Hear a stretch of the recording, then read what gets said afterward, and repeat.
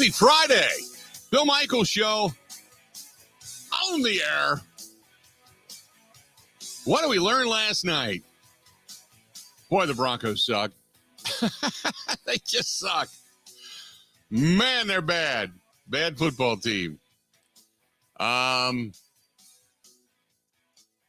don't even know how else to say it. I watched that game. Between that and watching the Philadelphia Phillies eliminate the Braves, which the tale of two completely different scenarios. It was,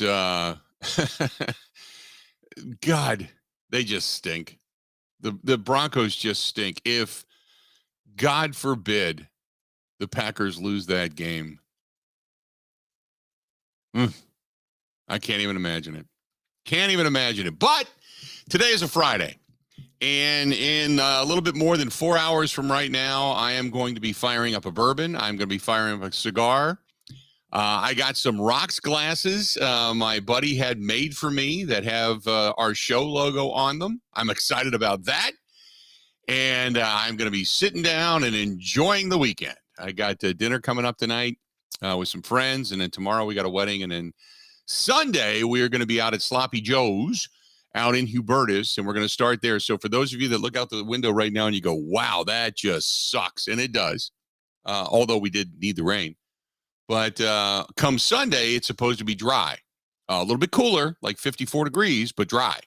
And we got a motorcycle ride benefiting Fisher House, Wisconsin. So if you can join us coming up on Sunday out at Sloppy Joe's, Joe Hennis puts on a hell of a ride. They got great breakfasts, and we're looking forward to that. And then they take a really cool ride. They do.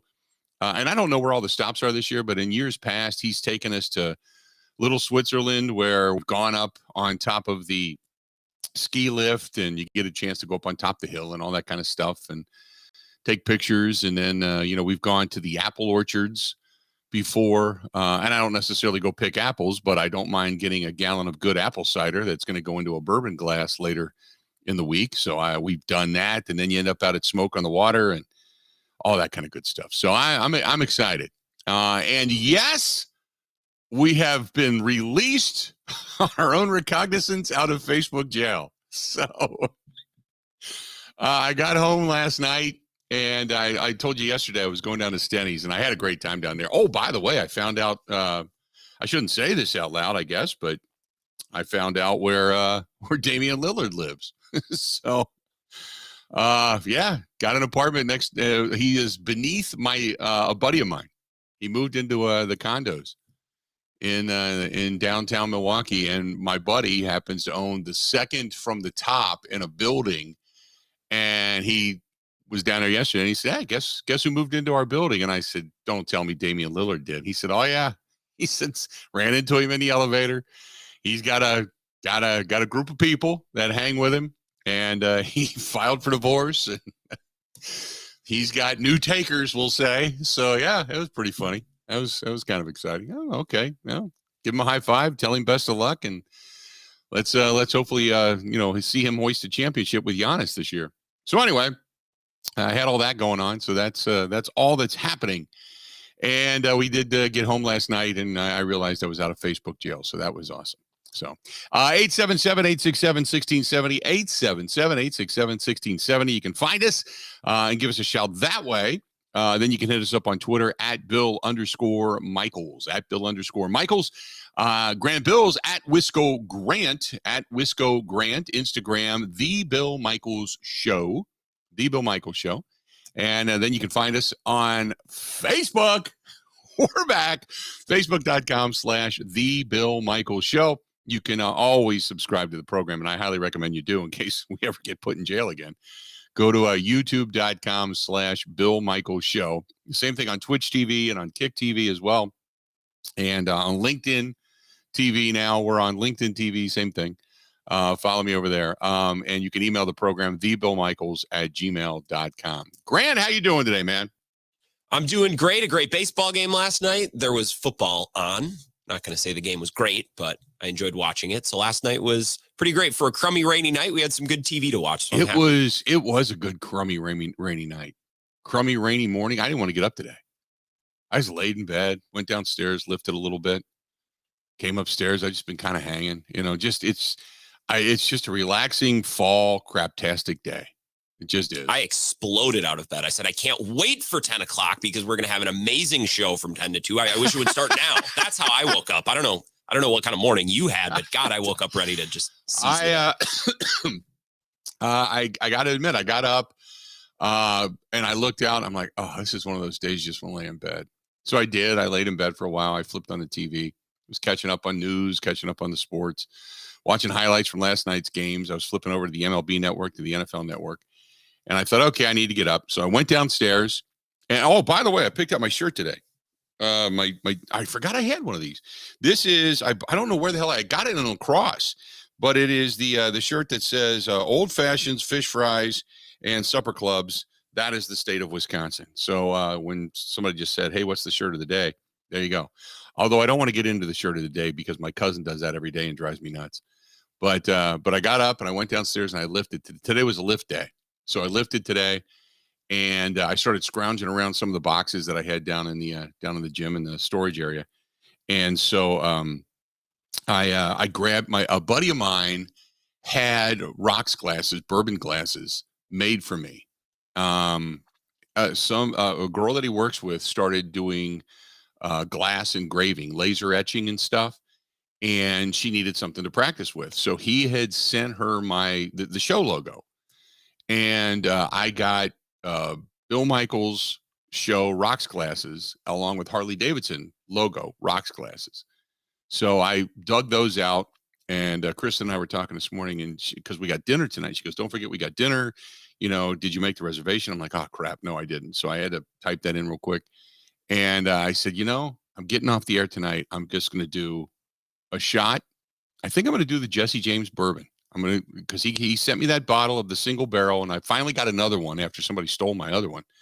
So I got another one. I'm going to do just a couple of ounces of that over a big giant bourbon ball of ice and a cigar, and I am going to sit back and relax until it's time to go to dinner. That's all I'm doing today. And then at dinner, probably a beer or two, and then call it a night. Come home and go to bed. That's my evening. That sounds so relaxing. Somebody wanted to know why I'm not wearing the F Facebook shirt today, a la George Kittle. I don't want to get in any more trouble. I got my hand slapped, so I'm trying to be mindful of whatever community standards they have that I broke. I don't even know. What's really funny is it's so random.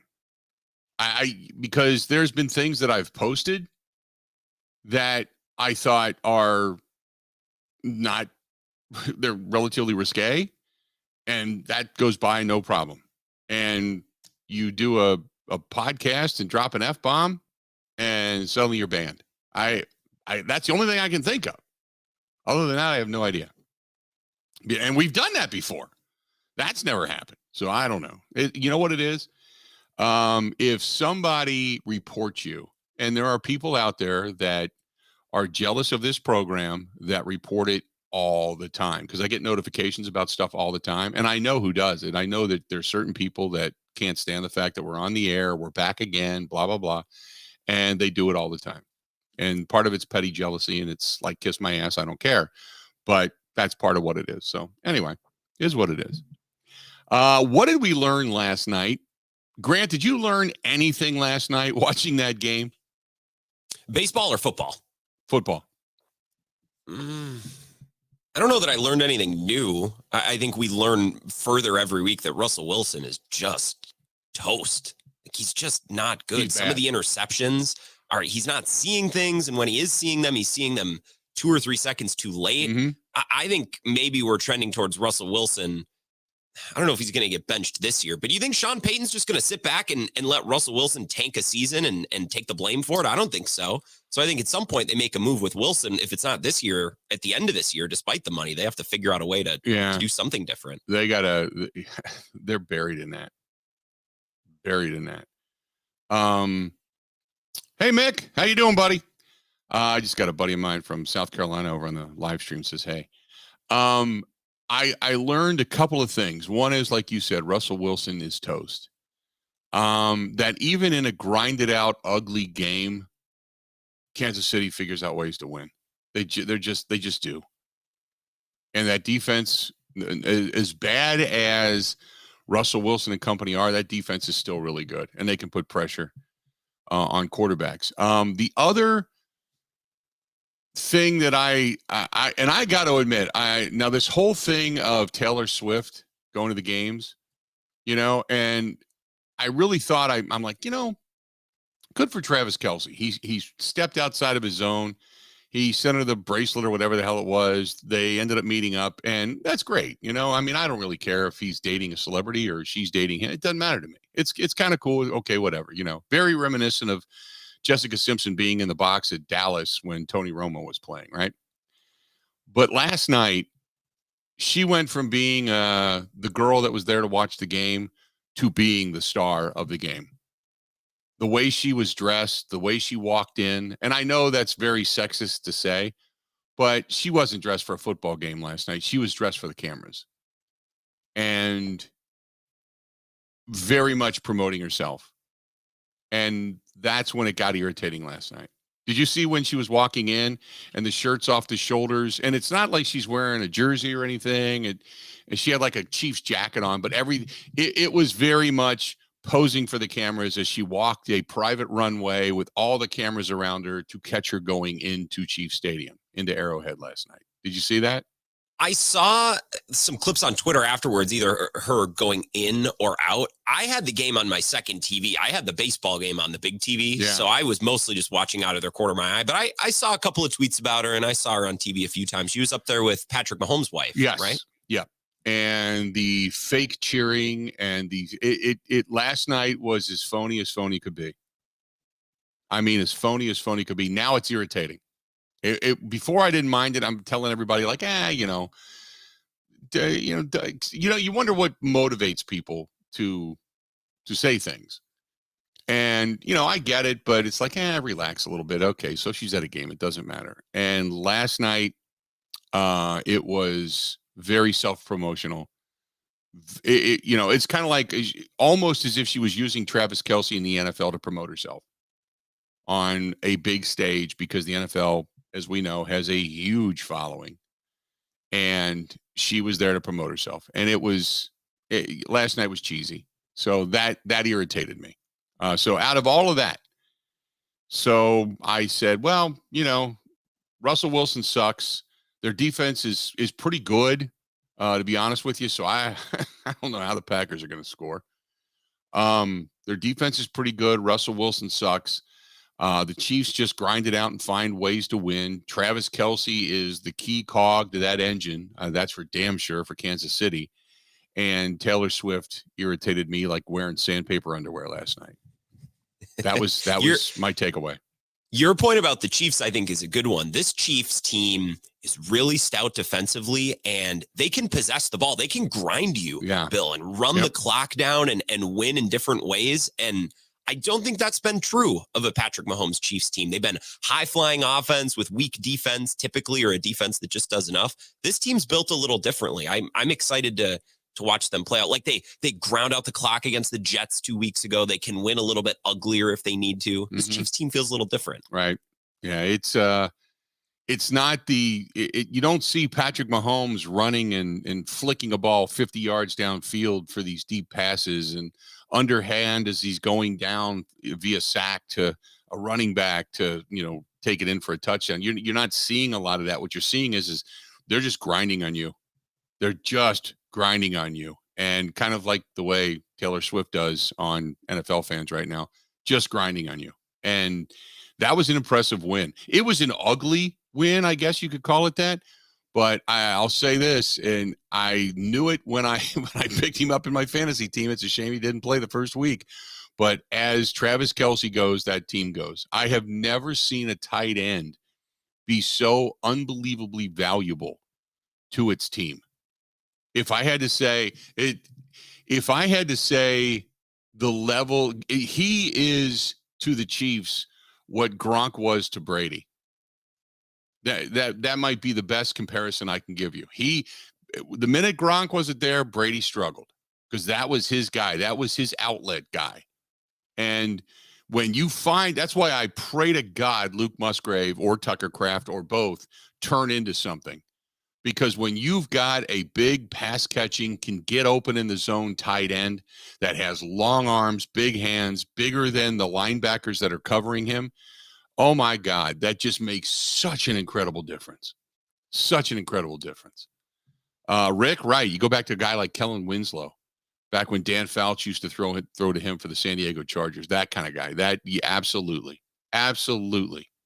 That I've never seen somebody that valuable to their team. He is the most, as much as we talk about Patrick Mahomes and what he can do and the possessions that he has when he has the football, I'd almost say I'd give Travis Kelce as much credit as an MVP on that team as Patrick Mahomes. He's just that valuable. When he doesn't play, that thing just looks different. It's like it's missing a piston out of the engine. And when he's there, you never see panic out of Patrick Mahomes because he always knows he's there. That's it. Let's do this.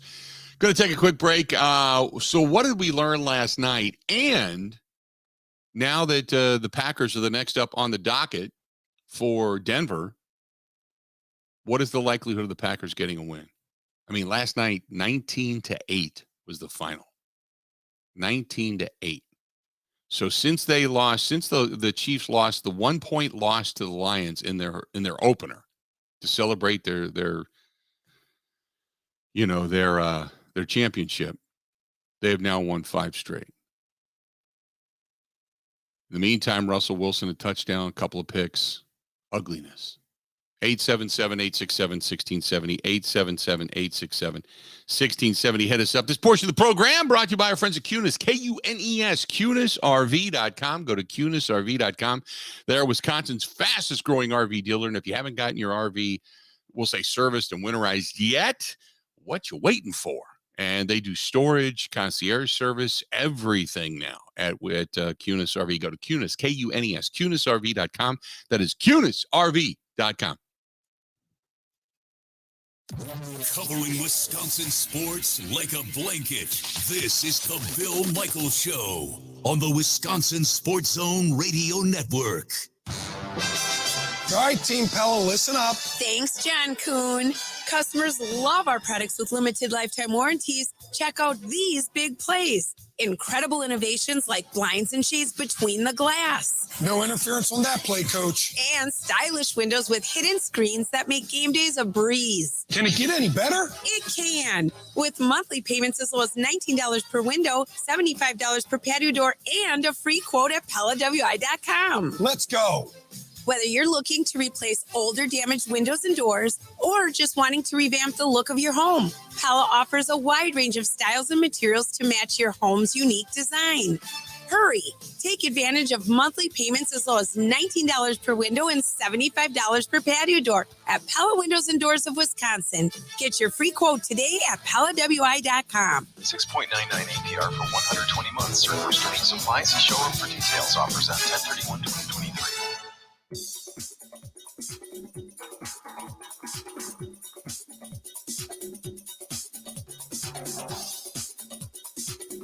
Bill Michaels will resume in 3 minutes.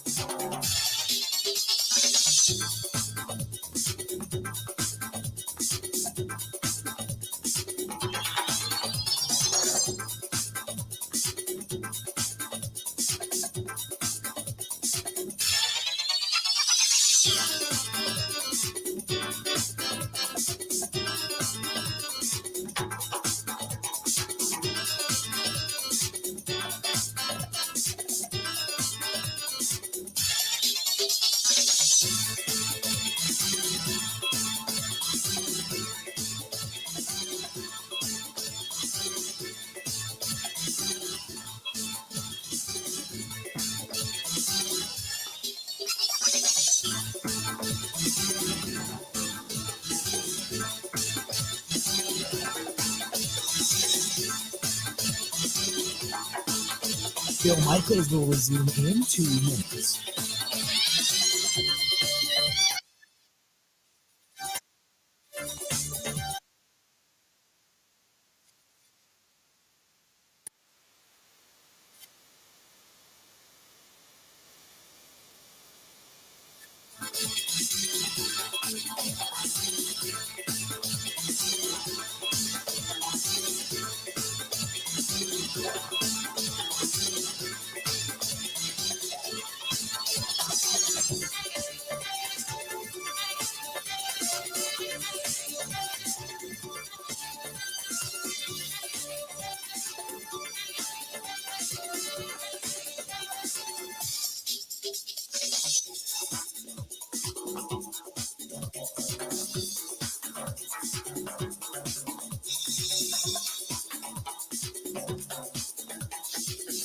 Bill Michaels will resume in 1 minute.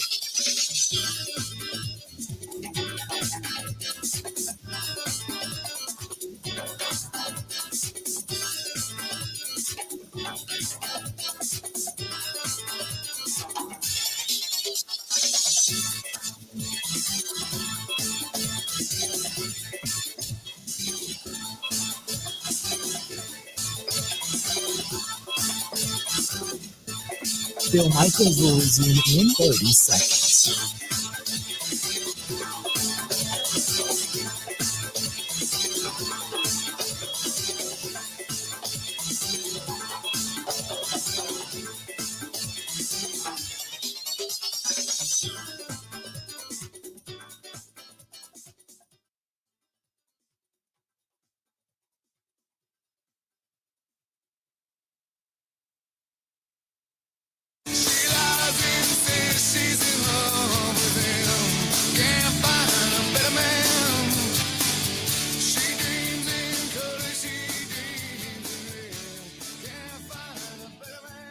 If you are looking for a place, 75, 80 people, less, maybe to hold a holiday gathering, we'll say.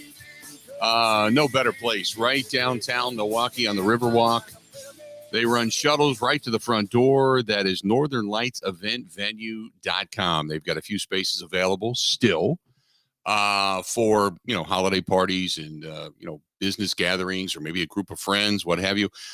Dinners, weddings, photo shoots, business events. They can do it all. That is northernlightseventvenue.com. You got to check it out. It's an amazing place. And it's right on the Riverwalk, right downtown Milwaukee. And what's really cool, especially during the holiday season, is you would think that the Riverwalk sucks or because it's cold and it's, near the water and, you don't want that. Actually, you get a view down the river of all the condos. And when all the condos are lit up with the Christmas lights and people that decorate their balconies and all that stuff, it's actually really cool. So it's a great place to go. That's northernlightseventvenue.com, northernlightseventvenue.com. There you go. Coming up at the bottom of the hour, there's a lot of proposed trades that are out there as the trade deadline is less than 3 weeks away now for the NFL. I saw that a lot of speculation about Jeudy of the Denver Broncos is starting to pop up. I did see that one of the reasons they want to get rid of Jeudy is that he cannot handle criticism. He's a whiner. If he does get criticized or they go after him because he's doing something wrong, he kind of goes into a shell. And they said at best he's not going to be anything more than a third-tier receiver because he can't handle it. So just thought I'd throw it out there for everybody that says you got to go get Jeudy. Now, if it's not going to cost you a lot, I still think it's something that, maybe greener pastures coming, to a place like Green Bay would not hurt when you find a veteran to put in there. But you need somebody, if you're going to get a veteran, you got to get somebody with a strong personality and a willingness to teach, to come into the system, not just somebody to come in and run routes. That's not what you're doing. So you really got to be careful. If I'm Brian Gutekunst, I pay attention to that. You got to find out more about the player, and he would know.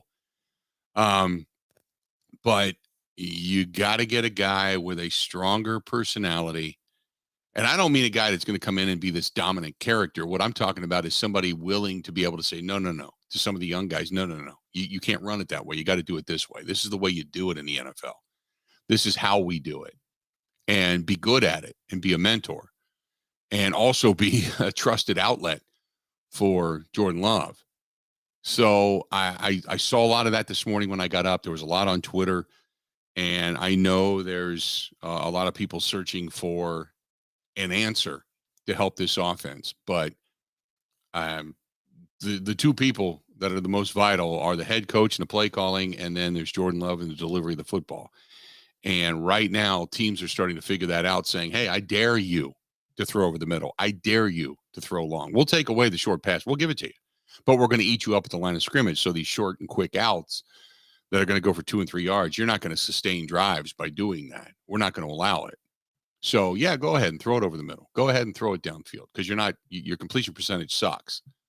So either you need to find somebody that has the ability to run the route and catch the ball, or You need to find a quarterback that's actually going to deliver the football in the proper amount of time and drop it in the bucket.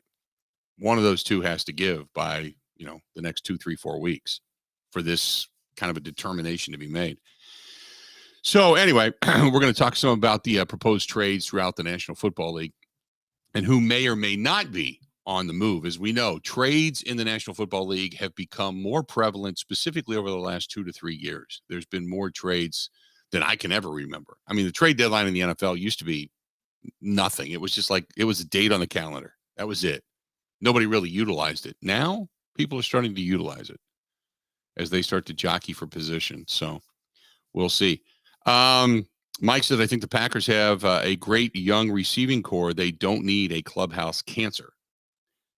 Frank says it's too late to get a guy like him if we have Rodgers' ideas souls. I don't know what Rodgers' idea souls means. Green Bay at Denver, 1-score game, road game out west in the thin air and the altitude of Denver. A loss to Denver wouldn't be a shock at all. A loss to Denver would be a shock, no. A huge disappointment, absolutely. Absolutely. Denver's not a good football team. They're not. Neither the Packers, though. I don't think the Packers losing to anyone would be shocking. I agree. Yeah. Surprising, it'd be a bummer, but shocking. I don't know. This Packers team could lose to anybody. I think the majority of games here on out are 50-50s at best. I look at this game against Denver, though. If you go out to Denver and you play a game very similar to what you played in Las Vegas and you lose, the screams that are now starting to become more audible are now going to be deafening, because that was an ugly game. That was a terrible offensive performance. And then you start to really go back and you look and you say, wait a minute. Again, you get beaten time of possession. Again, you can't move the football. Again, the first 2 quarters of this game are inept. Again, you can't. That would be, God, I'd have to start adding it up, because now I'm running out of fingers and toes. That would be how many quarters of just awful, terrible football where this team just looks bad. And then, they make this furious comeback, or they show fight. It's time to stop showing fight. It's time to start actually executing for 4 full quarters. And if that's not the emphasis for Matt LaFleur over this bye week and coming into practice next week, then I don't know what the hell is. Because it's this team has come out of the gates awful in 3 consecutive games now for a full half of football. It's like they don't even show up. Wait until halftime, then come back out and get introduced, and then you can actually start playing again. It's been bad. They've had some offensive line issues. Granted, you can, and like I said, I can't sit here and pinpoint one specific thing to say this is the problem, because you could throw a dart at a dartboard at this point and say there's problems. You've got offensive line problems. You've got youth route running problems. They've had some drops. You've had some issues, injuries that have obviously played a part in this. You've had some problems on the defensive side of the football. You haven't been able to consistently stop the run. You're starting to get thin in the secondary, and then especially at the middle linebacking position. I mean, you can.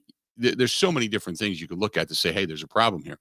But the tenacity with which they play when they come out of the chute, when you come out of the tunnel, and you lay eggs consistently in the first half of ball games when you're supposed to be at your peak, that's something inherently wrong with the way either you're being coached or the understanding of execution or something. I mean, I can't remember a team that was this bad.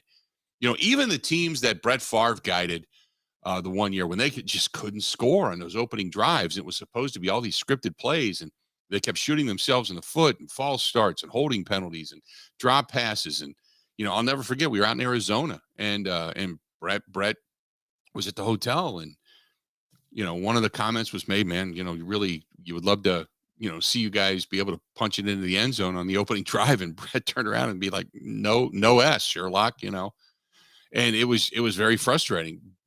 But at least they were coming out of the gate and looking like their next drive or the drive after that or the drive after that, they were really good.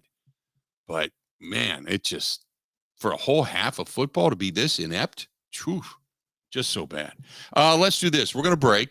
Going to come back, and then we're going to let Grant kind of tell us some of the proposals in the NFL that may or may not actually happen when it comes to prospective trades. So stay tuned. This portion of the program brought to you by our friends at Pella Windows and Doors of Wisconsin. At Pella, you start looking outside right now, and you go, oh, crap. Man, it's not going to get over 55. We're not going to see 60s anytime soon. If we're lucky, maybe, but this is it. We're into fall, and the wind outside is blowing. The rain is coming down right now, and that means that if you've got any gaps, any places that cold air can get in or hot air can get out of your home, you got to call our friends at Pella. Get that free in-home consultation. They'll take a look at it for you and say, maybe you don't need a window here, but maybe you need a window here. Maybe you need this thing. Maybe you need a different door or entryway. Maybe you need a door jamb. Whatever it happens to be, they can help you out. That's Pella Windows and Doors of Wisconsin. Go to PellaWI.com. That is PellaWI.com. Or just simply call them for that free in-home consultation. 855-PELLA-WI. That's 855-PELLA-WI. And I can speak from experience. Once I put that big brand new patio door in down in the great room, ain't no more cold air getting in that thing. That thing just stays right there, right at 70 degrees. It's awesome.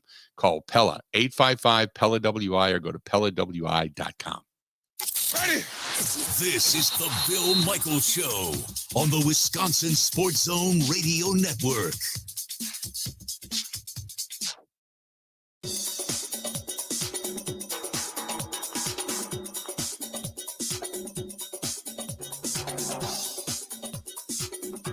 Bill Michaels will resume in 5 minutes.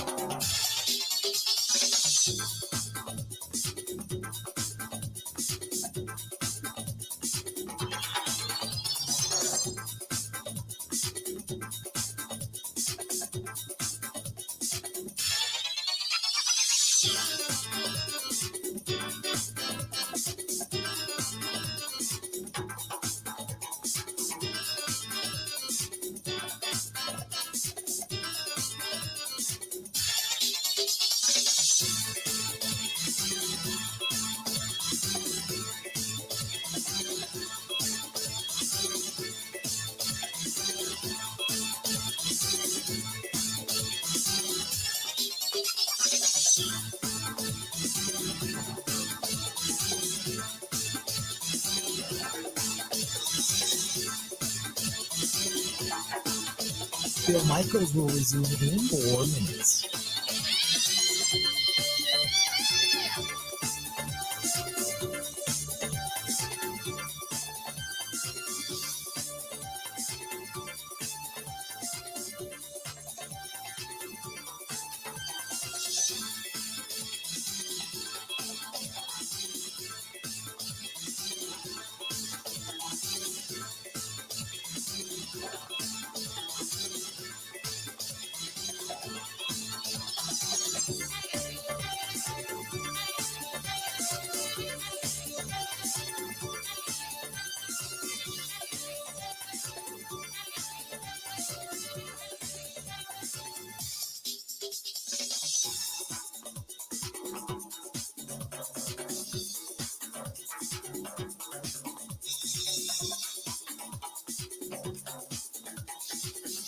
Bill Michaels will resume in 3 minutes.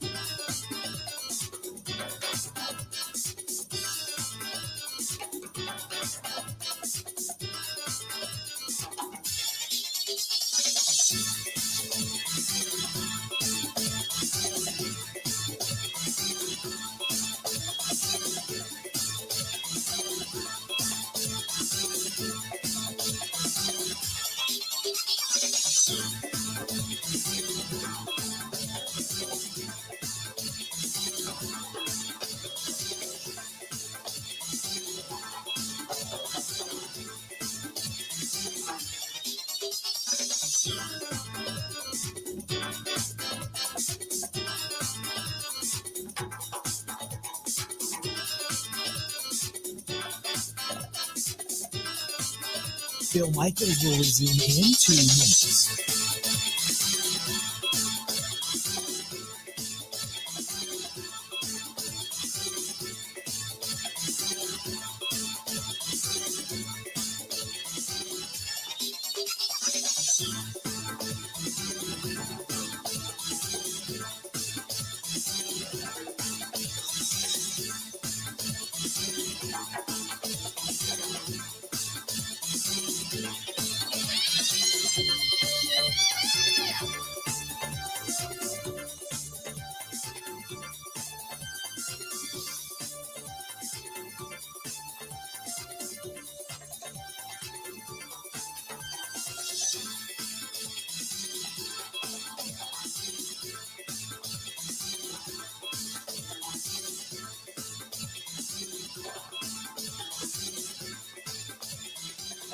Bill Michaels will resume in 1 minute.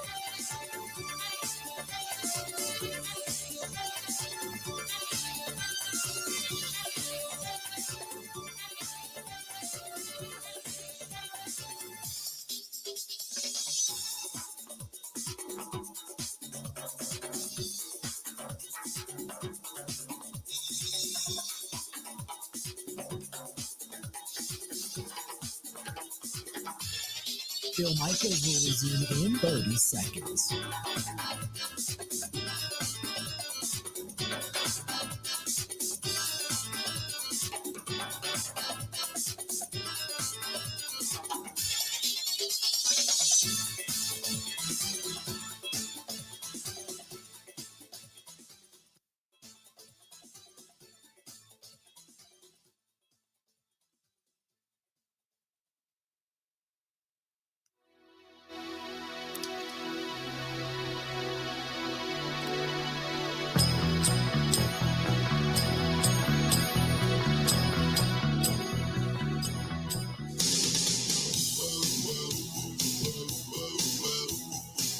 Are you looking for maybe a good local craft brew? Probably. Some good food, good place, good time. And now music is coming. That's our friends at Steel Tank Brewing. Steel Tank Brewing on Robrook Lane in Oconomowoc, right behind the Exonia Bank off of 67. Open Tuesday through Sunday for lunch, and the music venue is about to crank it up. And that is our friends over there at Steel Tank Brewing. Steel Tank, great place in Oconomowoc, and veteran-owned. Dave, a veteran, his son, a veteran. They all work there, and a family-owned business. And they're out and about in the community doing a lot of stuff locally as well, always promoting the different beers and brands that they have. That's Steel Tank Brewing, Robrook Lane in Oconomowoc. Support them. Good people. Before I throw it to you, Grant, I want to ask you a question. So I get an email, and people are emailing me this, and I want to address this because somebody said, well, most reporters don't have the balls to call this out. On the antiquated offense of Matt LaFleur. Apparently, I know I didn't hear it, so I don't know for sure, but Mike Wall said something about it. We know, I think it was Kurt Bankert said something about it. Somebody said Aaron Rodgers said something about it, which I never heard, about this antiquated offense. What means antiquated? Do you know? Do you have any idea? Not modern, not forward thinking, not creative, predictable. I would guess. Maybe predictable might be the antiquated thing. You know what? There is nothing in today's game that hasn't been drawn up. Let me say that again. There is nothing. Every route has a name. Every lineup has the same name. You know, you've got a guy in the slot, you got two wideouts, three wideouts, bunch formation, but wide receiver bubble screens. I mean, dig routes, out routes, go routes. I mean, inside slant, all that stuff. And out and up, stutter and go. I mean, they're okay. So when they say antiquated, you mean basic? We're not talking about dive left and dive right. We're just not. They called Mike McCarthy's offense antiquated, and they're saying that again. Okay.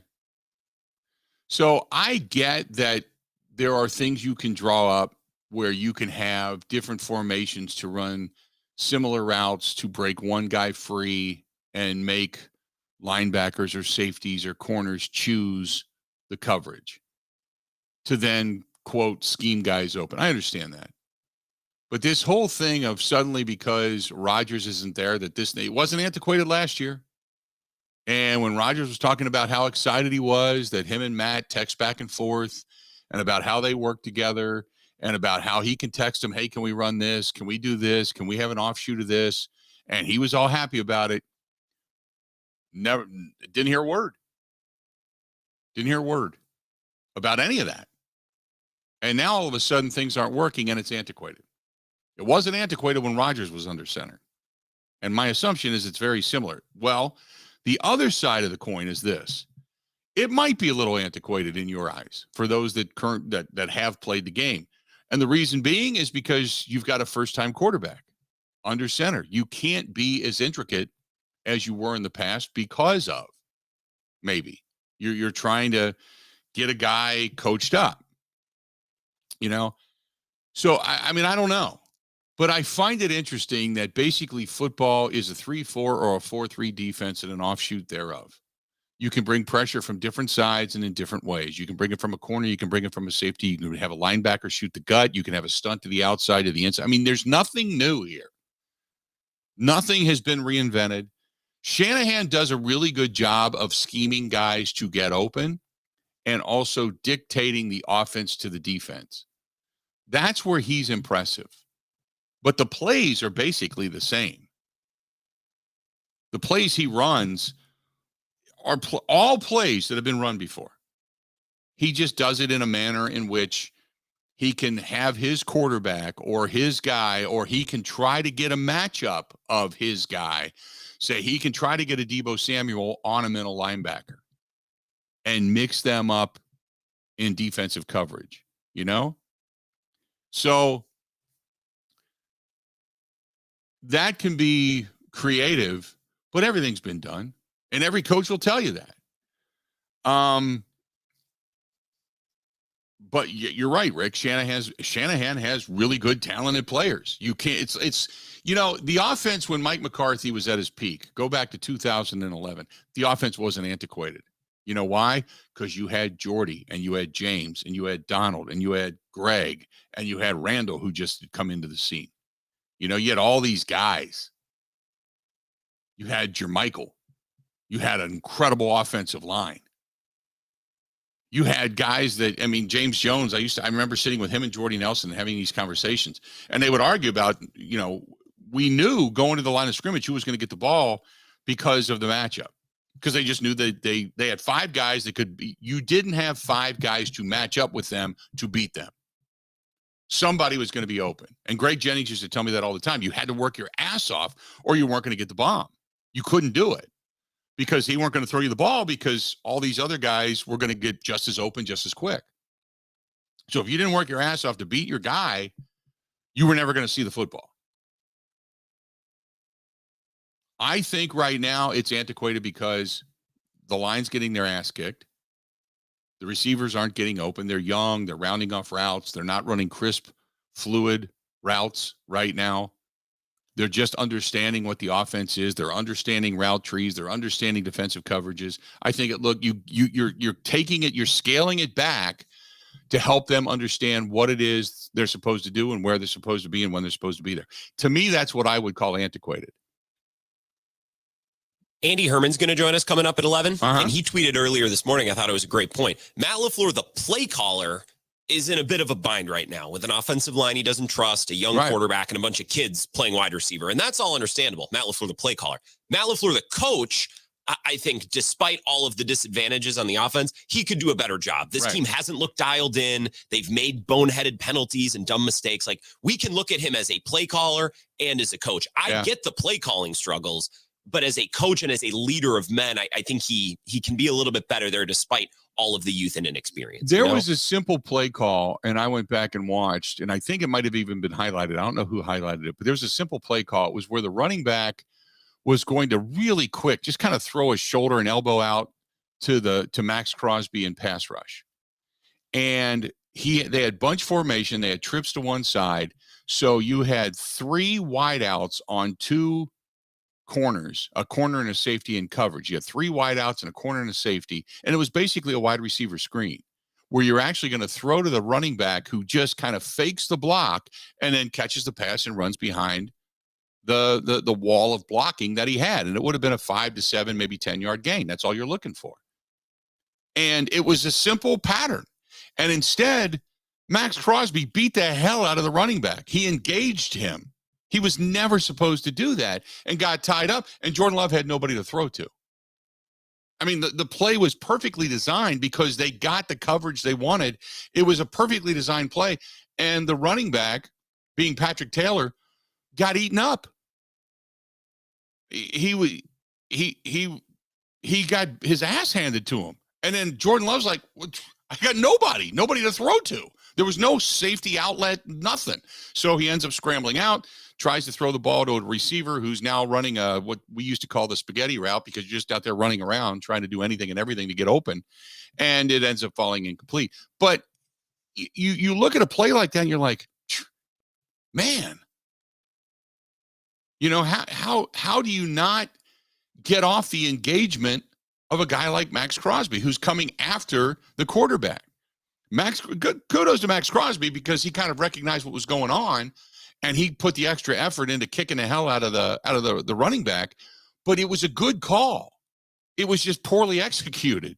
So that's why you look at it and you go, okay, is it the coaching? Is it the play calling? Is it the people that are actually executing the plays? I've always said sometimes you get into a huddle and you've got a lot of smart guys. Other times you get into a huddle, which this may be the case, where you're not going to a Mensa meeting. This is like stick your finger in the dirt and draw it up. So guys look at it and go, oh, okay, I'll go there. I mean, that's kind of what you're doing right now. So, well, a good play caller has to factor in execution, right? Right. Like a play caller has to think, okay, if I dial this up, like, are my guys going to be, is this something intricate that my guys are going to struggle with? Like the screens on 3rd and 8, Bill. I hate it because this O-line hasn't really been crisp and clean, and A.J. Dillon isn't exactly this quick 3rd down back. And if that's not executed, Jordan Love doesn't have another read. Right. So he's just got to throw it in the dirt, and the play's wasted, and now you have to punt. Yeah. Matt LaFleur can control that. He can switch that up. Yep. So it's just, it's some of those things that you notice and you see on the continuum, and you're like, God, you want so bad to be able to say, okay, I can put my finger on it. This is what it is. But in your heart of hearts, that might not be it.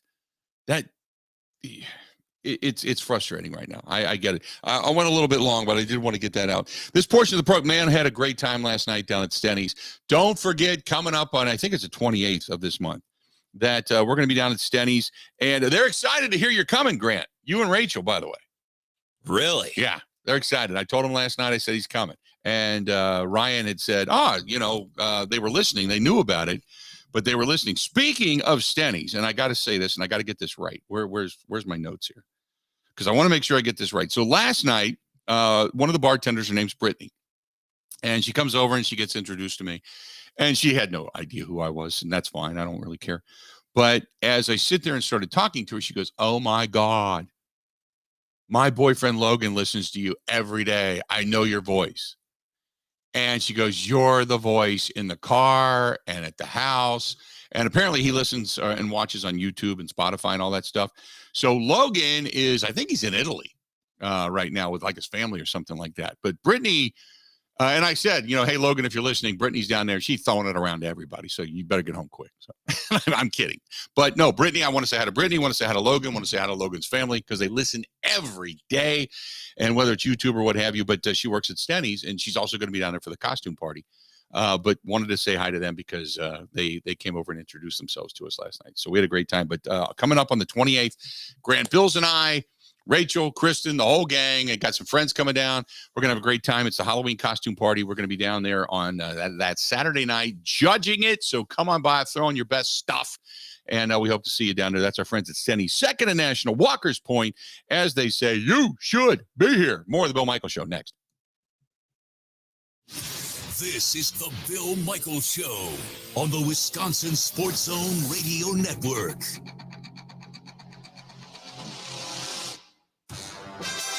All right, Team Pella, listen up. Thanks, John Kuhn. Customers love our products with limited lifetime warranties. Check out these big plays. Incredible innovations like blinds and shades between the glass. No interference on that play, Coach. And stylish windows with hidden screens that make game days a breeze. Can it get any better? It can. With monthly payments as low as $19 per window, $75 per patio door, and a free quote at PellaWI.com. Let's go. Whether you're looking to replace older damaged windows and doors or just wanting to revamp the look of your home, Pella offers a wide range of styles and materials to match your home's unique design. Hurry! Take advantage of monthly payments as low as $19 per window and $75 per patio door at Pella Windows and Doors of Wisconsin. Get your free quote today at PellaWI.com. 6.99 APR for 120 months or first trade supplies. See showroom for details. Offers on 10/31/2023.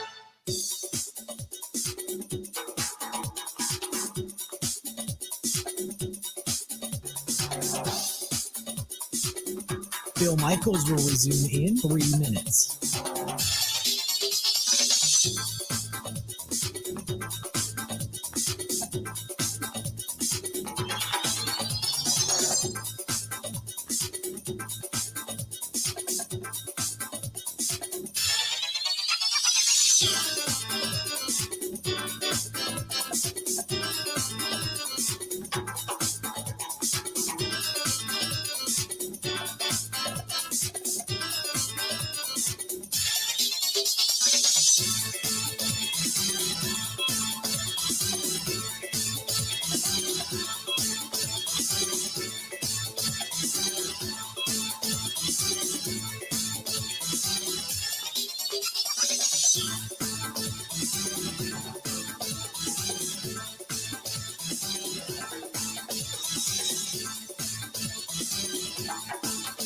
Bill Michaels will resume in 2 minutes.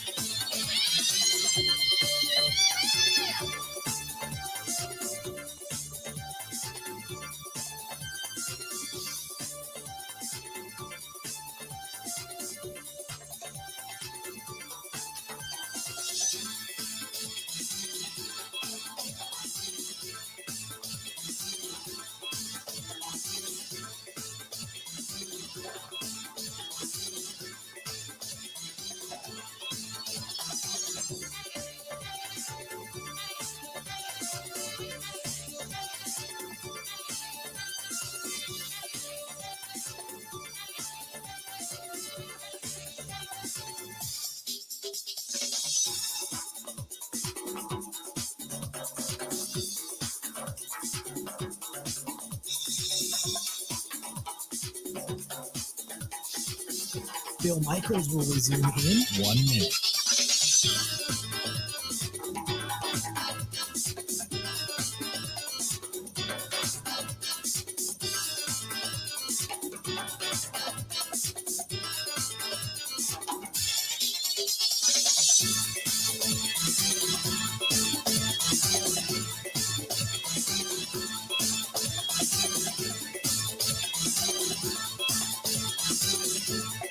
Bill Michaels will resume in 30 seconds.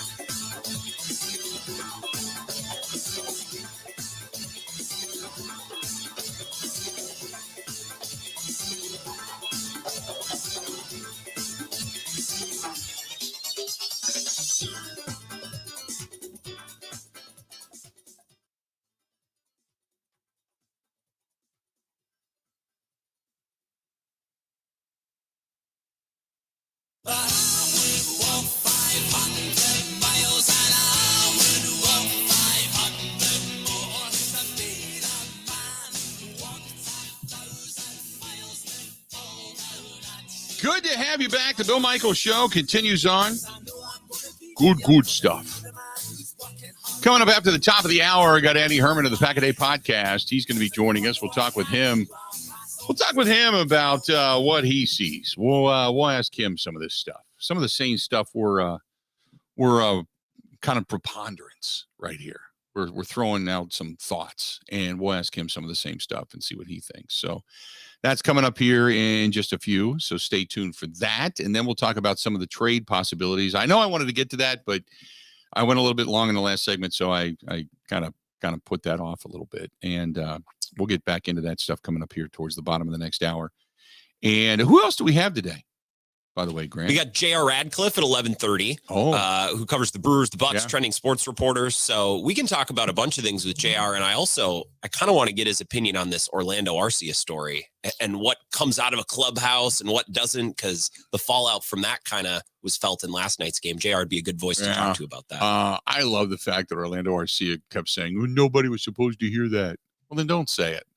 You don't say it in a clubhouse, and you don't say it in a clubhouse that has a lot of reporters. You know, I mean, he got when you start getting made fun of by Ben Kenny's mom, you know you have crossed the line. You did something wrong. Just throwing it out there. So, oh, by the way, so I did text Ben Kenny and I said, hey, I want to see your mom climbing up one of the greased poles, standing on a don't walk sign. And Ben texted me back and said, we don't do that stuff, we'll say, until they win the NLCS. Then you can find mom on a don't walk sign. So we got to wait another series.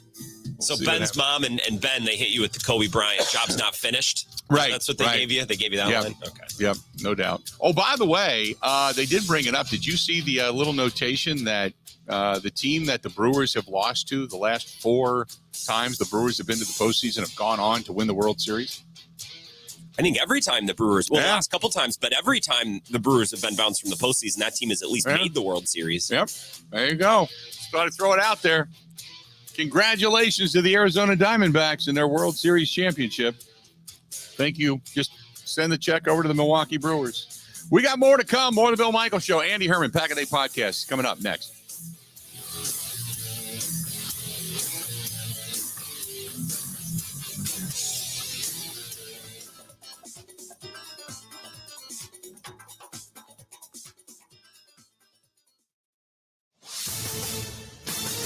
This is a Wisconsin Sports Zone update. Well, Wisconsin is going to play a huge game tomorrow as Iowa comes to town in the battle for the Heartland Trophy. The Hawkeyes bring a 5-1 record with them to Madison, though that has a lot more to do with their defense and special teams than an offense that is ranked 107th in the country in scoring and dead last in total offense. Now they've become a bit of a joke nationwide, but Badgers head coach Luke Fickell isn't buying it. I think the media makes it a little bit more than what it is. I think the uniqueness is Iowa is still who Iowa is, and they're very good at running the football. They're very good at, disguising things. And in some ways that they're getting back a little bit more, I think, the last few weeks to being who Iowa has been and what has made them really good. The Hawkeyes will be led by former Wisconsin quarterback Deacon Hill. He transferred after Paul Chryst was fired last October. The Badgers, they're favored by 10 in this game and looking for a 3-0 start in conference play for the first time in 2019. Kickoff tomorrow is at 3. Turning to the Packers, they're on their bye this week. Now, the hope is this time off will be used to get some players healthy, including running back Aaron Jones, who has only played in 2 games so far this season due to a hamstring injury. Coming off the bye, the Packers, they'll head to Denver to take on the Broncos a week from Sunday. Are you a non-union construction tradesperson proud of what you do? Did you know you're worth so much more than what you're bringing home today? Put the power of LiUNA union labor to work for you. When you join LiUNA, you get the pay you deserve, plus pension and healthcare benefits above and beyond your compensation. That's 0 deductions for pension and healthcare benefits with LiUNA, because you're worth it. Learn more at liunawisconsin.org/join. We'll get to see Giannis Antetokounmpo and Damian Lillard on the court together for the first time on Sunday when the Bucks take on the Lakers in preseason. And finally, Wisconsin basketball will hold their red and white scrimmage at the Kohl Center on Sunday. For the Wisconsin Sports Zone Network, I'm Ebo.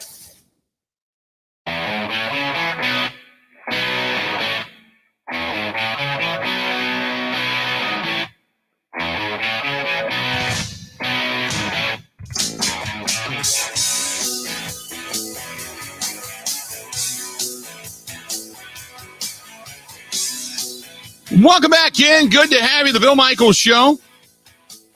We continue on. Hour number 2, and welcome in to everybody now joining us on the network. We certainly appreciate you being here on this kind of a gloomy day, but that's okay. We hope in 1, brighten your day, and 2, it's just one of those good days to not do a damn thing, to be perfectly honest with you. If you can sleep in, sleep in. Don't do anything. It's one of those sleep-in days. Joining us now on the hotline, our guy, Andy Herman of the Pack a Day Podcast is now here. Andy, how you doing? Hey, Bill, I'm doing great. Thanks so much for having me. You bet. So we were sitting here talking about just a myriad of things that have gone wrong in this Packers season thus far. First of all, give me your synopsis as to where this team is at right now, because to me it seems like they're regressing. I'm with you. I think they are regressing, and I think that's maybe the most disappointing thing. I kind of went into the season saying there's certainly going to be some highs and some lows. Expect the roller coaster ride. Expect it to be disjointed at times. We kind of knew what we were getting into and signing up for with all of the youth and inexperience on this team. Volatility was a word I used quite a bit going into the year.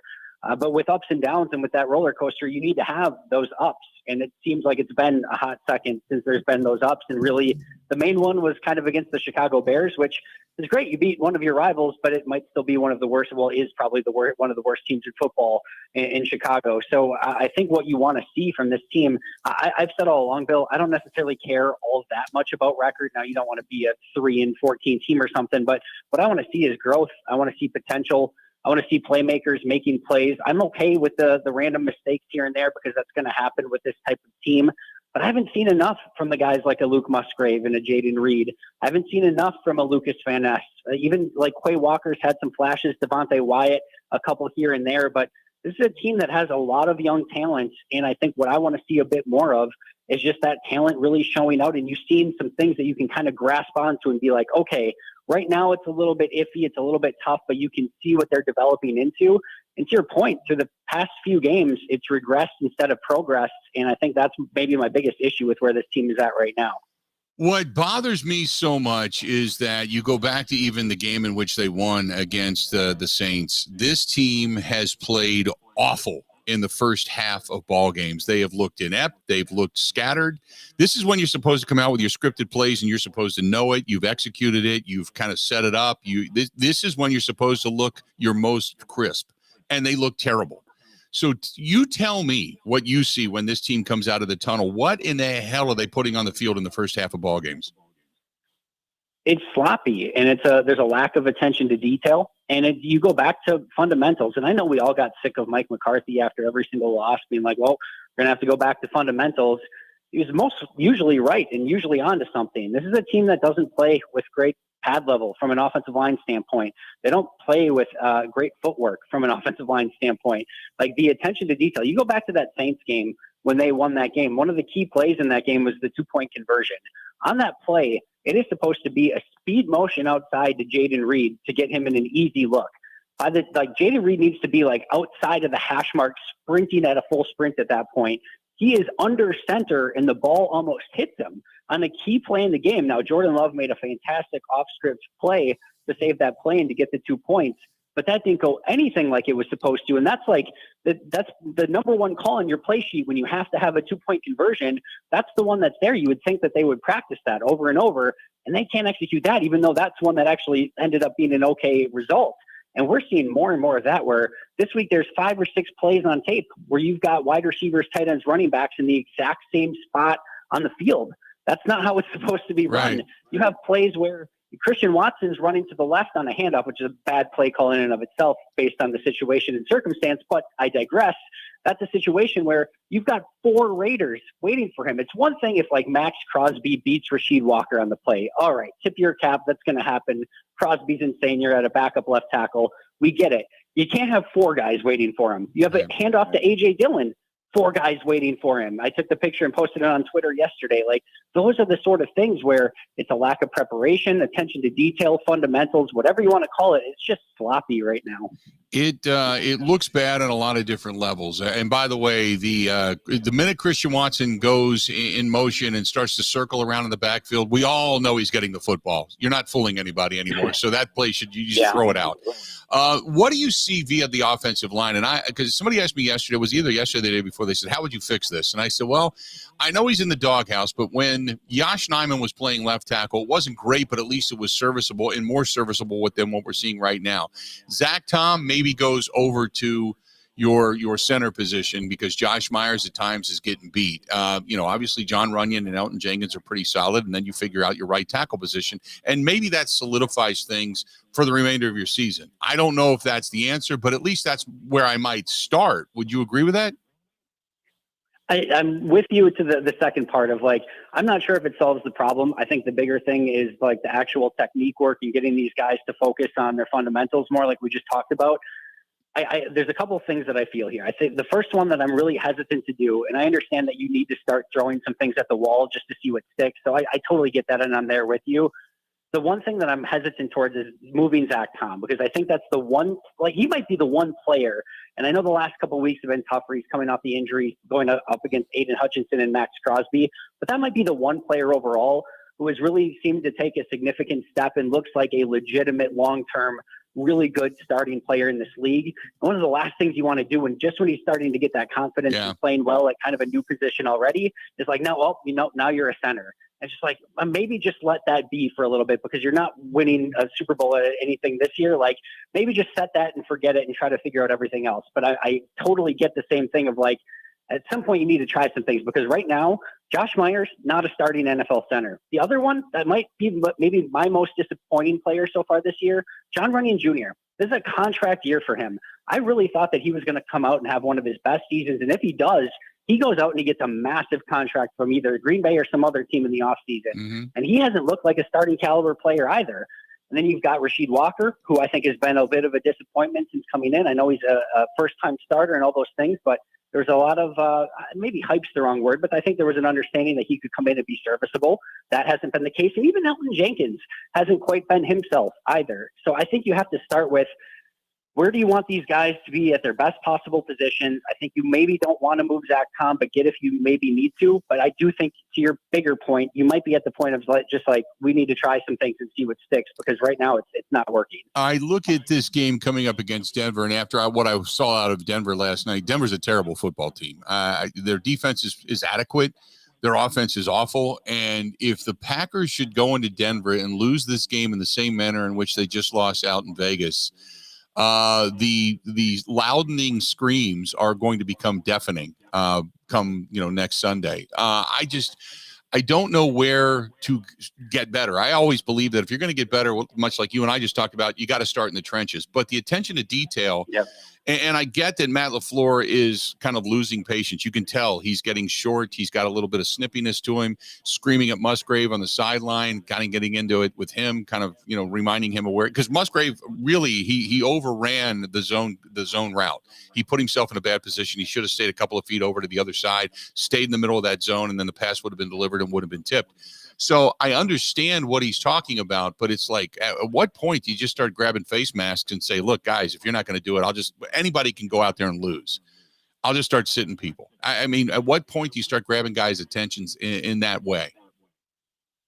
To your point, I think he's there. And it sounds like they had a very intense team meeting when they got back to Green Bay prior to the bye week. And, maybe a new standard was set. To what we've been talking about, the attention to detail hasn't been there, and it did seem like Musgrave got sat down for a little bit when that happened. We saw Darnell Savage get benched last year when things started not going according to plan. I think there maybe does need to be a little bit more accountability and a different tone that's set. If guys can't go out and perform, then maybe it is Ben Sims' time at tight end and you give him more looks. Maybe you do start looking at an Emmanuel Wilson. Maybe Sean Ryan gets a chance. Like, there's a lot of players on this team that I'm sure are looking to make a name for themselves too. And again, I'm not saying that that's necessarily just all of a sudden going to fix anything or make it better, but holding players accountable doesn't necessarily hurt anything either. That might be something that Matt LaFleur has to take a little bit of a closer look at. But right now, this team just needs to find its energy, its intensity, its focus. To your point, you go into Denver and you lose to Denver, it just changes the tone and tenor of the entire season. I'm not a huge, I don't really care all that much about what the record is. I want them to play a better brand of football. But you lose to Denver, and that changes everything from a tone on the outside of the team, inside of the team. You can already see, I thought JT O'Sullivan, who did his awesome report again this week on Jordan Love, one of the biggest things that he pointed out, Jordan Love has that awesome play where he just dumps Max Crosby on the stiff arm into the ground.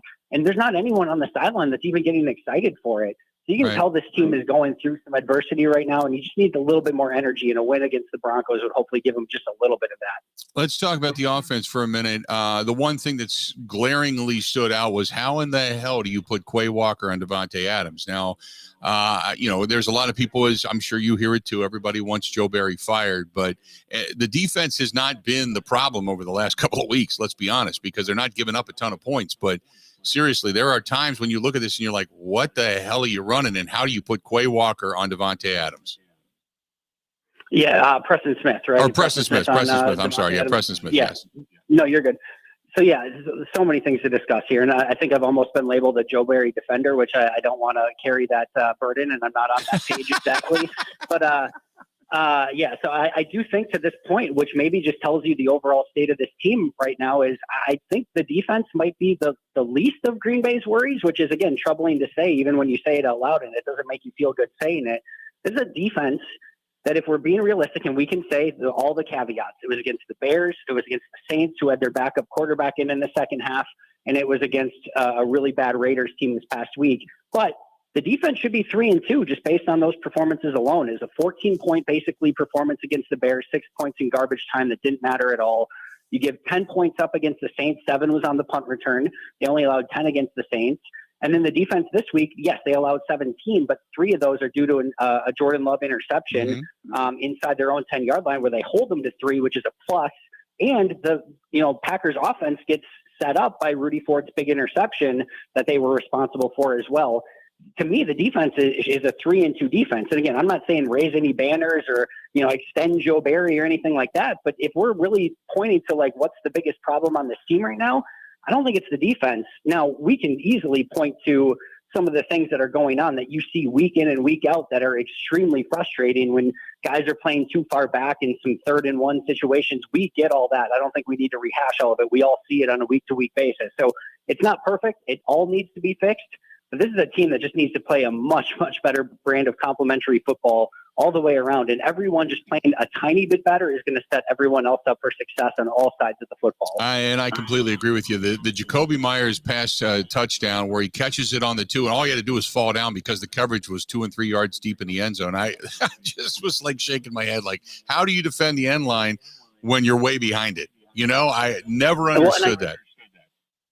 And I think it's a great example of attention to detail. I'm 90% positive that Lucas Van Ness is supposed to drop in his zone in that situation.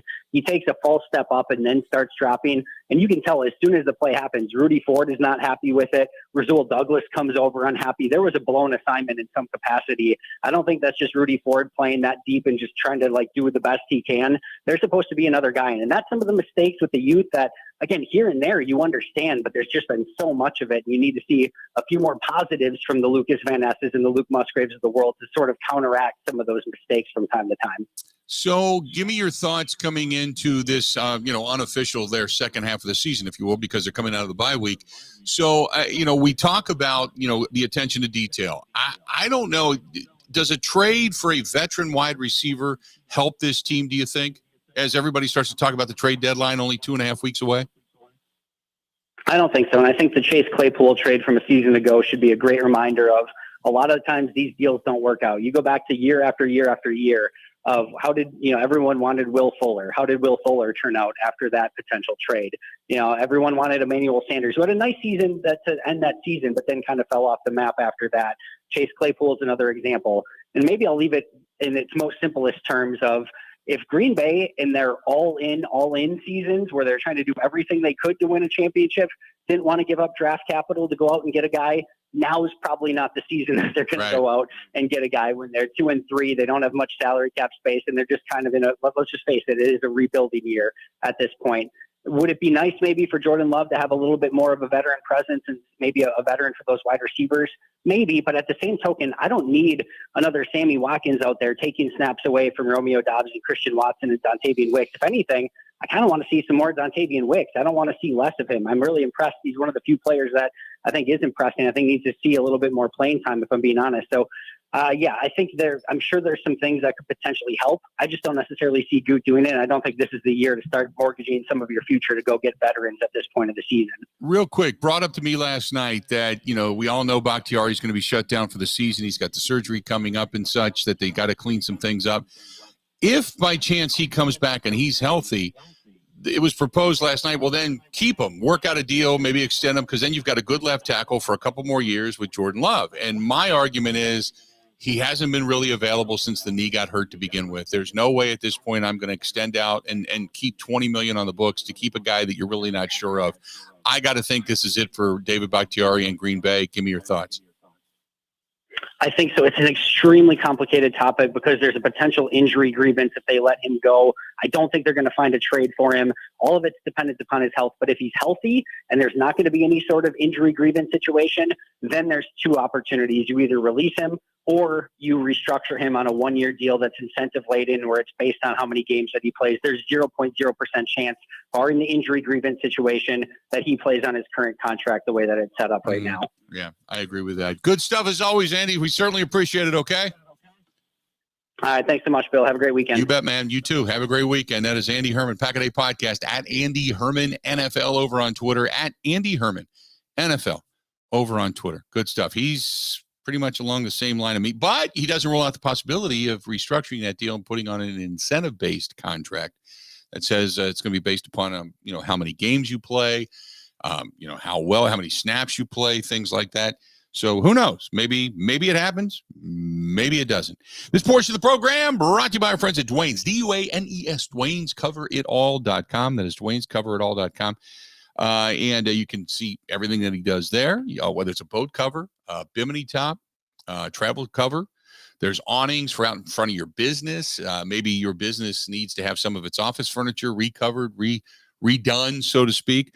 There's gym equipment, maybe things in your house like your dinette set or something like that, where you got to get, all the bases reupholstered or something. He can do all that stuff. It's just, master of all, not just jack of all trades, but master of all. Good stuff from our buddy Dwayne at Dwayne's Cover It All. And it's worth the call. 715-870-2119, 715-870-2119. That is Dwayne'sCoverItAll.com. More of the Bill Michaels Show next. Covering Wisconsin sports like a blanket. This is the Bill Michaels Show on the Wisconsin Sports Zone Radio Network. All right, Team Pella, listen up. Thanks, John Kuhn. Customers love our products with limited lifetime warranties. Check out these big plays. Incredible innovations like blinds and shades between the glass. No interference on that play, Coach. And stylish windows with hidden screens that make game days a breeze. Can it get any better? It can. With monthly payments as low as $19 per window, $75 per patio door, and a free quote at PellaWI.com. Let's go. Whether you're looking to replace older damaged windows and doors or just wanting to revamp the look of your home, Pella offers a wide range of styles and materials to match your home's unique design. Hurry!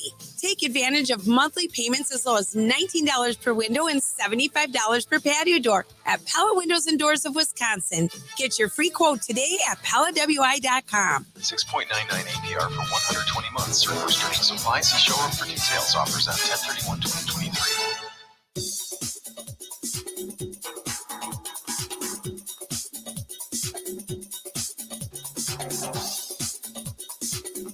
Bill Michaels will resume in 3 minutes.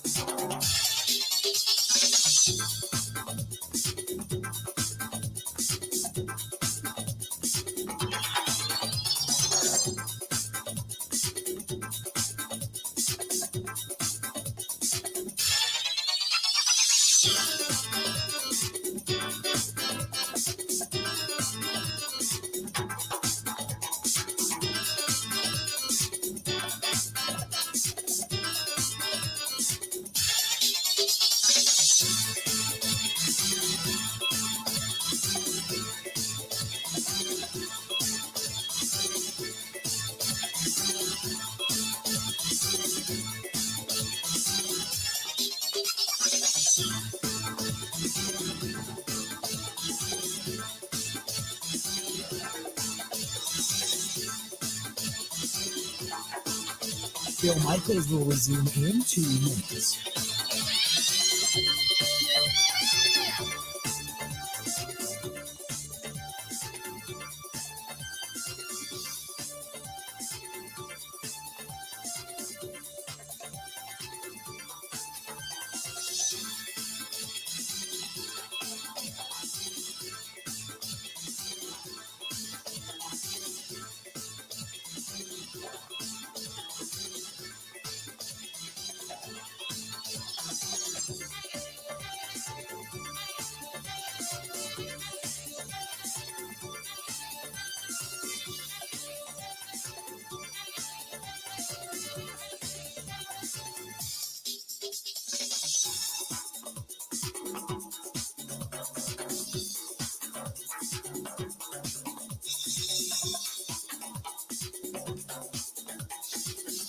Bill Michaels will resume in 1 minute.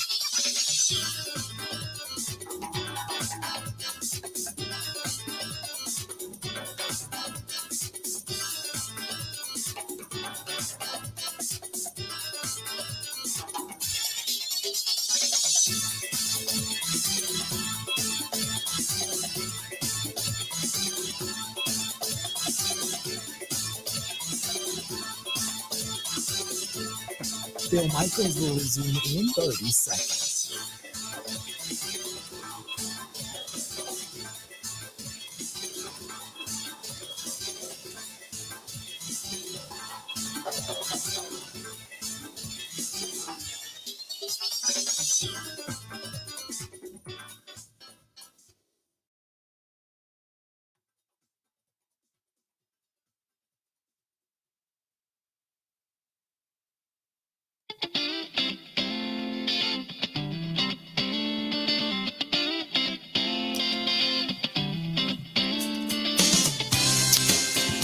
Next week, it's full week of stuff going on next week. Next Tuesday night, going to be heading over to La Crosse after the show and doing a few things over there on Tuesday night. Wednesday, we are going to be at Flipside. I saw over on the Flipside Facebook page that they have posted. The Huddle is coming. The Huddle is coming, and we're going to be in La Crosse on Wednesday from 6 to 8 at Flipside Pub and Grill. Looking forward to that. Scott Emmerich from WXOW, ABC 19 is going to be joining us. So we're going to talk to him in the 7 o'clock hour coming up on next Wednesday night. And then on Thursday, I got the show, and then off to Pembine I go. I'm going to be heading up to the Four Seasons Island Resort and doing some stuff and meeting the new management and such, who I have not met yet. So going to be heading up there. So the show on Friday is all you, Grant.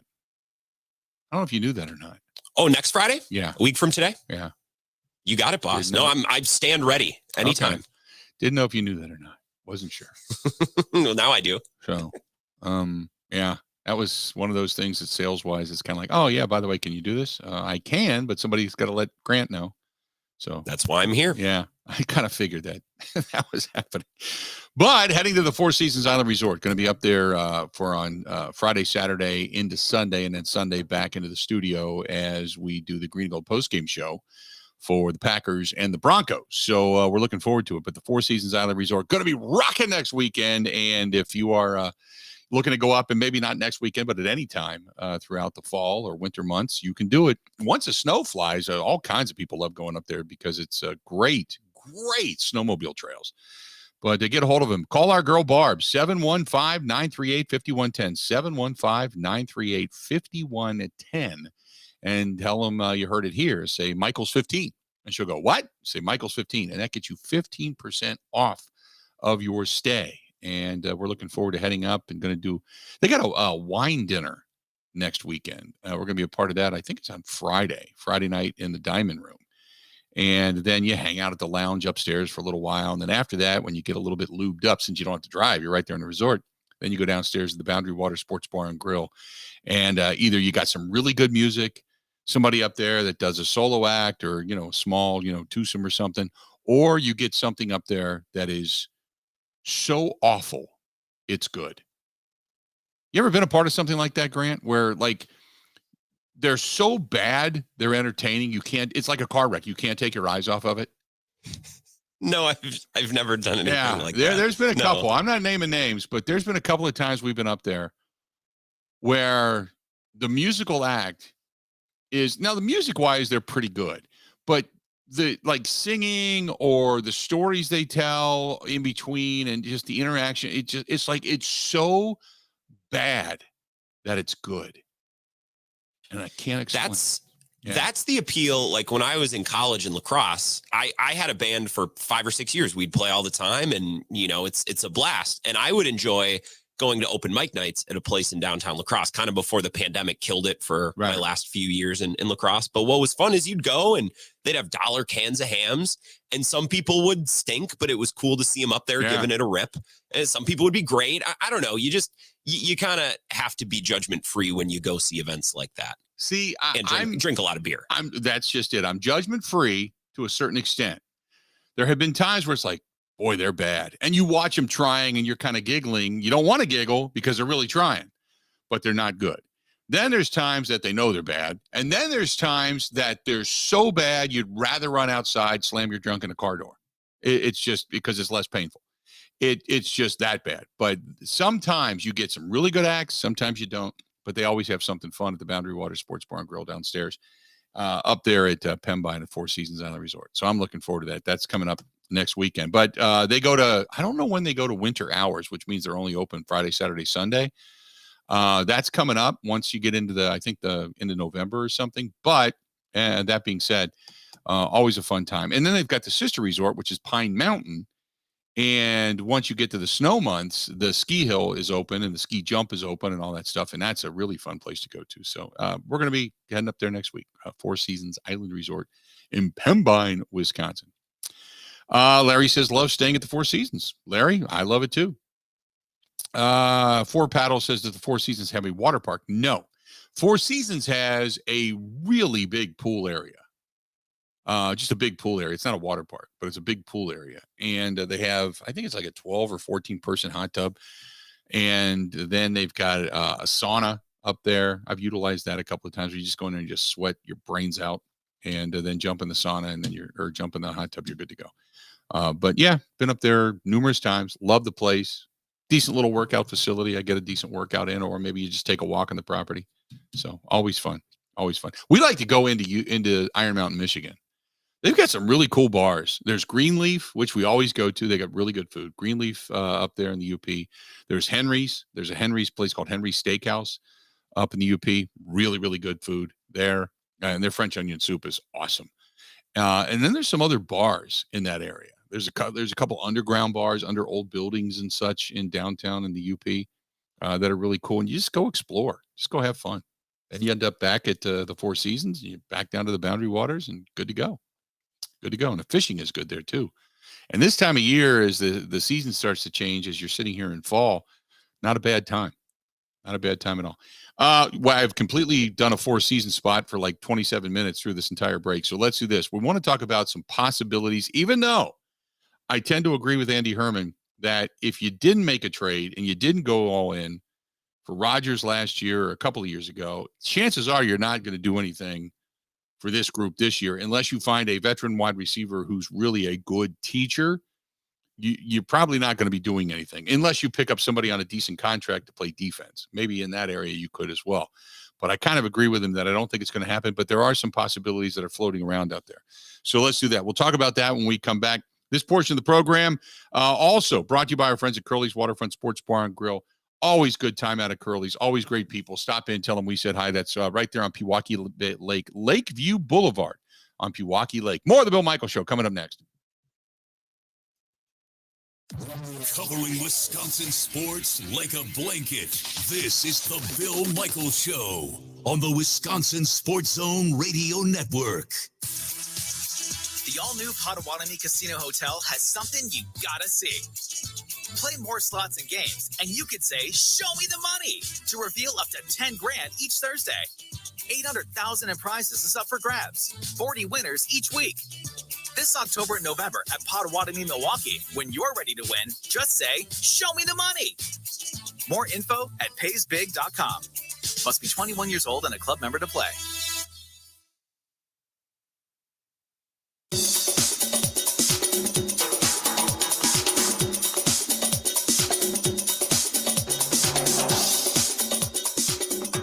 Bill Michaels will resume in 5 minutes.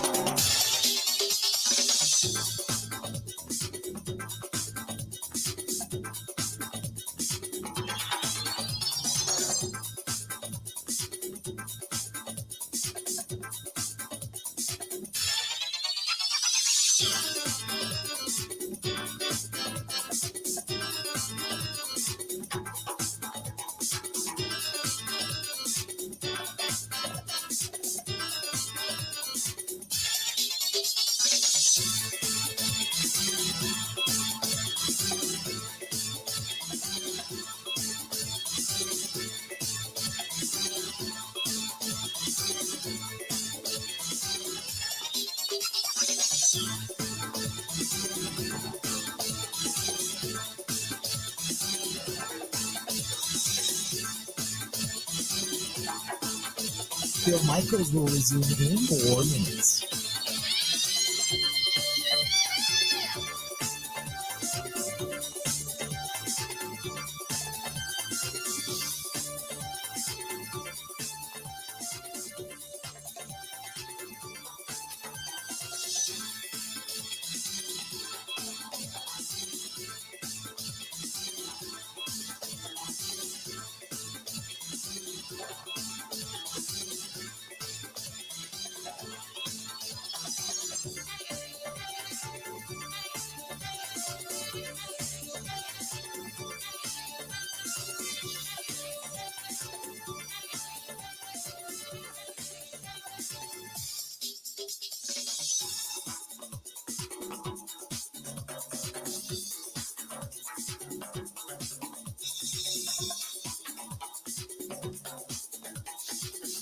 Bill Michaels will resume in 3 minutes.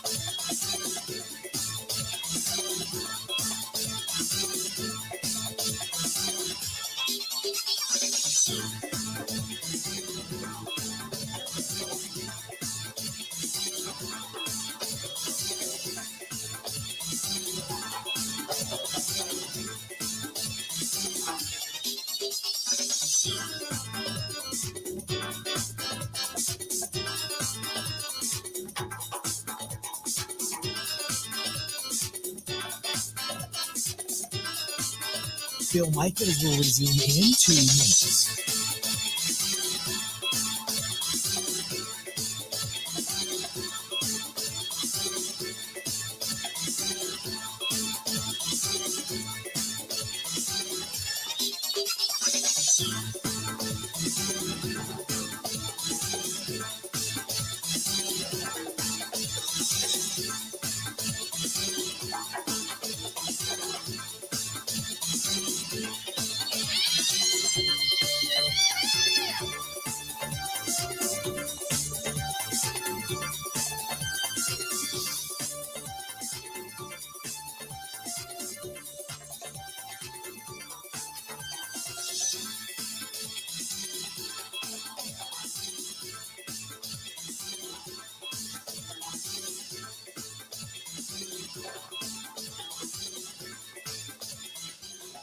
Bill Michaels will resume in 1 minute.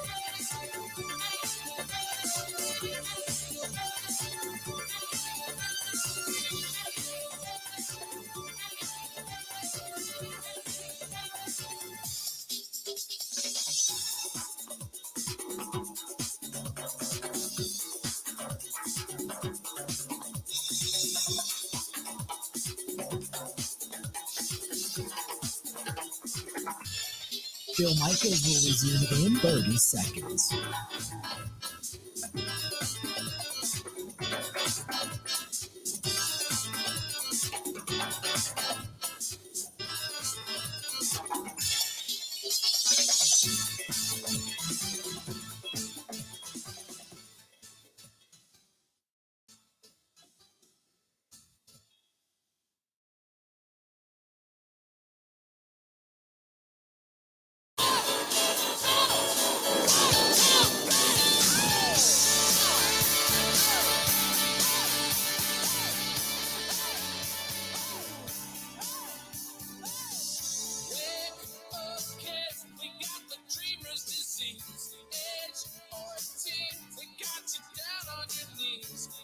It is a rainy, dreary day, but we have fun. Doesn't matter where we go. We always have fun.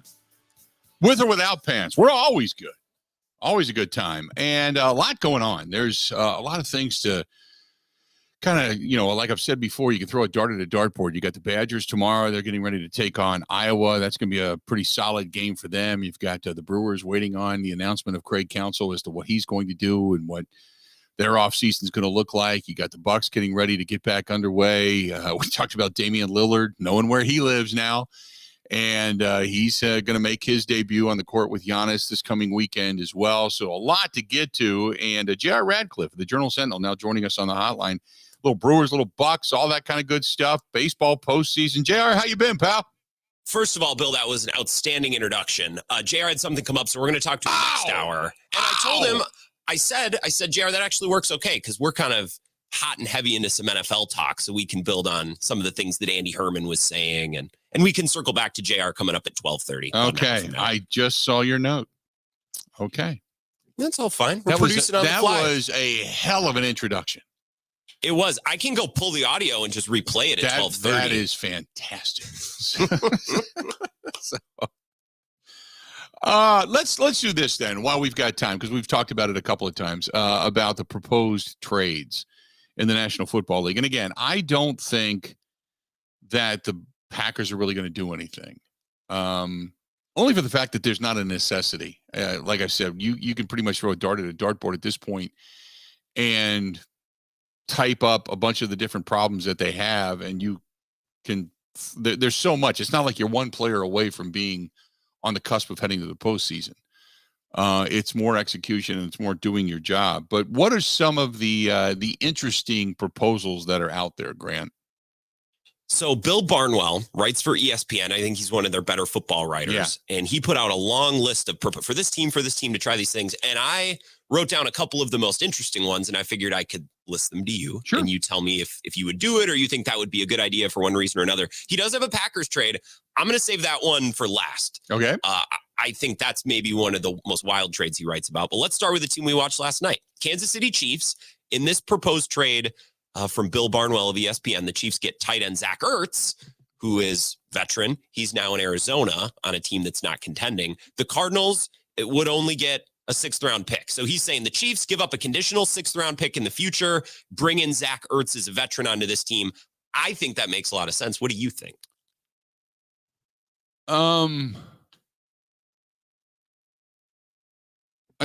When I hear something like that on its face, it's like, oh God, you're adding another name and a guy and a pass catcher and such. But does that then in turn take pass catches away from Travis Kelce?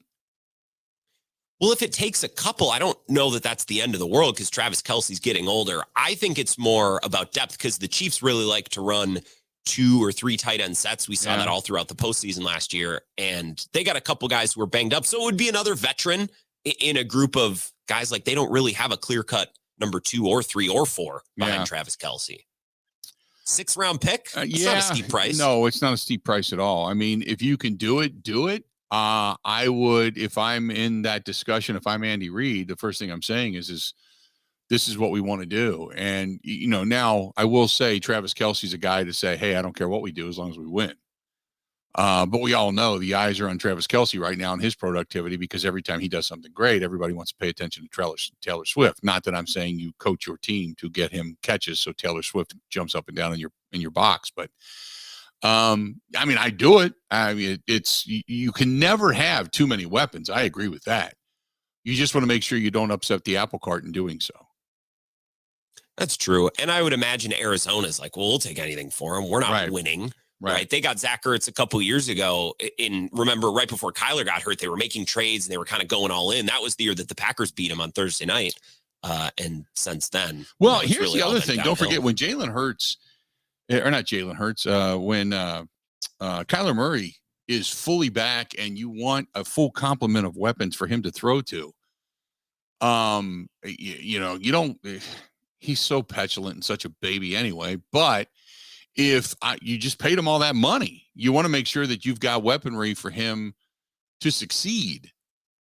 So you got it that on Arizona's side. Yeah. A draft pick, okay, if you get a 6th-round draft choice, but are you really getting something of value for Ertz? Unless, of course, Ertz, what's his contract status? Do you know?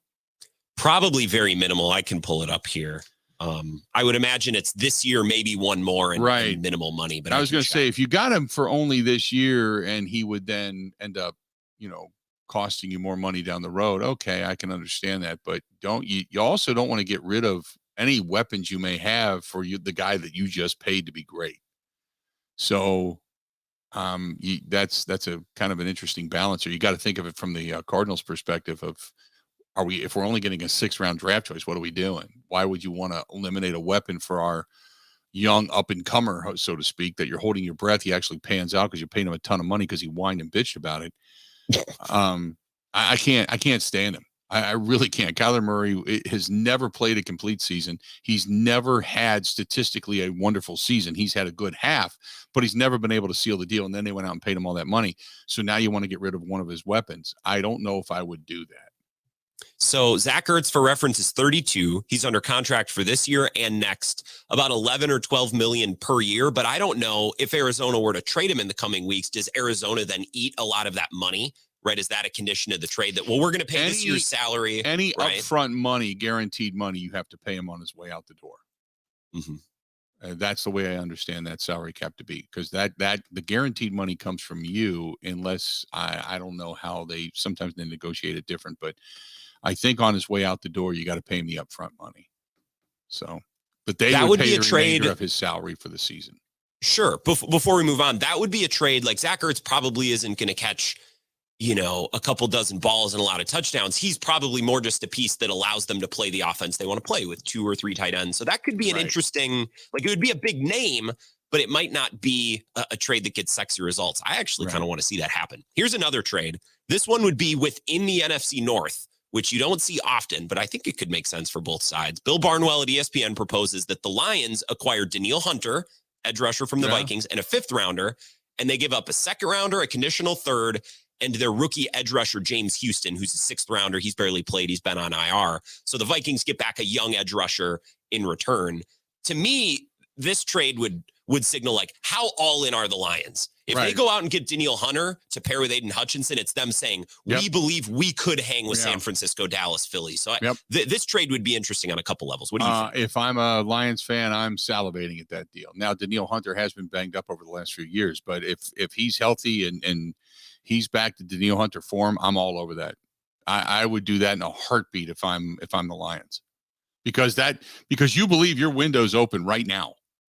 And when your window's open, you got to take advantage of it. I would do that in a heartbeat. Now, from the Vikings perspective, that would signify the definite beginning of the end. That is, now we are getting into a rebuild mode. We don't even know if we're going to be bringing back the quarterback next year.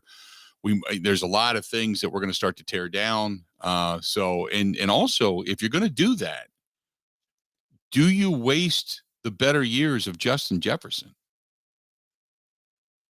Because now you're going to be in a rebuild for the next 2 to 3 years, maybe quicker, maybe 2 years.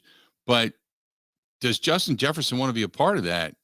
Granted, you're paying him a lot of money and he's going to be that guy, but do you run that risk that he's going to be like, what am I doing here? I don't want to get beat up and be one of the best wide receivers in the league just to toil away in anonymity, because that's where we're at in today's day and age. So that would be the signal that, to me, that would signal the beginning of the rebuild of the Vikings.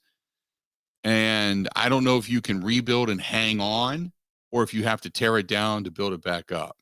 Because once you tear it down, man, it is so hard in the NFL to build it back up right away. And I don't know if you're going to lose Justin Jefferson along the way. But if I'm the Lions, I do that in a heartbeat. Why not? The Lions keep checking boxes every week, Bill. We were talking about this on the Huddle. Don't they get more impressive every week when you think, okay, well, we'll see if they can go into Arrowhead and win, and they did, and we'll see if they can go into Lambeau on a short week and win, and they did. They are kind of shedding that loser perception that is stuck with the Detroit Lions for so long. That loss to Seattle is a little baffling, because Seattle handled them. That's a little baffling. Seattle's good, though. Yeah. Don't you think? I think they're good. I just don't know if they're that good, especially going into Detroit, because Detroit, since that period of time, has not looked back. I mean, they've been beating up on people. So, but yeah, if I'm Detroit, I'm all in. The Impact Fan says they should trade Cousins as well and tank for Caleb Williams. The problem is that the Bears hold 2 first-round draft choices in this upcoming draft, and they stink on ice. And they've got Carolina's draft choice, don't they? Correct me if I'm wrong. Yep. And Carolina might stay worse than the Bears. Right. And Carolina might not win a game. So chances are that, Justin Fields, I mean, if I'm the Bears, I consider shopping Justin Fields. and knowing that I'm heading towards Caleb Williams. Did somebody email me or tell me that Caleb Williams has said he doesn't want to play for Chicago? Has that been something that's been stated, by the way? I have not seen that. I have not seen that. Somebody said that, and I'm like, if I'm Caleb Williams, man, I take on one of the more storied franchises in football. I do that in a heartbeat. And I know that Justin Fields has been playing better. That's why I'm saying he might also be a more valuable trade chip at this point. I'd trade him away too. I'd trade him to a team that at least has some aspirations to maybe make it to the postseason at this point. There you go. The Atlanta Falcons, maybe. Here's one more trade. We don't have to talk about this one very long, and then we'll do the Packers kind of as we head towards 12 o'clock. This trade is just funny to me. Bill Barnwell of ESPN says the Patriots should trade for Raiders wide receiver Hunter Renfrow and a 7th-round pick in return for Kendrick Bourne. And he frames it as, well, neither wide receiver is really doing that well. Might as well just switch them. And I also read this and thought, isn't Hunter Renfrow the perfect Patriots wide receiver? Right. Like, white, gritty, undersized slot wide receiver. He makes all the sense for the Patriots. So I thought it was funny. Yeah. Oh man, it is. I don't know what would make the Patriots better. They're bad on so many levels.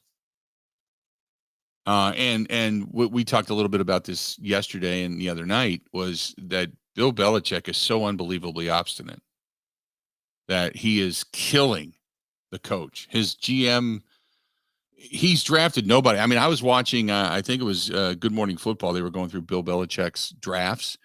And Paul Charchian was talking about that as well yesterday. They were going through his drafts, and they're like, he's not acquiring talent. He's just acquiring draft picks and taking anybody just to see if it sticks. And you're not going to win that way in the National Football League. And anybody of talent that he's gotten probably wants out because it's a train wreck. It's bad. And Bill's ego is so big that I think eventually at the end of this season, if you're Robert Kraft, if you're Robert Kraft, one of two things happens. Either you pull him in the office and say, Bill, your general managership is done. You're done. We need to rebuild this team. I've given you the reins and you're done. You've ran it into the ground. Or two, you just say, Bill, thanks for all your service, but it's time for you to go. Because don't you think Bill would be like, oh, good, I don't want to worry about this drafting BS anymore? Doesn't he have to be fed up with it? I'm sure he probably is, but he was also the arrogant guy that said he wanted it. So it's a power thing, I suppose. I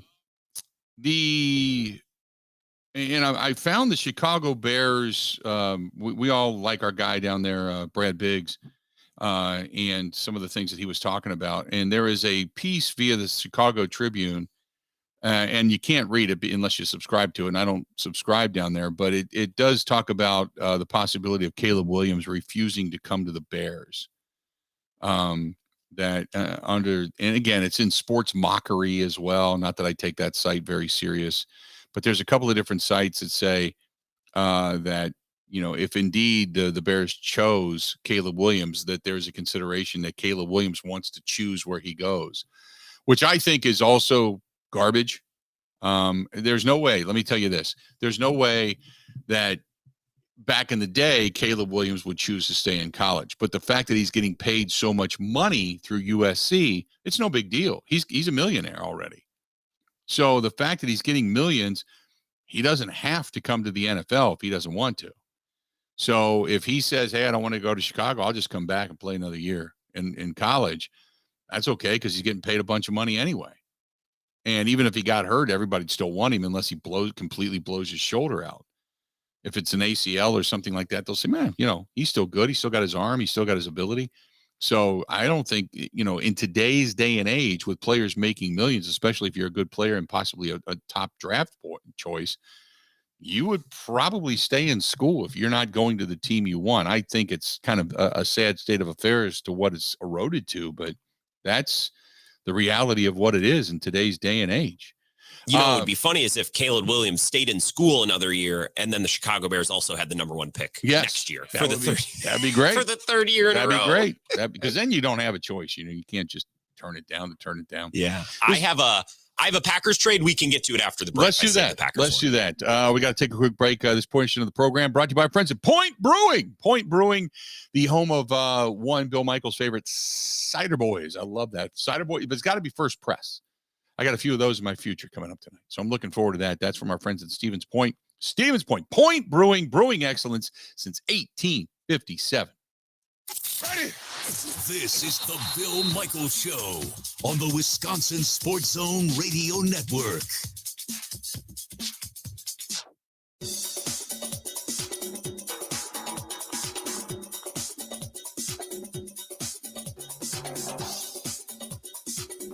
Bill Michaels will resume in 3 minutes.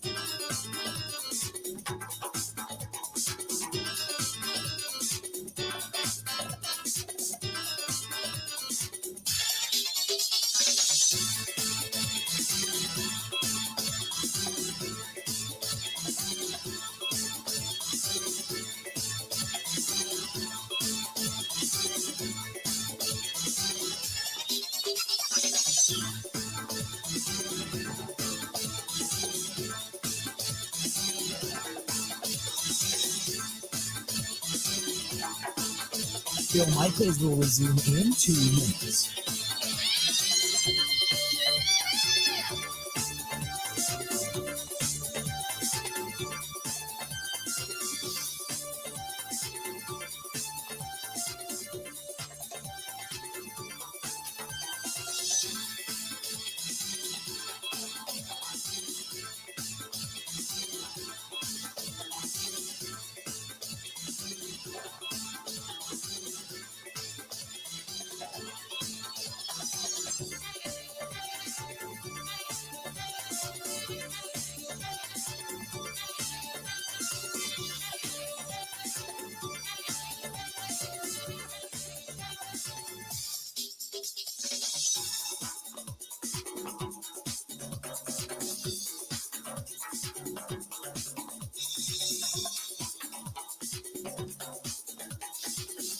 Bill Michaels will resume in 1 minute.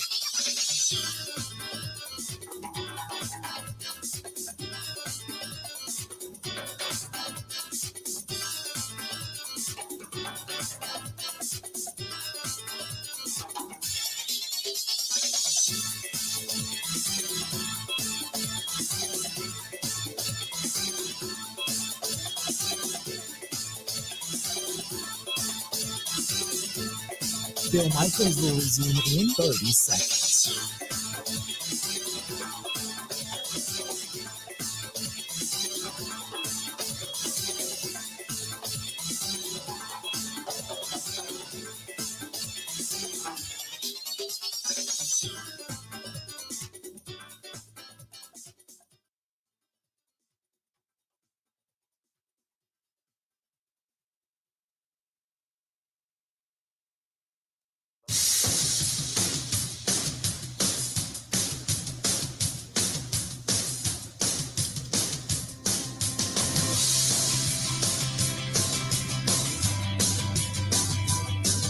Good to have you back. This portion of the program brought to you by our friends at Potawatomi Hotel Casino. If you're looking for a good night out, something to do, maybe an overnight stay, feeling lucky, head down to Potawatomi Hotel Casino. Good. It's all under one roof. You got the Rock and Brews. You've got the Dream Dance Steakhouse down there. Ryu is down there. You've got the 360 bar, the gaming table, sports book, and then the hotel. There's no reason to leave. Canal Street Cafe, which is great for breakfast in the morning. I love that place. Go to Potawatomi Hotel Casino and check it out. Go to paysbig.com. That is paysbig.com. So what would the Packers trade be? What would be that consideration? So this is what Bill Barnwell at ESPN wrote, and I first saw this because Andy Herman tweeted out a screenshot. Bill Barnwell is suggesting that the Packers trade for Jerry Jeudy, and they receive a 4th rounder in return, and the Packers would give up Romeo Doubs and a 2nd round pick. No. Why does that make any sense? That doesn't make any sense at all. Bill Barnwell's really smart. I like him. Right? I'm trying to see why this makes sense. Romeo Doubs for Jeudy straight up, I don't think would make sense for the Packers. Also thrown in a second-round pick? Huh? I'm not. No, I'm not even considering that. I think most would say that the Packers got hosed in that deal. That's not what I would do. Has Jerry Jeudy proven more in Denver, more or less than what Chase Claypool had proven in his time in Pittsburgh, up until the point Chicago traded for him? Do you think? No. And I'll say this: I don't think Jerry Jeudy is a difference maker to where you give up a future and a draft choice. I don't think he's that good. So, no, I wouldn't do that. I mean, to me, if you take Jerry Jeudy, okay, maybe if you're going to go with a second or third round draft choice, but we'll also hear commentary on Jerry Jeudy additionally when we come back. By the way, the Wisconsin Badger basketball team, great guards, guys, I see are picked to finish 5th this year in the Big Ten. Good starting point. I don't know. We can talk about that at some point today, too, just for a couple of minutes. But I was just kind of reading that, too. That popped up on my things to pay attention to today. Got all kinds of stuff floating around. We're not a one-trick pony here, baby. 2 hours down, 2 hours yet to go. More of the Bill Michaels Show. It's coming up next.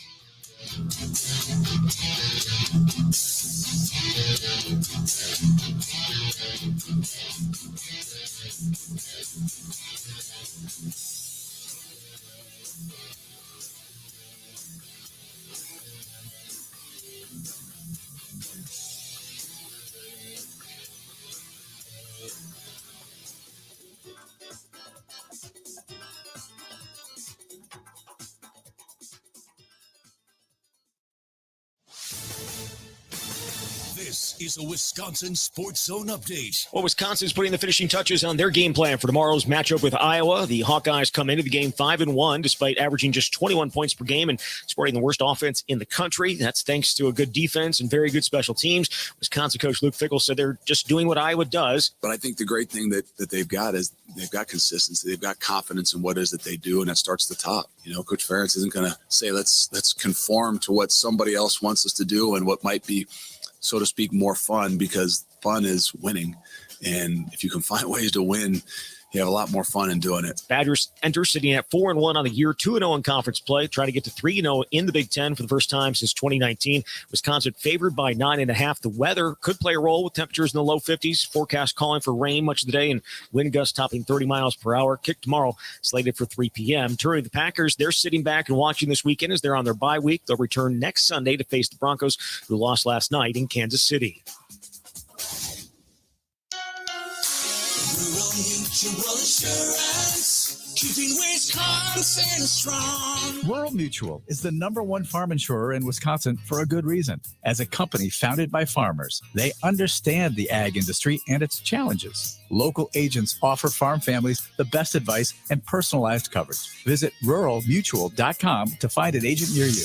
Rural Mutual Insurance, keeping Wisconsin strong. Well, the Bucks going to debut part of their new lineup Sunday when they take on the Lakers in preseason action. Coach Adrian Griffin said that Damian Lillard and Giannis Antetokounmpo will make their debuts. Season opener coming up October 26th versus Philly. And Wisconsin picked to finish 5th in the Big Ten this year. Badgers going to be holding their red-white scrimmage coming up on Sunday. With this Wisconsin Sports Zone Network update, I'm Zach Heilprin.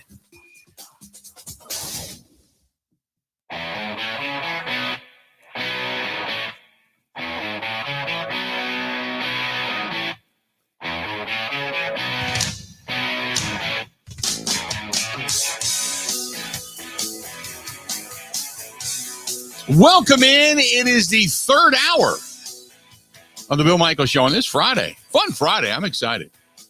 It's kind of a blah day. That's okay. It's okay. We're having a good time. We're just kind of spitballing at a lot of different stuff.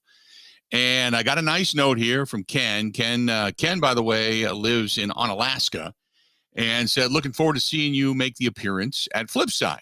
will you be heading over to Buzzard Billy's or the Starlight Lounge prior to? I will be there. I guarantee I'm probably going to be over there on Tuesday night at some point. I'm not going to be there on Wednesday. Wednesday, we've got the show, and then I'm heading over to do the Huddle at Flipside, and then I got to get back into Milwaukee. But I'm probably going to be there on Tuesday. So I look forward to it. I love that place, and the upstairs is always awesome. Starlight Lounge is so freaking cool. So, but I got a couple of meetings that I'm going to try to take care of while I'm in La Crosse. But yeah, I'm probably going to swing by Buzzard Billy's. Abso-freaking-lutely. And when you're out in that direction, Pearl Street, La Crosse, Wisconsin, right there in the old 1860s brick hotel, stop in and tell them we said hi. But who knows? I might see you there on Tuesday night because I think I'm going to grab something to eat there. And the Starlight Lounge, and I may head over to the Briar Patch. I always like to stop in and get a cigar, and every now and then I go to Dale's. Dale's always has some really cool T-shirts, some Wisconsin-esque T-shirts. Did you ever shop at Dale's when you were out living up there? I've been to Dale's. Oh, yeah? 100%. Yeah. Yeah. Got some cool. Always get some good Oktoberfesting gear there, some T-shirts, or a new hat, something like that. Yeah. I'm not wearing the fedora, the German fedora that I bought out at the Oktoberfest last year. Not bringing that with me. I own one of those green German hats with a feather that sticks out of That's it. exactly what I have. And I can literally only wear it once a year at Oktoberfest. It sits on a shelf in my closet for one weekend a year. It's the only thing I have it for. Yep. I got the exact same hat, and I love it. I don't look bad in it. That's the best part about it. Because last night I was down at Stenny's, and they have these new hats. Everybody's going to the leather logos on hats. And Stenny's has a really cool new hat where they've got the cutout of the state of Wisconsin, and across it says Stenny's with a little star where the Milwaukee location is. And I said, man, I got to get me one of those. And he said, well, all we have right now are flat brims. He said, here, try this on. I don't look good in a flat brim hat. Because the flat brim, first of all, it has to be big. You can't wear a tight flat brim hat. It doesn't work that way. So it has to be loose on your head. I got a big head anyway. It's just I look better in the curled trucker-esque country hat than I do in the flat brim cool, motorcycle hat. So, but yeah, the green felt hat with the feather fedora type of thing. Oh yeah, I'm in. But I'll do some shopping at Dale's too. I always like picking a couple things up while I'm out there. Shop local. At least I try to. 877-867-1670, 877-867-1670. Want to hit us up? Feel free. Go ahead and do so. Always glad to chat up whatever it happens to be that the topic of the du jour is that we are kicking around. So go ahead and give us a shout. We'd love to hear from you. So we were talking about the trades, the possibility of trades. There's the Jeudy trade. Read that again because I started thinking about that during the break. Are they Romeo Doubs and a second round pick for Jerry Jeudy? There's no way. The math is not mathing on that, as they say. The Bears last year gave up a pick, a second round pick for Claypool, and everybody immediately is like, that's an awful trade. So what Bill Barnwell is suggesting is the Packers give up a similar pick, a second round pick that'll be near the top of the second round, the way the Packers are playing, and one of their more promising young, cost-controlled wide receivers for Jerry Jeudy, who's going to need to get paid before too long and hasn't proven anything. Yeah, I wouldn't do that. I certainly not. You're not going to give up a starter to pick up Jerry Jeudy.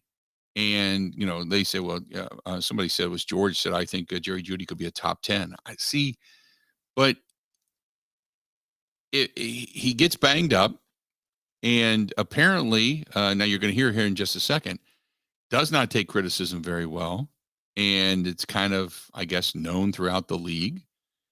And I don't know that he's that much of a leader, because what the only reason I'm trading for a veteran wide receiver is somebody that's going to come in and show all the other guys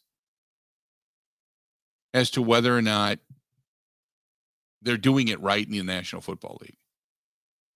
That's the only reason I would be doing that. If the Packers were trading for Jeudy, it's because they like his potential, right? But they have potential. They have a lot of young guys that they obviously believe in. So if you're adding another wide receiver, you'd want to add one that brings something new, maybe leadership, energy, whatever. Jeudy's shown none of that in his time in the NFL. It doesn't make sense. Right. Yeah. I can't kind of pick that. I don't know if I do that. Steve Smith, by the way, talked a little bit about Jerry Jeudy on the NFL Network last night, and this is what he had to say about Jerry Jeudy. Take a listen to this. A short while ago, Broncos wide receiver Jerry Jeudy was walking by, and Steve called out to him, and he got a different reaction. I called out to him because on my podcast, Cut to It, I just talked about guys that maybe have not showed up in a way or in a manner. And so the word that I've used to describe him in the past was a jag, just a guy. And so when I saw him, he's playing well. I wanted to say to him face to face, like, hey, I know I said some things in the past I probably shouldn't have, and I'm sorry. That's what I wanted to say to him. His response, Mike Robb and Bucky, was ninja. Ninja? Yes, I'm using the word ninja. I'm just using the word ninja. I don't mess with you. And it was a curse word. And so I was like, all right. And then he repeated it. So I'll say it again. I'm sorry that I said you were a jag, just a guy who's an average wide receiver that used a first round pick on that isn't doing anything. I hope today that you actually show up in a way that you haven't showed up in the last couple of years since they drafted you. So if you ever got a problem with Agent 89, I'm sorry for saying that you're an average wide receiver that they eventually will move on. And when teams call me and asking, should they trade for you? I will say, no, don't trade for Jerry Jeudy because he's mentally unable to handle constructive criticism from people who watch specifically, can he be a wide receiver? He can be a wide receiver. He's a tier 3. Go back into the studio. I'm done now. Thank you. Damn. That is tearing your ass up. It's like, look, all I wanted to do was apologize for what I said about you, and he doesn't want to deal with it. He can't handle criticism. Damn.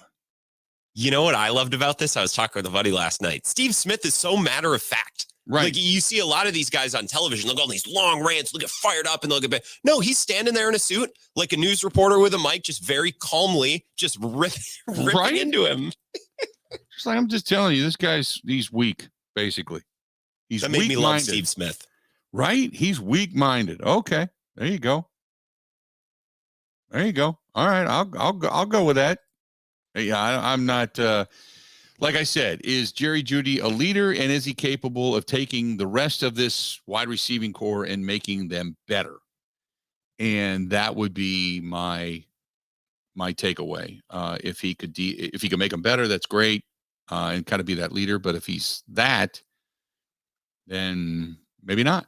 But I love the fact that Steve Smith just tore him up. He's a tier 3. Back to the studio. That's okay. He's a tier 3. We should just drop that on anybody that isn't that good. Just keep that. He's a tier 3. Back to the studio. Thank you very much. Oh man. Blowing him up. 877-867-1670, 877-867-1670. If you want to find us, please feel free and do so. This was from Jack, who says, if the Vikings get rid of Danielle Hunter, he's been a long-time cornerstone of that defense. That indeed would signify the beginning of the end, and the rebuild thus is underway. Would everybody then be blown out?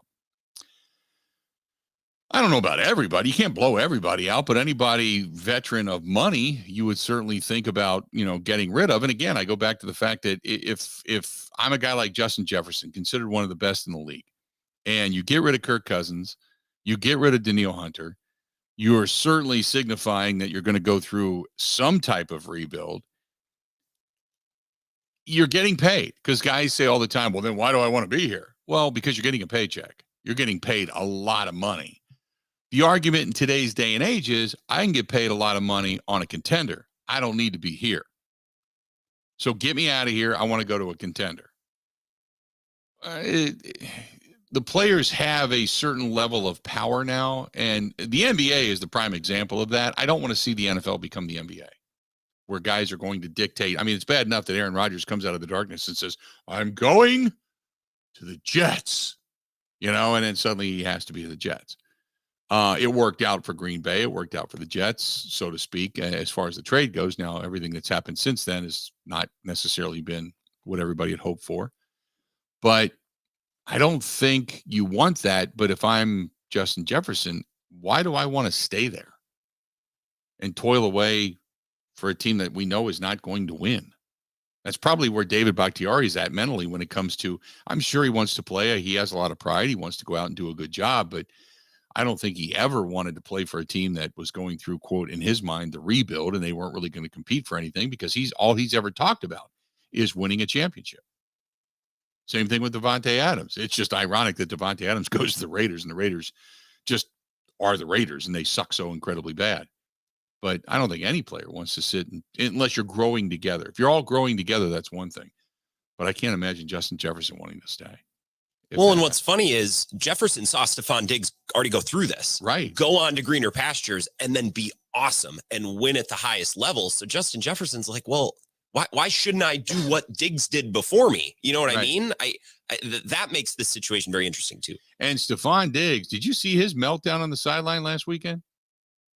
He wears his emotions on his sleeve. Yes, he does. For sure. Yes, he does. And sometimes, guys go, well, that's his competitive spirit, and that's good. But other times that can wear you out, man.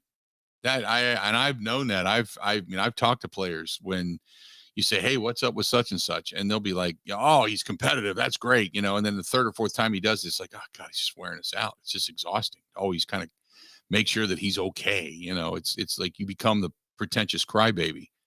That every time you don't get the ball or get your way, that you're going to throw these fits. It's not because you're losing and you want to do better. It's because you're not getting what you want when it's supposed to be the ultimate team game. And guys will say after a while, that just wears on you. It just does. The first outburst being competitive, that's great. Second one, okay. Third one, fourth one, fifth one, it's like, oh, just shut up. We're all trying. We all know. We all get it. You don't have to tell us twice. We're all grown-ass men. We're all adults. Just shut up. Stop it. So now if it's one thing where you're fighting with another team, an opponent, and you're working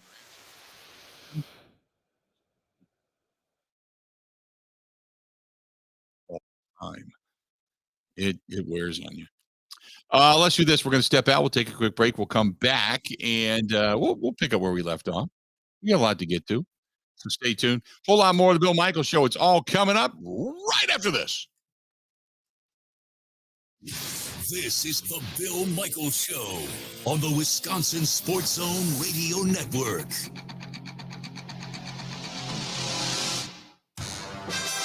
All right, Team Pella, listen up. Thanks, John Kuhn.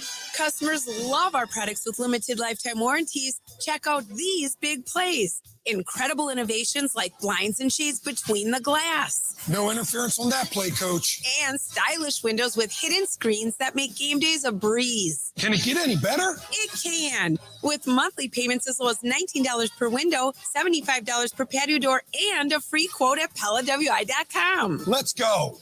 Whether you're looking to replace older damaged windows and doors or just wanting to revamp the look of your home, Pella offers a wide range of styles and materials to match your home's unique design. Hurry! Take advantage of monthly payments as low as $19 per window and $75 per patio door at Pella Windows and Doors of Wisconsin. Get your free quote today at PellaWI.com. 6.99 APR for 120 months. Certain restrictions apply. See showroom for details. Offers on 10/31/2023.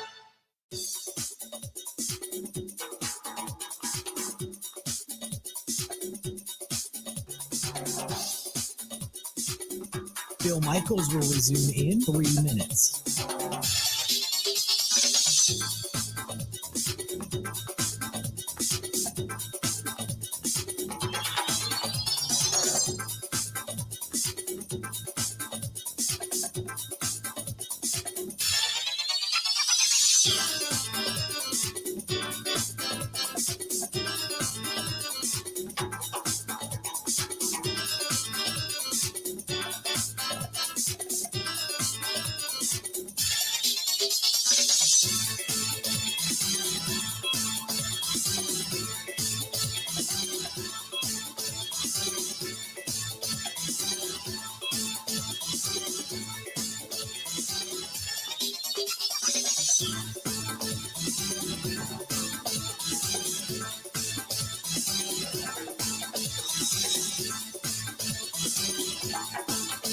Bill Michaels will resume in 2 minutes.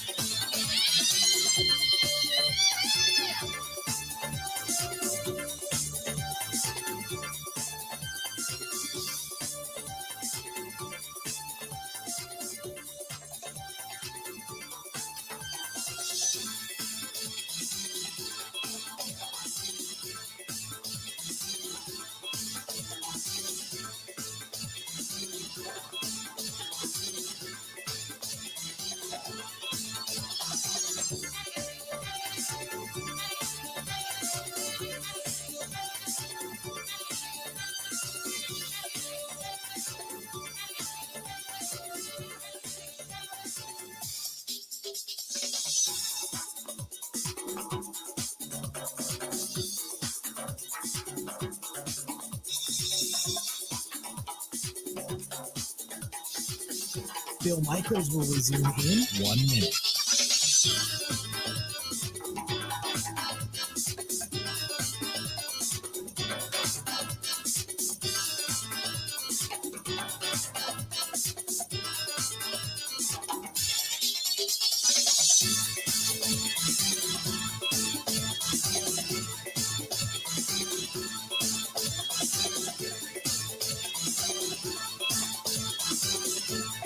Bill Michaels will resume in 30 seconds.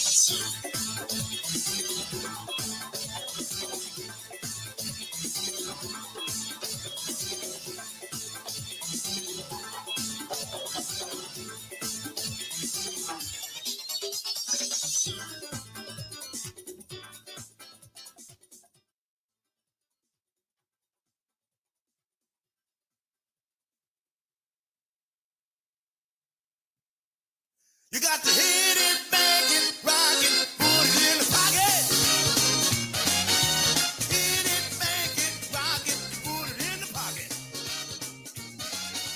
Hit it, bang it, rock it, put it in the pocket. Hit it, bang it, rock it, put it in the pocket. Good to have you back. Hey, our friends at the Irish Cultural Heritage Center, the ICHC. Got a lot of good music coming their way and your way as well if you take advantage of it. It's not an expensive ticket. That's the best part about it. And if you're coming into Milwaukee or you live in the Milwaukee area, either way, go to ICHC.net. That's ICHC.net. ICHC.net. And as I've been telling you, that the night before St. Patrick's Day, they're going to have a really good band called Cynthian that's coming to town. And that's a party. Ooh, that's a party. You have got this weekend, you've got John Doyle, who's going to be playing some music down there coming up this weekend. L'Event du Nord coming up on Friday, October 20th. The Tartan Terrors on the 21st. The Irish Cultural and Heritage Center of Wisconsin has information on that. Cassie and Maggie. They're coming back in Irish Halloween, where they tell Irish folklore ghost stories. So if you got kids and you want to go over there on October 31st, that would be something to do. So they've got that going on. And a whole bunch of other events, whole bunch of stuff happening down at the ICHC. And I recommend you going to their website and you look at it. It's just so cool. It's such a beautiful, eclectic old place. And I'm excited. They got Ashley Davis Band coming back. The High 48s are going to be in town. Reverie Road, which is really good. A fresh, eclectic Celtic combination. And they're really good. The Drowsy Lads are awesome. Coming in February. And then when you get towards March and you get into Cynthian, oh, so good. So good. Cynthian is going to be there on March 16th. That is a Saturday night, and it's the Washington, D.C. based band. They started 12 years ago. It's a bunch of college dudes, and a couple of them are brothers. They played Celtic music in the streets, especially down in the Cajun area. It's kind of a bluegrass, American, Cajun type of music. It's awesome. They're awesome, and they're going to be there night before St. Patrick's Day. So a lot of good stuff. Just go to ICHC.net. That's ICHC.net, and get your tickets now. A lot of good stuff coming up. So I wanted to get to this because I don't ignore this stuff. So Paula Menasher writes, "What happened, Bill?" As if I can almost hear him say, "What happened, Bill? You think you're so smart. Before the season, I was telling you the offensive line was a big problem, and you told the state, no, it's solid." And then he says, even when you were relying on David Bakhtiari, you knew he was a question mark. No, I didn't. That was before the center was running around like a chicken with his head cut off, not blocking anybody. Rashid getting exposed at left tackle. Okay, when I said it was solid with Bakhtiari, who said he was healthy, said he was good, don't worry about me. Elton Jenkins back from the knee injury, and now a full year and a full offseason to get ready. He was good. And Josh Myers at center. There were some question marks there, but, most of the time he's been there, done that. John Runyon at guard. Your only question mark was going to be whether it was going to be Yosh Nijman or Zach Tom. That was it. And it was solid. Based on that right there, that is a solid offensive line. They're going to be fine.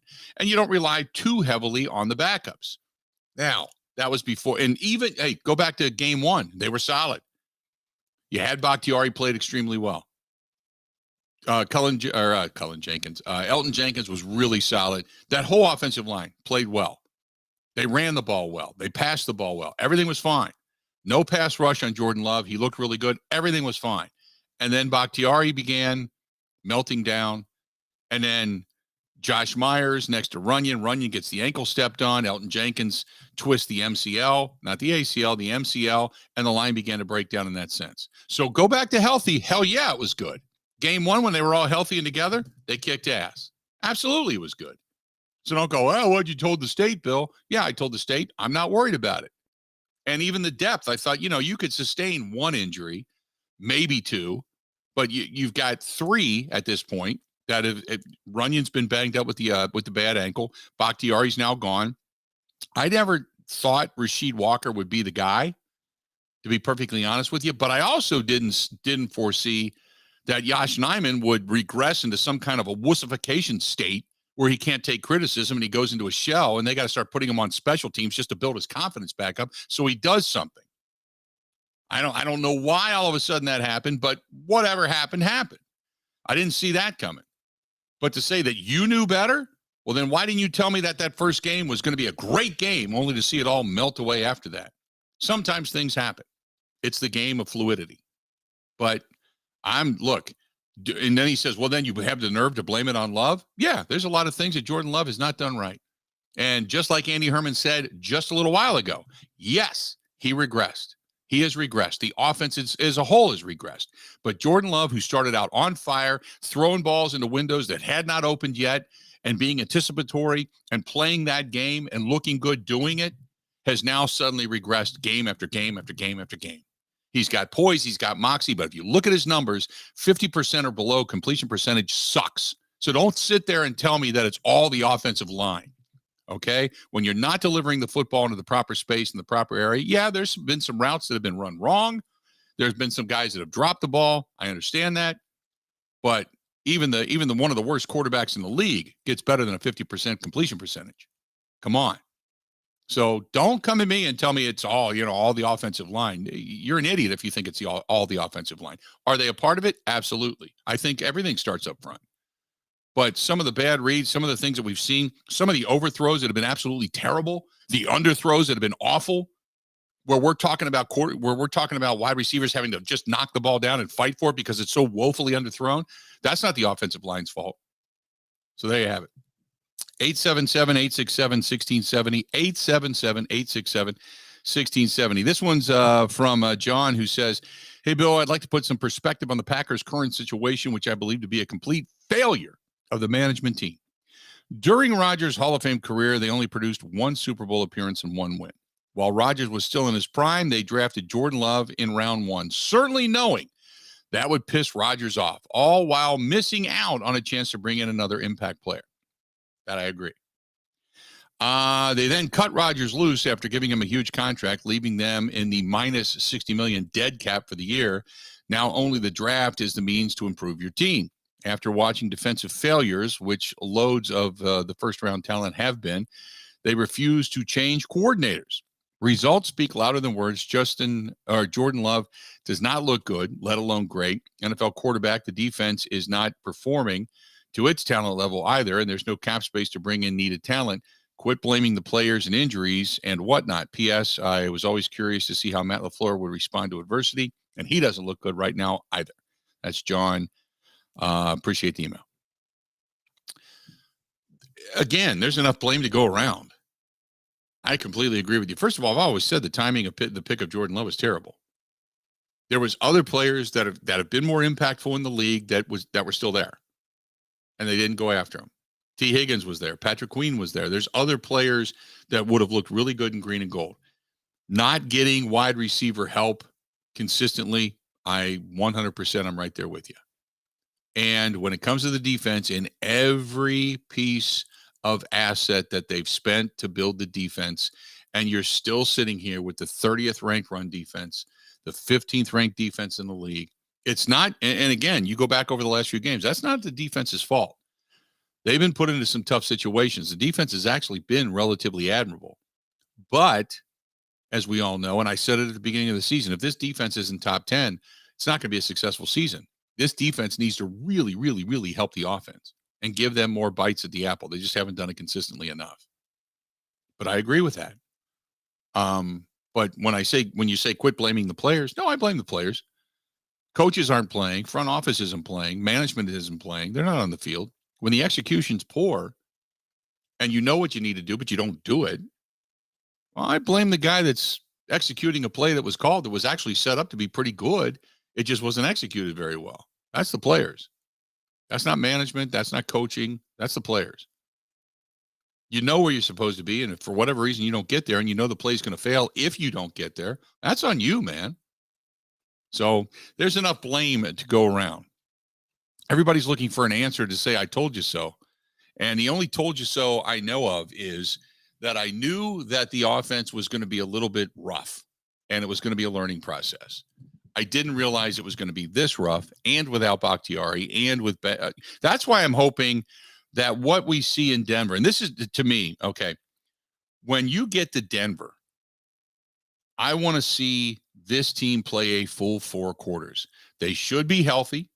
You should have Aaron Jones back. You should have Elton Jenkins feeling good and Runyon feeling good and all this different stuff going on. All these things should be better, right? I want to see a full 4 quarters.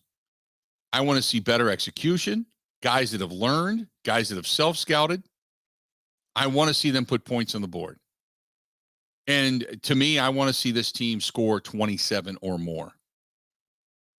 That's what I want to see, because this Denver team, their defense is good. They're not great. You have that capability.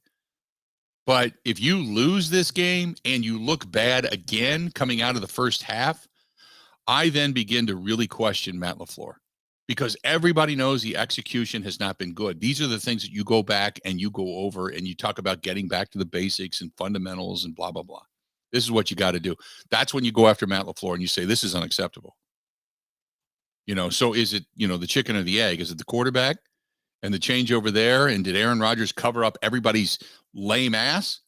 Or does the coach say, no, we went back over the fundamentals and the guys that are now on the field don't get it. They're not that good. And the talent level that's been chosen just isn't there. Because, then you can start to question things. But I'm not going to lay all this at the feet of the defense, because you just can't. They've done enough to win ball games, at least to be, as Andy Herman put it, at least to be a 3-2 team at this point. They've done enough. 877-867-1670. Hit us up. Would love to hear from you. 877-867-1670. This portion of the program brought to you by our friends over there at Stoley's Hog Alley. Do not forget, today's a Fish Fry Friday. And they have considered one of the best fish fries in Lake Country. That's Stoley's Hog Alley, where they have that salted rye bread. That stuff is fantastic. I'd go there just for the bread. But they have a really good fish fry to go along with it. That's Stoley's Hog Alley in Lake Country, out there in Summit on Venice Beach Road, or Stolzol 109, their other location, which is on County Road R. That is up in Watertown. Both places just absolutely fantastic. Check them out. And not to mention, great people, great atmosphere, and they get it done right, man. Fish fries, good stuff. Covering Wisconsin sports like a blanket. This is the Bill Michaels Show on the Wisconsin Sports Zone Radio Network.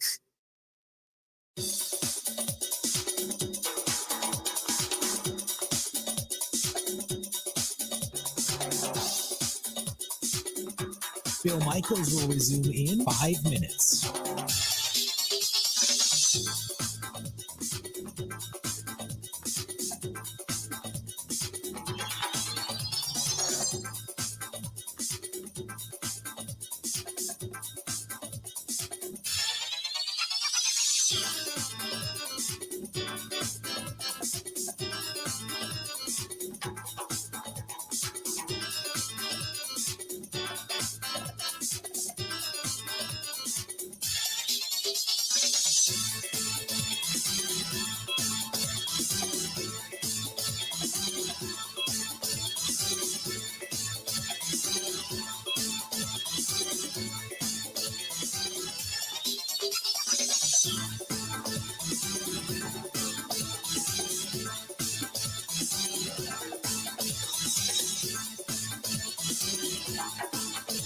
Bill Michaels will resume in 4 minutes.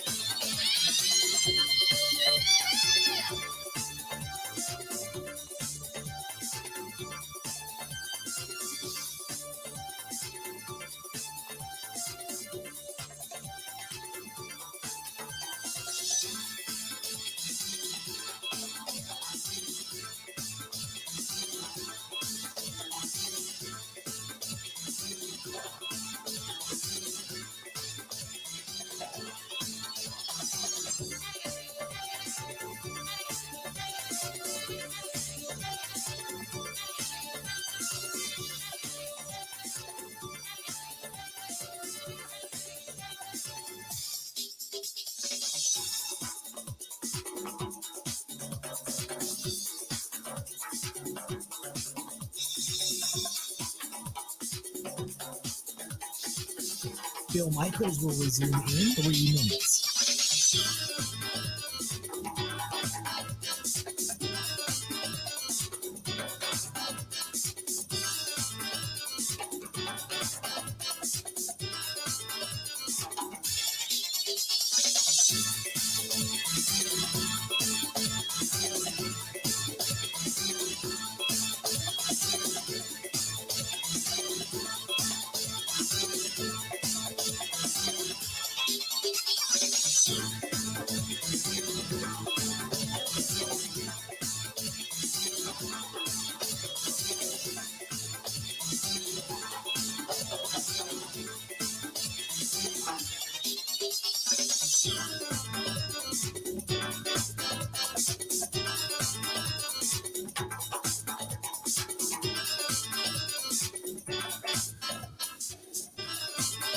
Bill Michaels will resume in 2 minutes.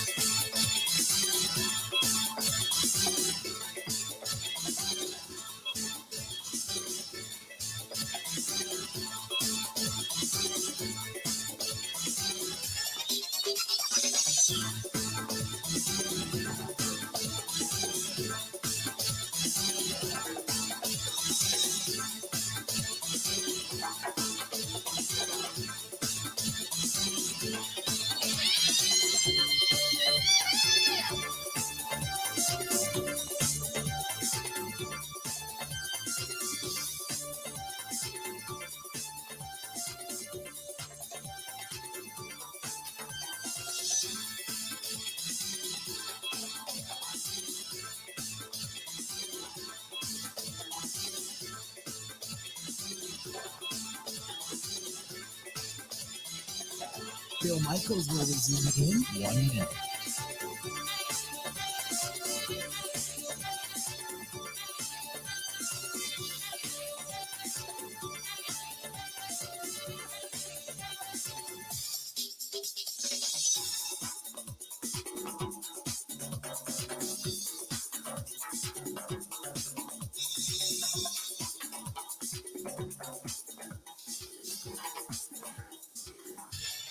Bill Michaels will resume in 30 seconds.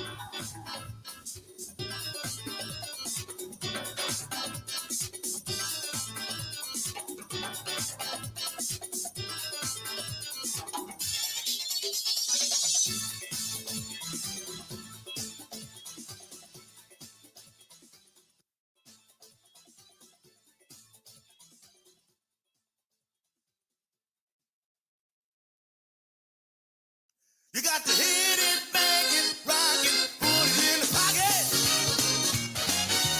Hit it, make it, rock it, put it in the pocket. Good to have you on board. Bill Michaels Show. We rocking on. Got to say thanks to our friends over there at Master Z's. Today's the day where you're not even thinking about outside. I'll tell you that right now. You're thinking about inside. You're thinking about shuffleboards, where whether it's yourself, the family, friends, beverage drinkers that happen to come to your abode, all sit down and play some shuffleboard.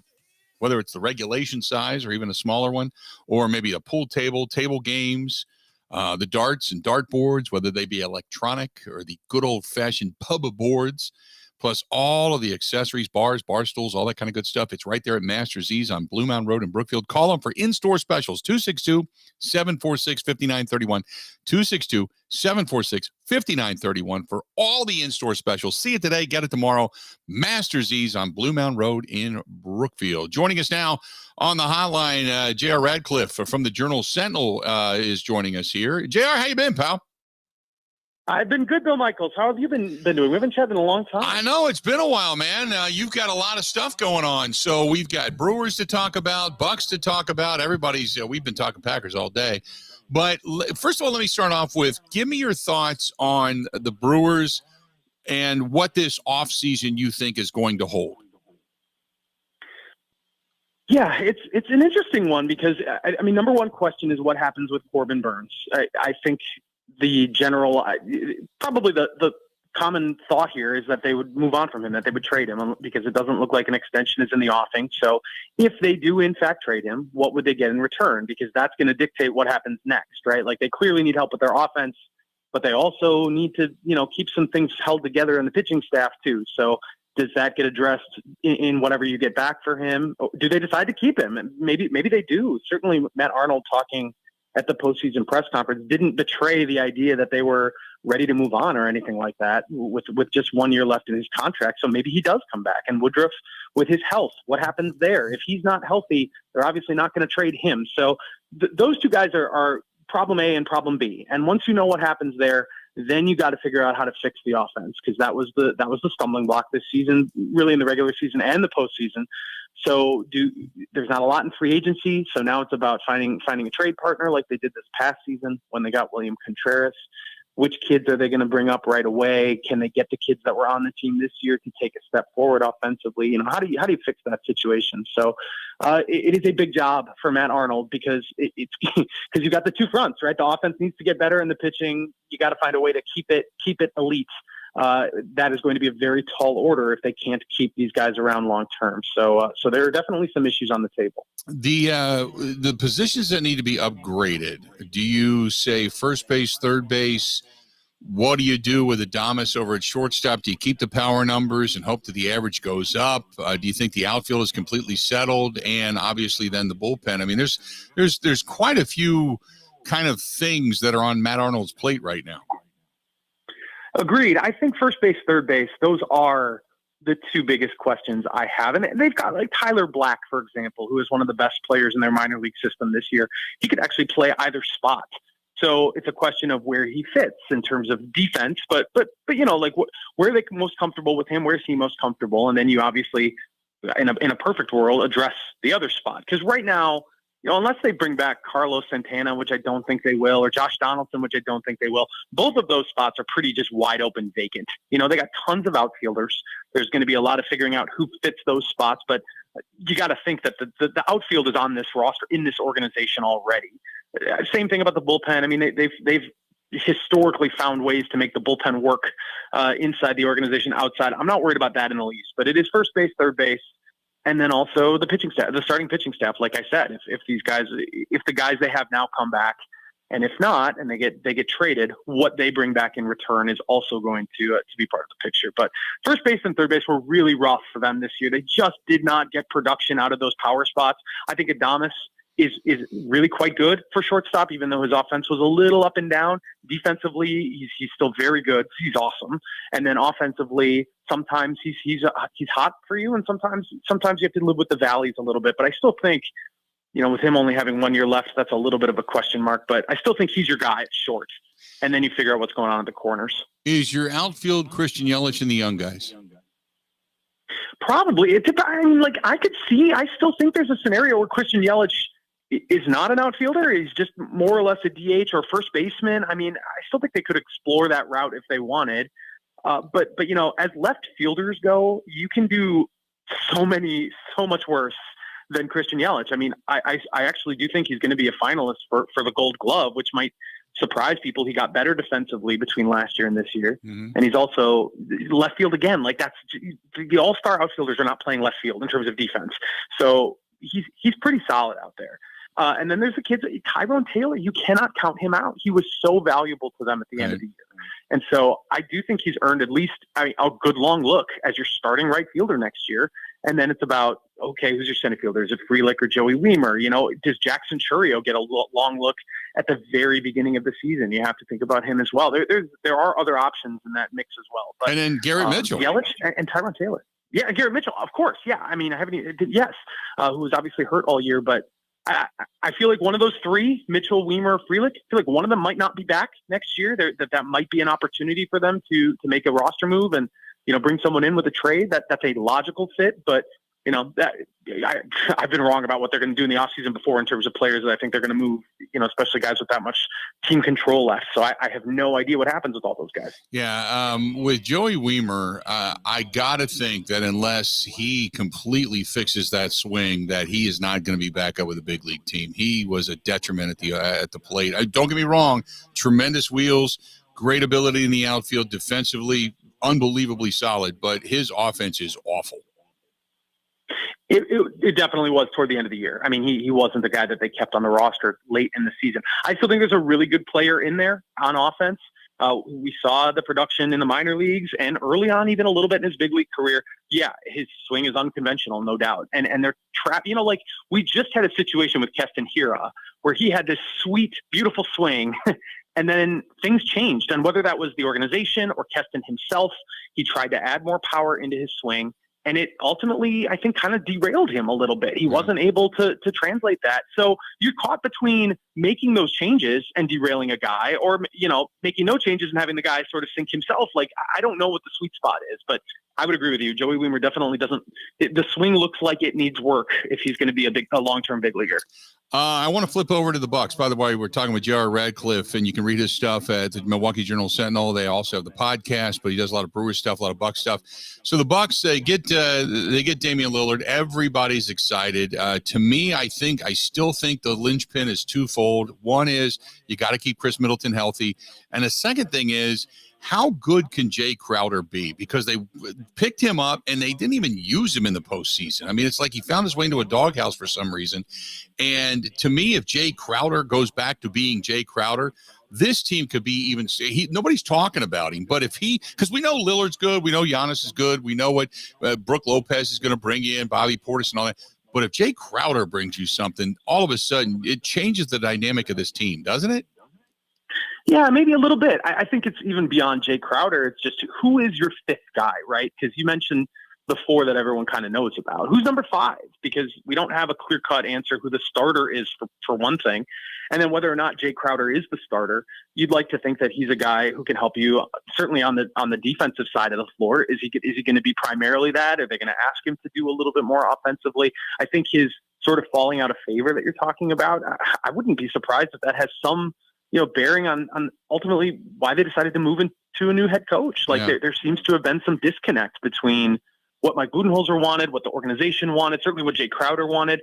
I can't really explain that, but yeah, I think he's going to be a much bigger part of the equation than people realize. But for me, it's like, who's the fifth guy? Who steps up to really, because every team that is contending for a title has 2 or 3 superstars. Every team's got that. So they've got to be good around the fringes Because when you get into a postseason, those are the guys, and we saw it when they won the championship, when Bobby Portis and Pat Connaughton were those guys. Who's going to step up and be that? And Jay Crowder obviously wasn't part of the picture last year in the postseason.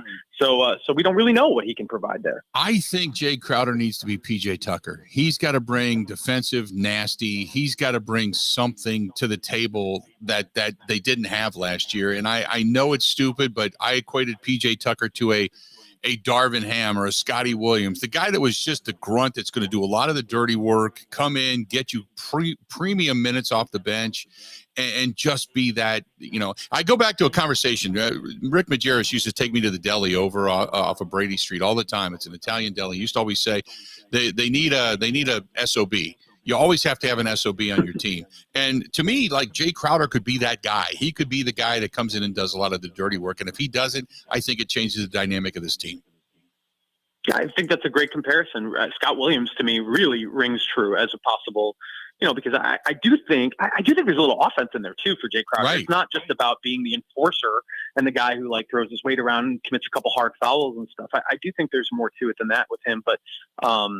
But yeah, I agree with you. There was an edge that PJ Tucker brought, and people forget, PJ Tucker didn't even play that much in the regular season. He was really just a playoff monster for them.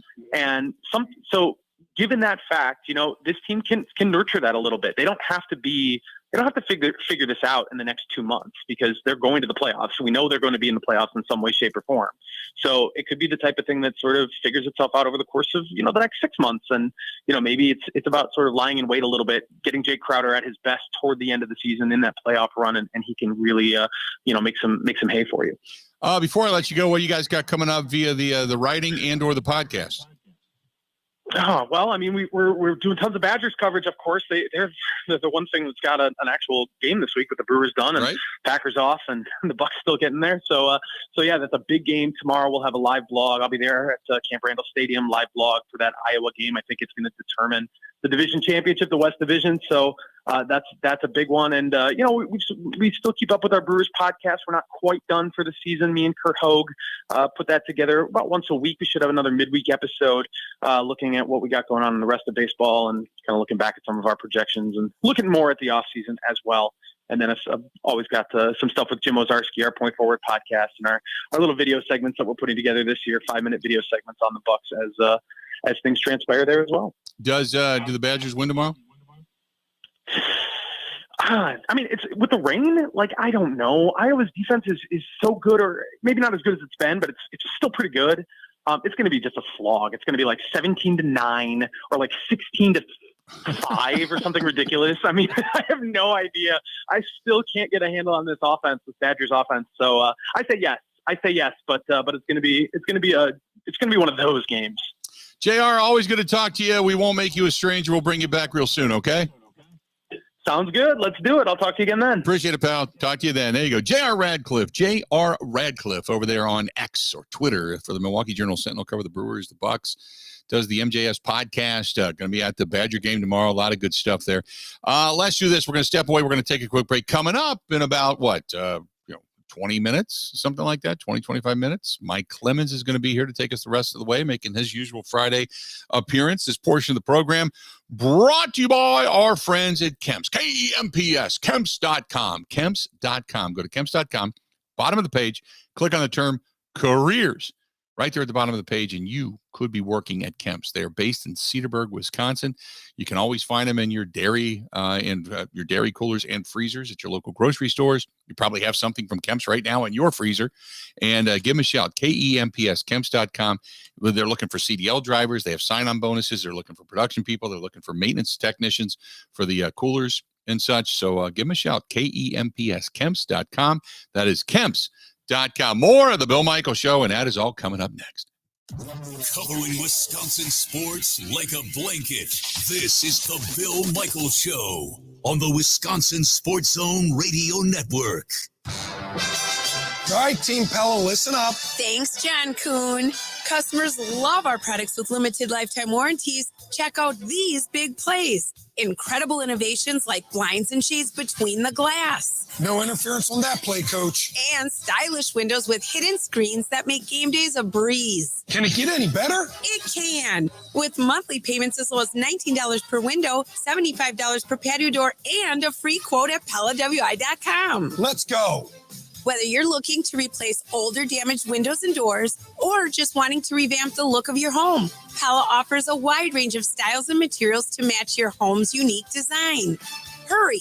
Take advantage of monthly payments as low as $19 per window and $75 per patio door at Pella Windows and Doors of Wisconsin. Get your free quote today at PellaWI.com. 6.99 APR for 120 months or first starting supplies. See showroom for details. Offers on 10/31/2023.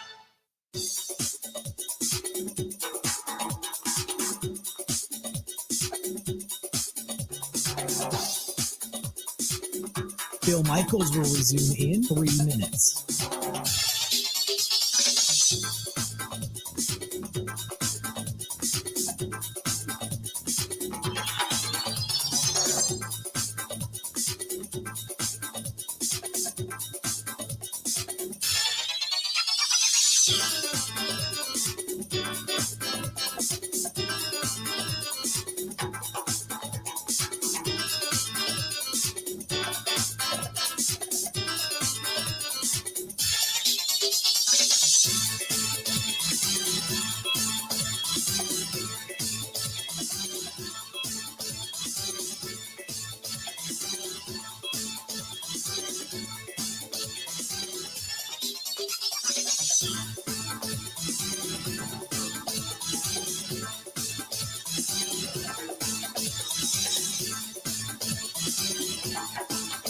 Bill Michaels will resume in 2 minutes.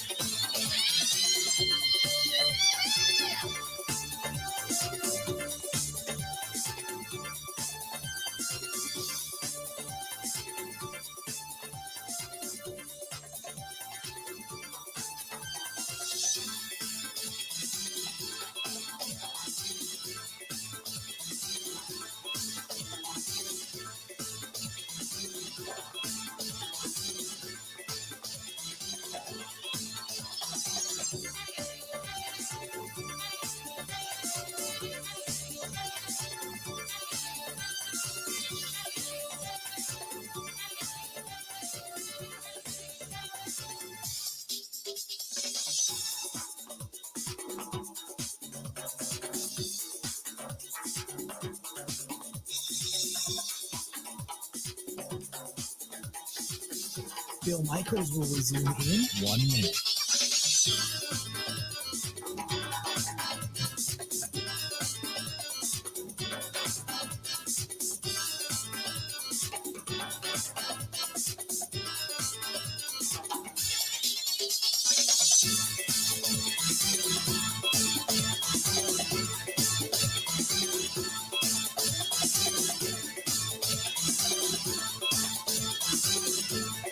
Bill Michaels will resume in 30 seconds.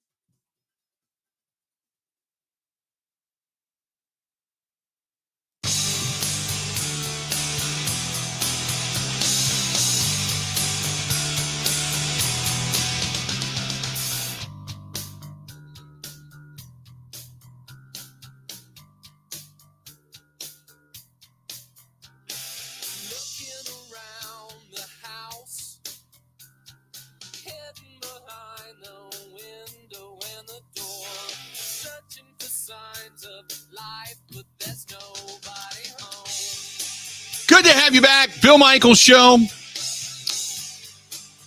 Love to have you with us on a kind of a rainy, dismal Friday. Hopefully we're brightening your day a little bit. Coming up here in about 15, 20 minutes, Mike Clemens going to be here. Take us the rest of the way as he does each and every Friday. A reminder, Coming up this weekend, we got a motorcycle ride. Probably one of the final rides of the season, really, to be honest with you, unless you're one of the hardcore that get out in 30 degrees and continue to ride. But Sloppy Joe's on Hubertus, in Hubertus, and our friends over there at the Smoke on the Water as well. They got a motorcycle ride. It's going to start at Sloppy Joe's this weekend on Sunday morning. So we're going to get over there early, probably going to get some breakfast because they have really good breakfast, at the very least, a good Bloody Mary. But it benefits Fisher House, Wisconsin. So we're going to be there this coming Sunday. Hopefully you can join us as well. The rain is supposed to stop Saturday night. So we're hoping the rain stops, and at the very least it dries out. You get some partly sunny skies, and you dress warm. We jump on the motorcycles. We get a nice little ride, and it's not a huge ride. It's not like it's 100 miles. A couple of different stops, and then we all reconvene and Smoke on the Water a little bit later that afternoon. Excuse me. And we have a good time, some music, some fun, and we do it for just a great cause, and that's going to be for Fisher House, Wisconsin, coming up this Sunday. So this Sunday, please give it a thought. Come on by and join us. By the way, some breaking news out of the NFL: the Giants have now ruled Daniel Jones out against the Bills this weekend. Daniel Jones will not play for the Giants. He has the neck injury, and they said that he is not going to participate this weekend. So the Giants and the Bills in that contest, you're not going to have Daniel Jones playing in that one. Got another hour yet to go. Mike Clemens only about 15 minutes away. Stay tuned. Got more of the Bill Michaels Show. It's all coming up right after this.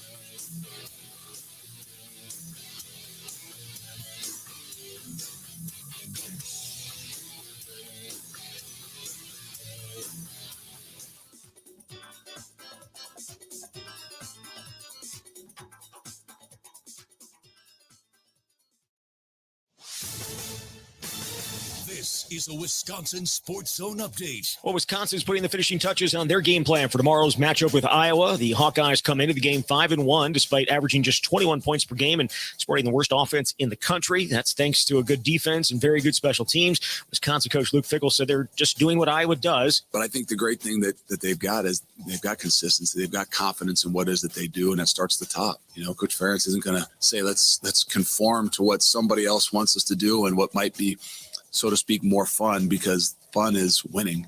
And if you can find ways to win, you have a lot more fun in doing it. Badgers enter sitting at 4-1 on the year, 2-0 in conference play, try to get to 3-0 in the Big Ten for the first time since 2019. Wisconsin favored by 9.5. The weather could play a role with temperatures in the low 50s. Forecast calling for rain much of the day and wind gusts topping 30 miles per hour. Kick tomorrow, slated for 3 p.m. Turning to the Packers, they're sitting back and watching this weekend as they're on their bye week. They'll return next Sunday to face the Broncos, who lost last night in Kansas City.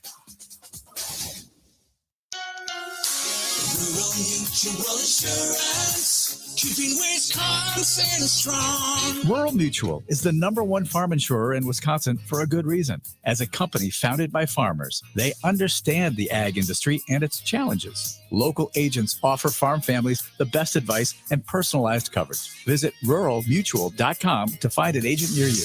Rural Mutual Insurance, keeping Wisconsin strong. Well, the Bucks going to debut part of their new lineup Sunday when they take on the Lakers in preseason action. Coach Adrian Griffin said that Damian Lillard and Giannis Antetokounmpo will make their debuts. Season opener coming up October 26th versus Philly. And Wisconsin picked to finish 5th in the Big Ten this year. Badgers going to be holding their red-white scrimmage coming up on Sunday. With this Wisconsin Sports Zone Network update, I'm Zach Heil-Prin.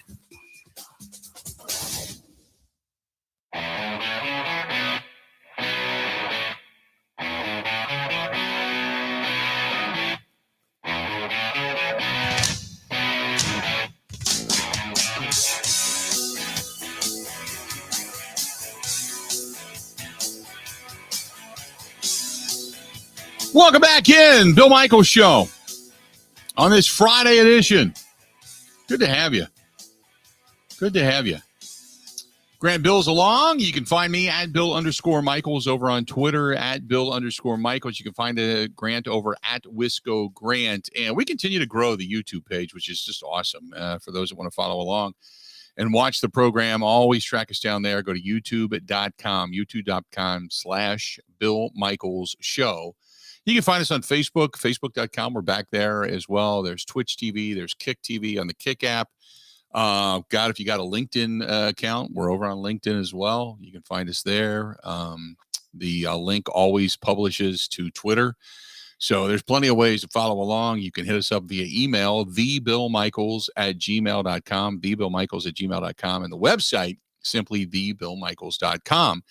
Don't forget, you can take us anywhere and everywhere on the Zone app, the Zone Madison app. And then after the fact, if you love to listen to your sports talk via podcast, you can always track us down on Spotify, Apple iTunes, Google Podcasts as well. It's all right there in hourly form. So grab us there as well. Good stuff. By the way, I want to remind everybody, coming up next Wednesday night, we're going to be at Flipside Pub and Grill in La Crosse next Wednesday night. We're really looking forward to it. Flipside Pub and Grill, 6 to 8 next Wednesday. Going to be there with Scott Emmerich from WXOW19 out in La Crosse. He's going to join us in the final hour of the program. So we'll be there from 7 to 8. He'll be there. We'll have the show from 6 till 8. And I know that they're not taking reservations. They should. So just keep calling, saying, hey, if you got if you got a table, we want it. We want it. So we'll be out there. And, we'll be out running around on Tuesday night as well. Like I said, probably stop at Buzzard Billy's, do some dinner. But looking forward to it. So it should be a lot of fun heading out to La Crosse next week. So get ready for getting your game on Wednesday night. Our buddy Steve, who hasn't been around in a while, said, as far as getting a veteran wide receiver is concerned, I would still steer clear of Jeudy. I would like the Packers to go get an established route runner who can show the young guys some of the intricacies of running a route. I was watching the 4-Letter Network the other day, and Dan Orlovsky pointed out the route running of Christian Watson. This is definitely, it needs refinement. With his speed, if he can run more polished routes, he could end up being an upper echelon receiver in a hurry. I really think that the Packers have a tremendous offensive upside for the next few years. I agree with you that if Musgrave and Kraft can develop, the Packers could be an offensive juggernaut. Have a good weekend. Go Bucky. That's Steve in Ridgefield. Steve, good to have you back, man. I know I think he had a hip replacement or something like that. I'm not positive. Knee replacement, hip replacement, something like that. But he was down for a little while. And then Rick says, one thing I think that is a factor is the Packers' lackluster play has been the schedule thus far, 2 road games and then a home game. And then that stupid Thursday night game followed by a Monday night game and then a bye. I think it's all dumb. You play 2 games in 4 days and then wait a week and a half to play 1 more, then go on a bye. That's like 4 weeks to play 2 games. They also should have never played Jones or anyone else hurt in the Detroit game, nor in the Oakland game with that bye. So those players will be able to, in essence, have like 5 weeks of rest and to get ready for the remainder of the season for the next 12 games. McCarthy always wanted a Sunday 12 noon kickoff every week because he liked the routine and consistency. This year, especially with all the stuff going on, it's hard to get a routine, and everybody into every profession strives to have a routine and consistency. It's been discombobulated. Also, about the tight ends, I watched the drive last night where Kelce caught like 5 balls all in the middle of the field, 8 to 12 yards down the middle. He has no pattern. He just goes and floats out there and finds the open spot. Mahomes finds him. A smart defense would chuck him at the line of scrimmage, but for the Packers, Musgrave, they would do the same thing, and Jordan have to be a little bit quicker with his reads and get rid of the ball first. It will take time, but personally, I like the kid from Penn State, meaning Sean Clifford. So that's from Rick. Rick, appreciate the email there. If you watched that drive last night with Travis Kelce, he just goes and finds the space in the zone and sits. And if he does happen to be on the move, he puts the arm up as if to say, hey, I'm now approaching the open zone, hit me. And they've just got a relationship anyway. It's been, honed over the years, don't get me wrong. So you can't expect the same thing between Love and Musgrave or Love and Kraft right now. But I agree. If you can get performance like that on the continuum, it changes things because it not only is it an extra receiver, but it's a go-to guy that can continually move the chains. And that's what they did last night. That's what we said in the beginning. That's why it was kind of like you really ground it out, and that's what they did. They were very successful at it. This one's from Keith, who says, "Hey, Unit, who do you got winning the World Series?" Well, we talked about this earlier, that the team that whoever the Brewers lose to usually ends up there. So congratulations to the Arizona Diamondbacks. But, God, I hate to say this, but the Astros look really good. They just do. The Astros look really good. I don't want to see the Astros win it, but the Astros look really good. They've got good pitching. They've got a solid offense. Bringing Verlander back, it seems like they've kind of got the band back together and they're feeling it right now. So I don't know. It seems like Houston's kind of on that path. But then again, Philadelphia, man, they played angry baseball after the comment by Orlando Arcia, which we didn't even get a chance to really talk about with J.R. Radcliffe. And that's my bad. But that comment seemed to turn them around, seemed to like inspire them. So Philadelphia's played, but then again, look, you look at Arizona. Has Arizona,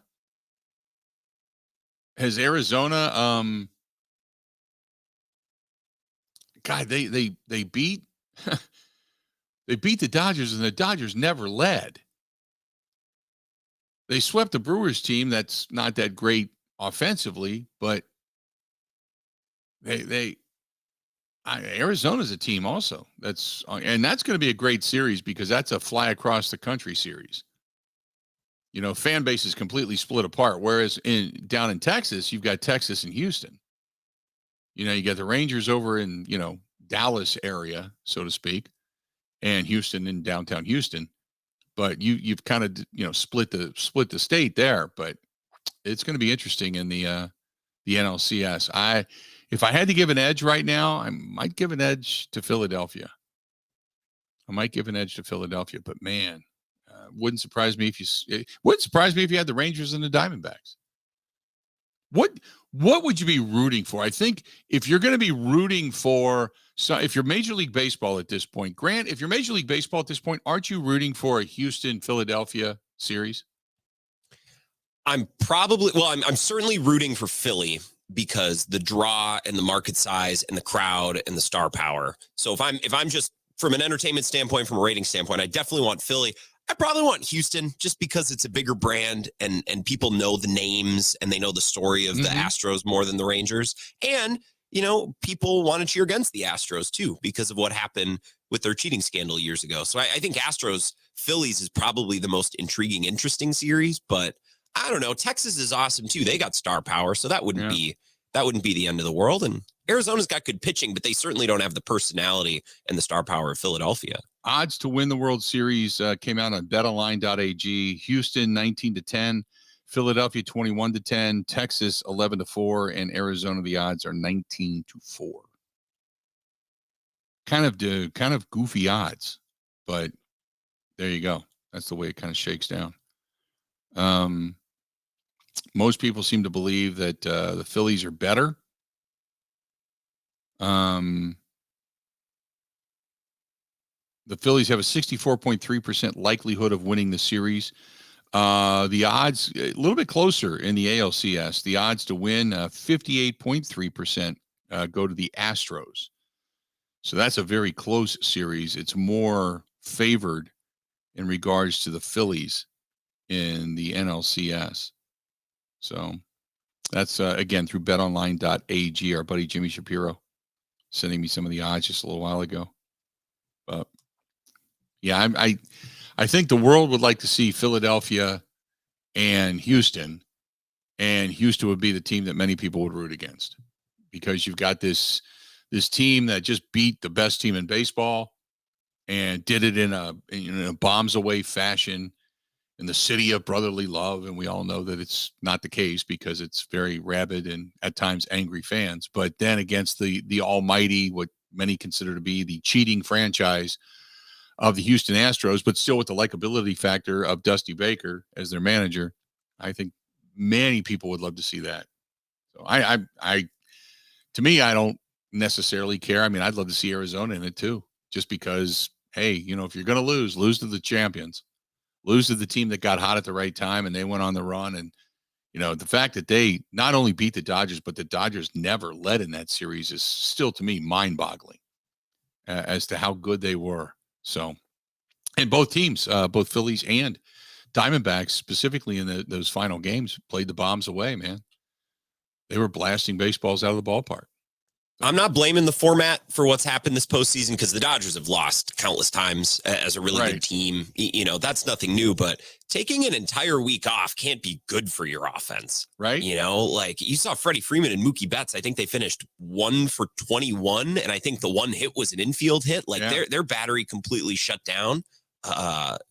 Atlanta for the most part as well. That week off that does interest me, especially against an offense. Pitching is one thing, but when an offense is rolling and they're feeling good, you take an entire week off. Right. That's, man, I don't know. Again, not overwhelmingly a fan of all of that, but I'm not changing it because the Dodgers again go cold. Totally. Rick said I wanted the Brewers and the Twins, so now I just don't care. That would have been awesome. And that was in the back of my mind, but I didn't dare to dream. But that would have been awesome. Been an awesome, awesome series. And the rivalry would have been completely stoked all over again between Milwaukee and Minnesota. Been just perfect. 877-867-1670, 877-867-1670. Our friends out there at J&L Tire and Service Center, they are right there in Watertown and in Johnson Creek. And both places, great places. They do a lot of great work, whether it's, the mini vans, the sedans, just to take you around with the grocery getters, or 18-wheelers. 18-wheelers, if you're an over-the-road driver, all you got to do is swing by, and especially if you're on 94, you just look north on the Johnson Creek exit, and you can see it right there. That's J&L Tire and Service Center. Not only are they great at service, but they're honest, and they're very philanthropic with the community. Give them a shout. Again, jnltire.com, jnltire.com. When we come back, he joins us. Mike Clemens coming up next. Ready? This is the Bill Michaels Show on the Wisconsin Sports Zone Radio Network. All right, Team Pella, listen up. Thanks, John Kuhn. Customers love our products with limited lifetime warranties. Check out these big plays. Incredible innovations like blinds and shades between the glass. No interference on that play, Coach. And stylish windows with hidden screens that make game days a breeze. Can it get any better? It can. With monthly payments as low as $19 per window, $75 per patio door, and a free quote at PellaWI.com. Let's go. Whether you're looking to replace older damaged windows and doors or just wanting to revamp the look of your home, Pella offers a wide range of styles and materials to match your home's unique design. Hurry!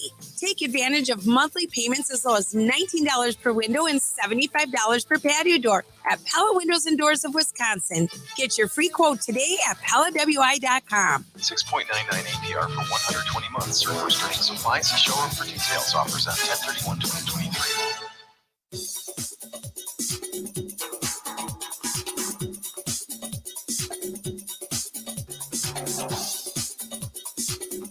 Bill Michaels will resume in 3 minutes.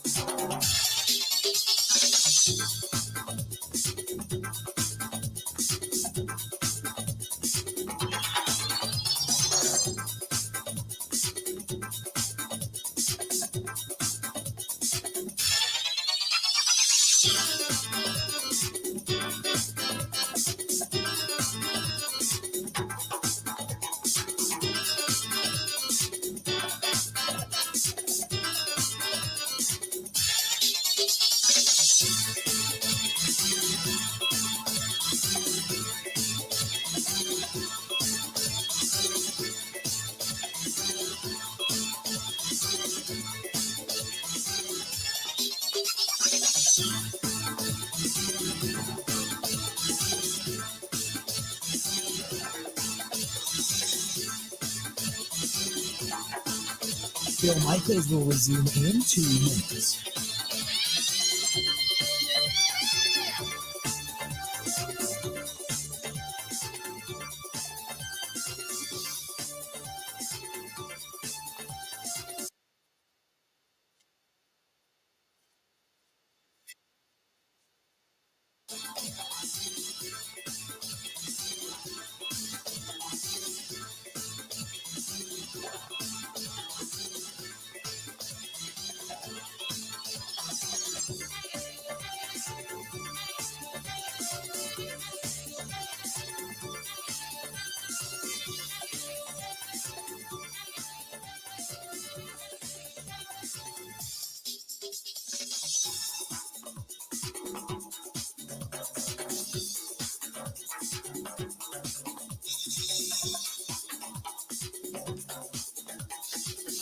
Bill Michaels will resume in 1 minute.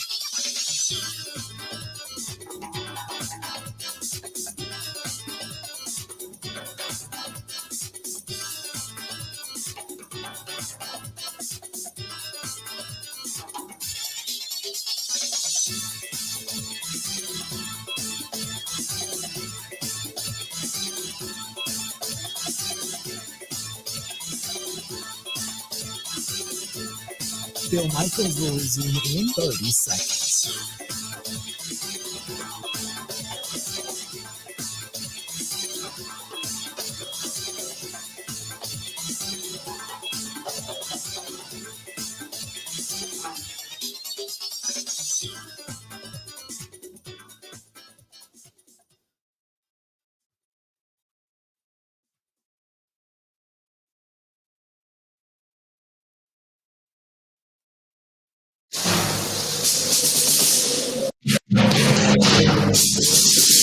The autumn wind is a pirate, blustering in from sea.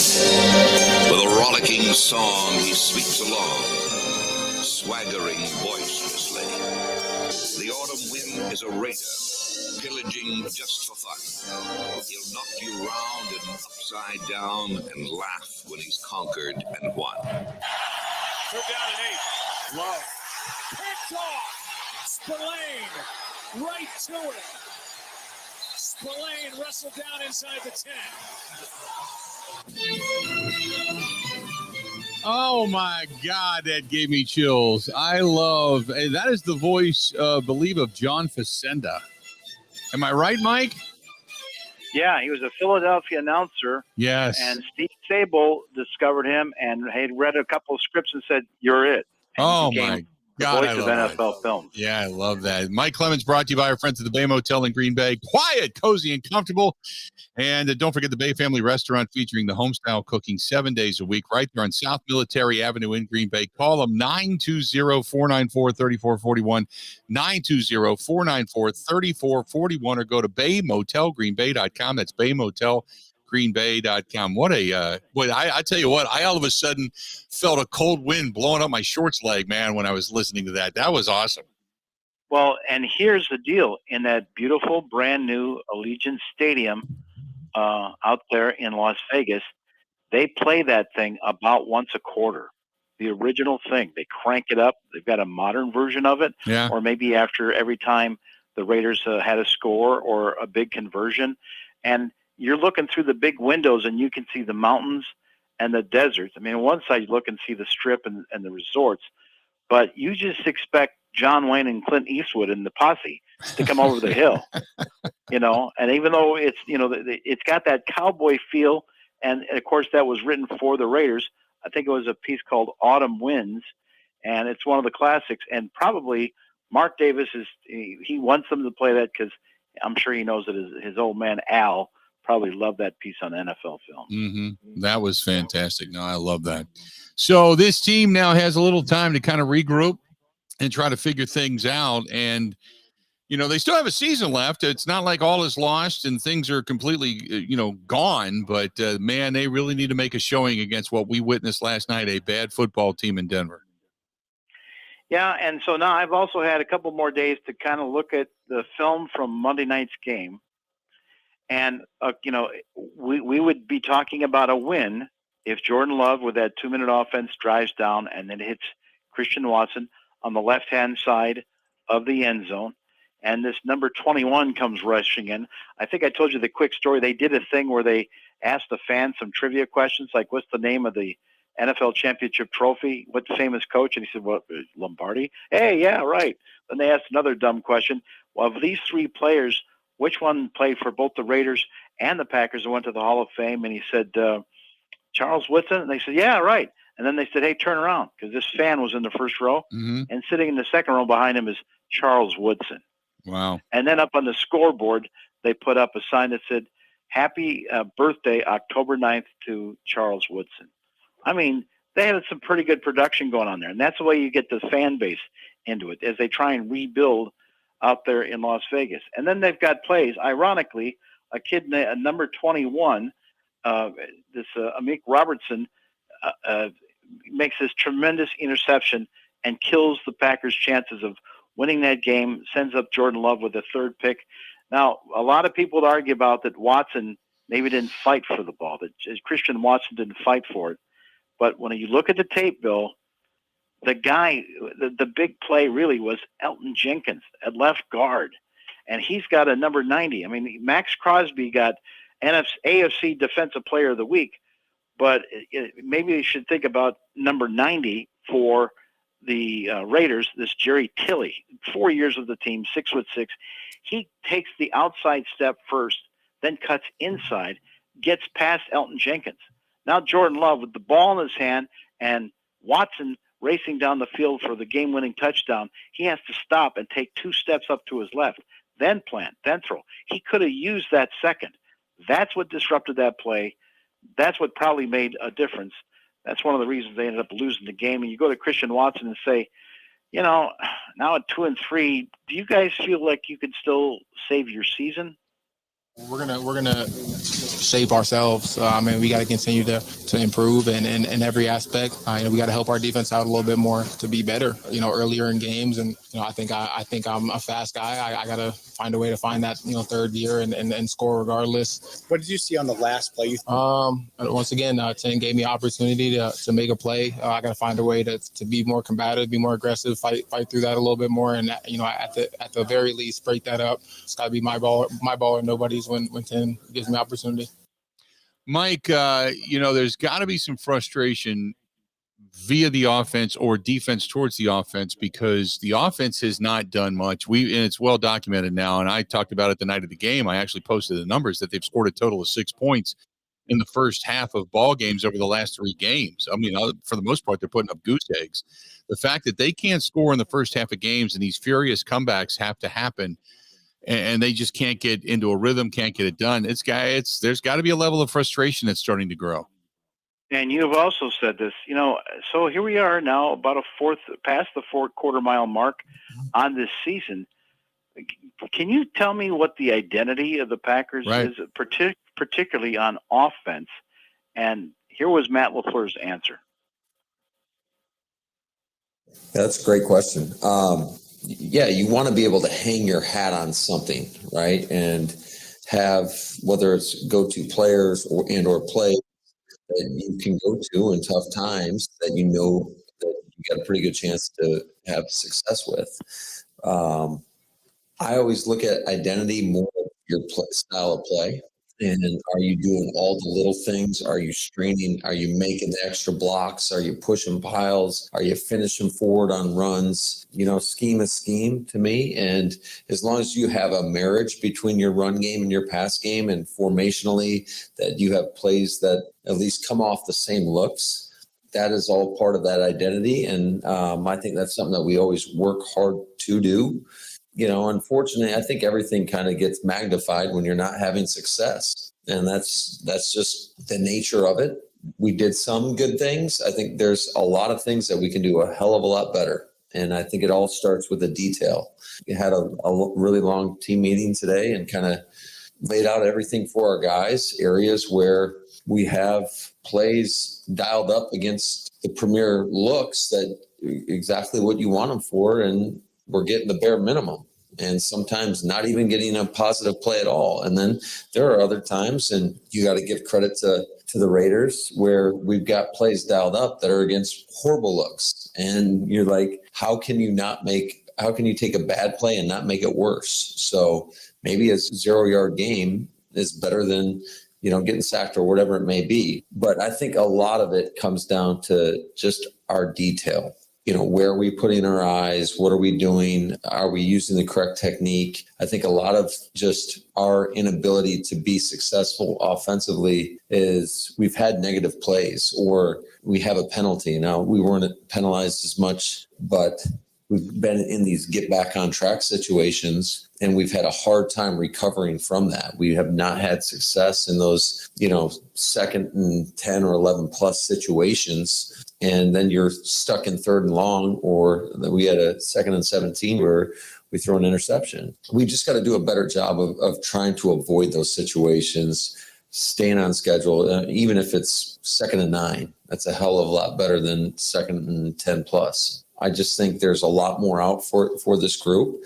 We just have to have that urgency, and it starts with us as coaches, making sure that we're very intentional about what we're asking our guys to do. And then they got to be a part of this process as well and make sure they're communicating maybe things that they don't understand quite as well. And we got to put just whether it's drill work, whether it's teamwork, in order for our offense to come together and actually show progress, because it's been very, very frustrating, I would say, the last couple of weeks. It's been so hit or miss. I thought, these slow starts, we had the first 2 drives of the game where we had 8-play drives and we end up with 3 points. We have a 3rd and 3 where we have a busted route and they play cover 2. And ironically enough, that's where the ball should have gone, was where the route was busted. And, we also have to progress through. And if it's not there, don't force the throw down the field and get to a check down. And maybe you're playing, 4th and 1 or 4th and 2. But I just think there's been so many things that have come up in some critical situations that have really set us back. And by no means am I trying to throw blame at our players. I'm as much at fault as anybody. Like I said, not every play caller is going to be perfect. I put our guys in some bad situations. There was a couple yesterday where we run an outside zone. They got what we call penny personnel on the field, where it's nickel defense with 5 bigs, and we're running an outside zone, and 98 swims our tackle and gets a TFL. So that's on me. But I think collectively there's a lot that we can improve upon as a group, and hopefully we get that corrected in short order in order for us to have success. Mike, I go back to the beginning of that statement where he said, we've got to have something to hang our hat on. And I don't think they do right now. No. And so you take the elevator down from the press box, you see them lose this game. You get into the locker room, you look for the first guy you want to talk to that will probably go on record. Maybe he's getting dressed or something. And I couldn't help but turn way to my right, and there was a little corner of the locker room where all the secondary guys were. And it was one of those moments where they looked up like, did he hear that? Like I kind of come in at the last second as some sort of open, frustrated conversation. And, here there's a team that kept Devontae Adams out of the end zone and had 45 yards. The longest pass of the night was for 21 yards. And so I said to Rasul Douglas and Rudy Ford, I asked them about their frustration. And, well, do you hang your hat on that at least you slowed down Devontae Adams? It wasn't about that, though. You know what I'm saying? We wanted to go home in a bye with a win. Now Matt about to talk our damn head off tomorrow. As soon as we wake up, because we get back in the morning, he about to talk our head off because we lost. We came here to win. That's really the only goal. It wasn't about Tay doing nothing. It wasn't about nobody doing nothing, no matchup. It wasn't nothing. It was just win. Do whatever you got to do to win. And we ain't do it. I mean, plays on either side. And then I just got no comment at this moment. that's disappointing. Absolutely. That is that disappointing. I got no comment right now. You can feel those momentum swings when Rashawn gets the quarterback now. When you get the pick, it's got to be frustrating that you can't follow through in the next couple of series after that. No comment. Interesting stuff. Let's do this. We'll step out. We'll take a quick break. We're talking with Mike Clemens. You can find him on Twitter at Mike Clemens NFL and check him out there. This portion of the program brought to you by our friends at Lux Golf Bays. They're right there in Franklin, Wisconsin. You can still all year round get your swing on and improve your swing, work on your swing, keep yourself a little bit loose, maybe take some friends over, enjoy a night out, whatever it happens to be. LuxGolfBays.com. That is Lux, L-U-X-E, LuxGolfBays.com, right there in Franklin, Wisconsin. Great place to go. More of the Bill Michaels Show next. This is the Bill Michaels Show on the Wisconsin Sports Zone Radio Network.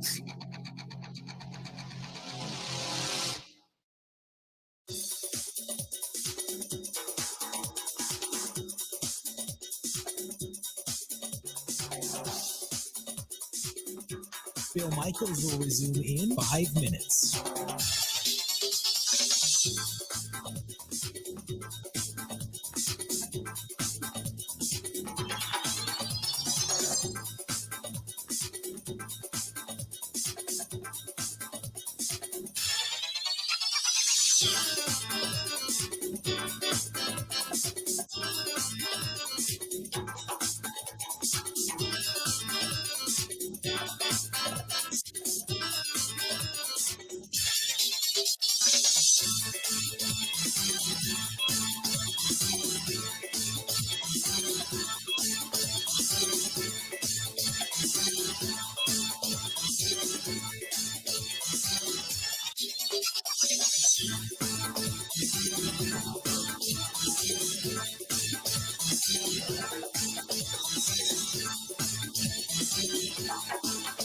Bill Michaels will resume in 4 minutes.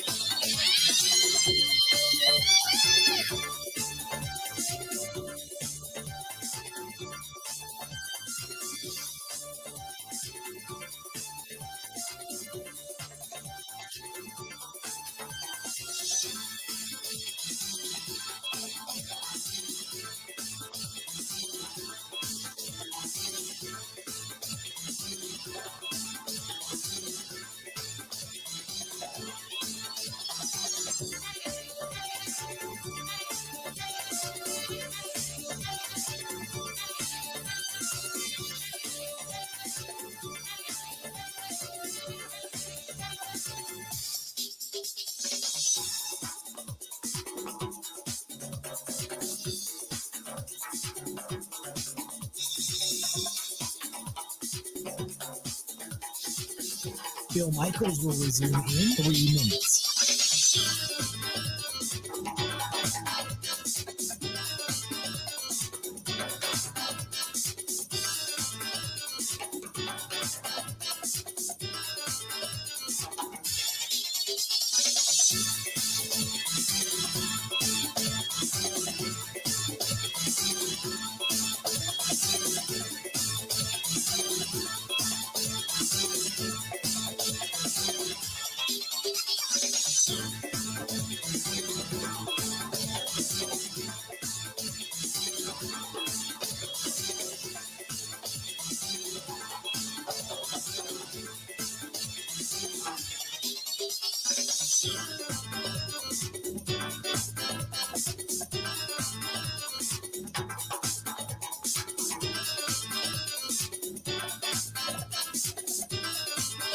Bill Michaels will resume in 2 minutes.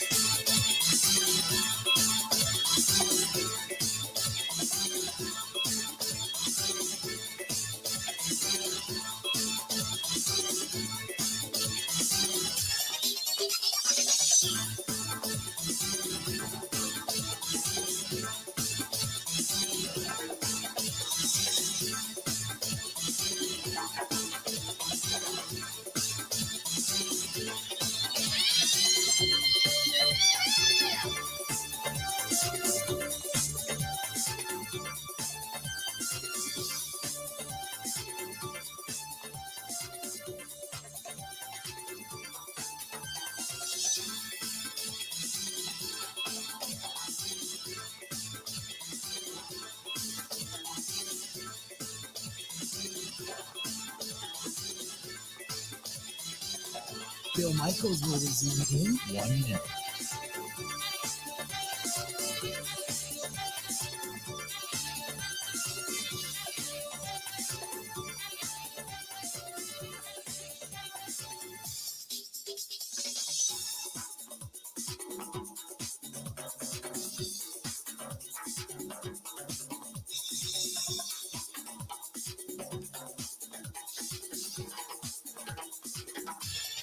Phil Michaels will resume in 30 seconds.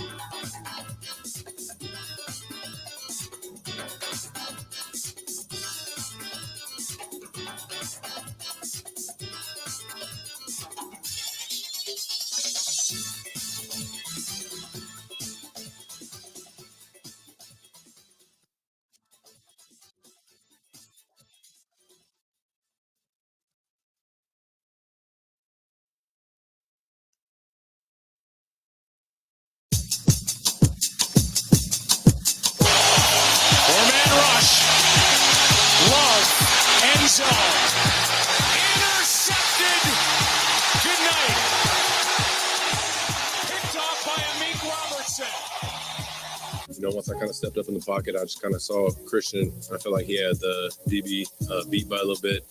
Thought we could make a play to go win it right there in the end zone. Kind of just underthrew it. Didn't get enough on it. Didn't get it out there enough. And the DB made a good play. Good to have you back. The Bill Michaels Show. We continue on. Mike Clemens joining us on the hotline. A little mellow music. Is this you, Grant Bills, or was this a Mike Clemens choice? No, Mike Clemens loves mellow music, and he's got great taste in music. This is a selection of mine, though. I'm liking this. This feels like I should have a cigar and a bourbon in my hand, or a beer in a tall glass with the bubbles currently heading northward. That's awesome stuff. Mike Clemens joining us on the hotline. So, Mike, look. The offense is what we're all talking about, even though the defense, they have their moments, but they've done enough to win over the last couple of contests. But it's the offense that really has to figure things out if this team's going to have an opportunity to do any kind of damage and get some more wins this season. And it starts up front, starts with the offensive line, man. Yeah, so that play we just replayed, the last play for the Packers ends up being intercepted. It was a bad accuracy on a long ball again from Jordan Love. Should Christian Watson fought for that ball? You got to give credit to 21 from the Raiders for making a spectacular play on the interception.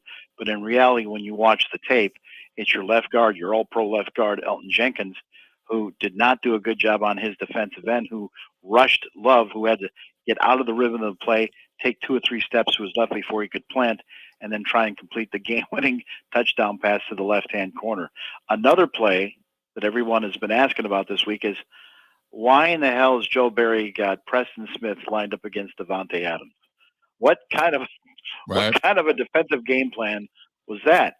Well, actually, you got Josh McDaniels borrowing something that Mike McCarthy used to do.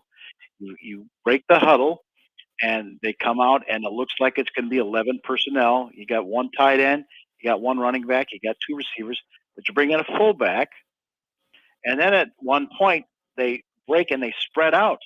So now it's empty backfield. Right. And you got this fullback up on the line. And who's covering him? Jair Alexander. And you put Davante in the slot, so the outside linebacker, and instead of switching, 91 presses before Garoppolo goes set hut, now he's covering Davante Adams. And that ends up being the biggest gain that they made all night. That's a play that Bill Huber said that McCarthy used to run against the Legion boom defense. Remember how Richard Sherman used to always line up as the left corner? McCarthy would send John Kuhn out there. And Sherman wouldn't stop and look and say, well, okay, I got to find James Jones or somebody. He would just stand there and cover John Kuhn. And that's one way that they could take Richard Sherman out of the play. So that's what happened on that play. LaFleur was asked about it, and he said, yeah, we probably should have – the linebacker should have taken a walk back. We should have switched on to a quarter zone coverage, and that way you've got corners on receivers and linebackers on fullbacks. Mm-hmm. Right.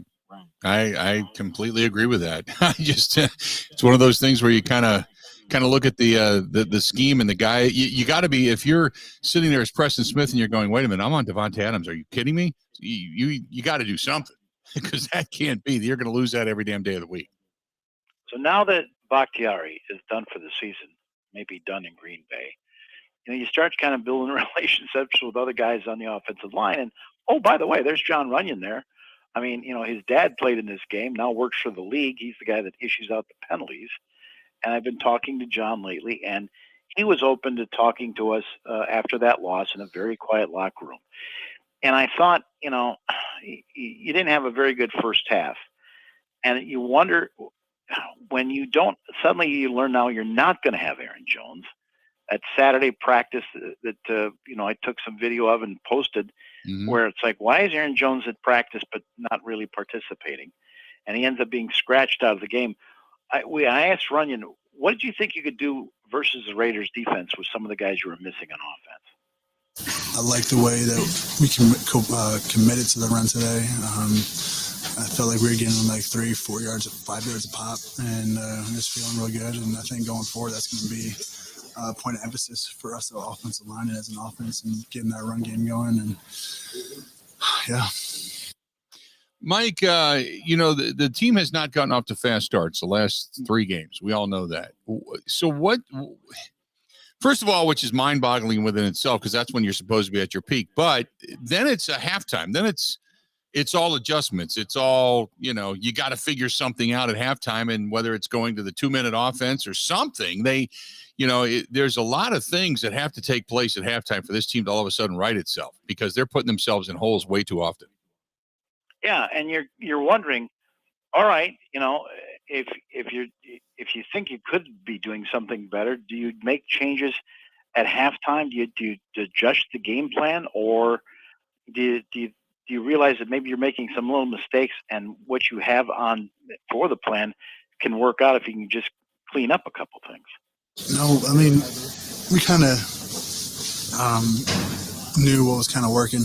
And I think, again, we said going into the second half, they really wanted to, get the inside run game going and mixing up with, outside runs and keepers and play passes. And we hit a really big one to Christian. And the end of that drive, I think, could have potentially been the game. I mean, we were down there on the 4-yard line with a horse collar tackle, and we're not able to punch it in 3 plays, get ourselves for a field goal. And I think that was a really big point in the game, and it's kind of unacceptable for us. We get down to the 4-yard line with 4 downs. We got to be able to get that in there. Is it 5 down in those 2 plays there after the big catch by Christian? Yeah, but, we knew going into the game that they were going to play some base defense. They were mainly nickel. When you got a base defense on there, like 5 across, it's going to be about 4 one-on-one blocks, and someone's going to win one. And I think on those first 3 run plays, we weren't able to do it and try to get the sprint out play, and just wasn't there. And I think that was a really big turning point for us in the game. And I really don't know, honestly. I wish I could give you one answer, but I feel like up front,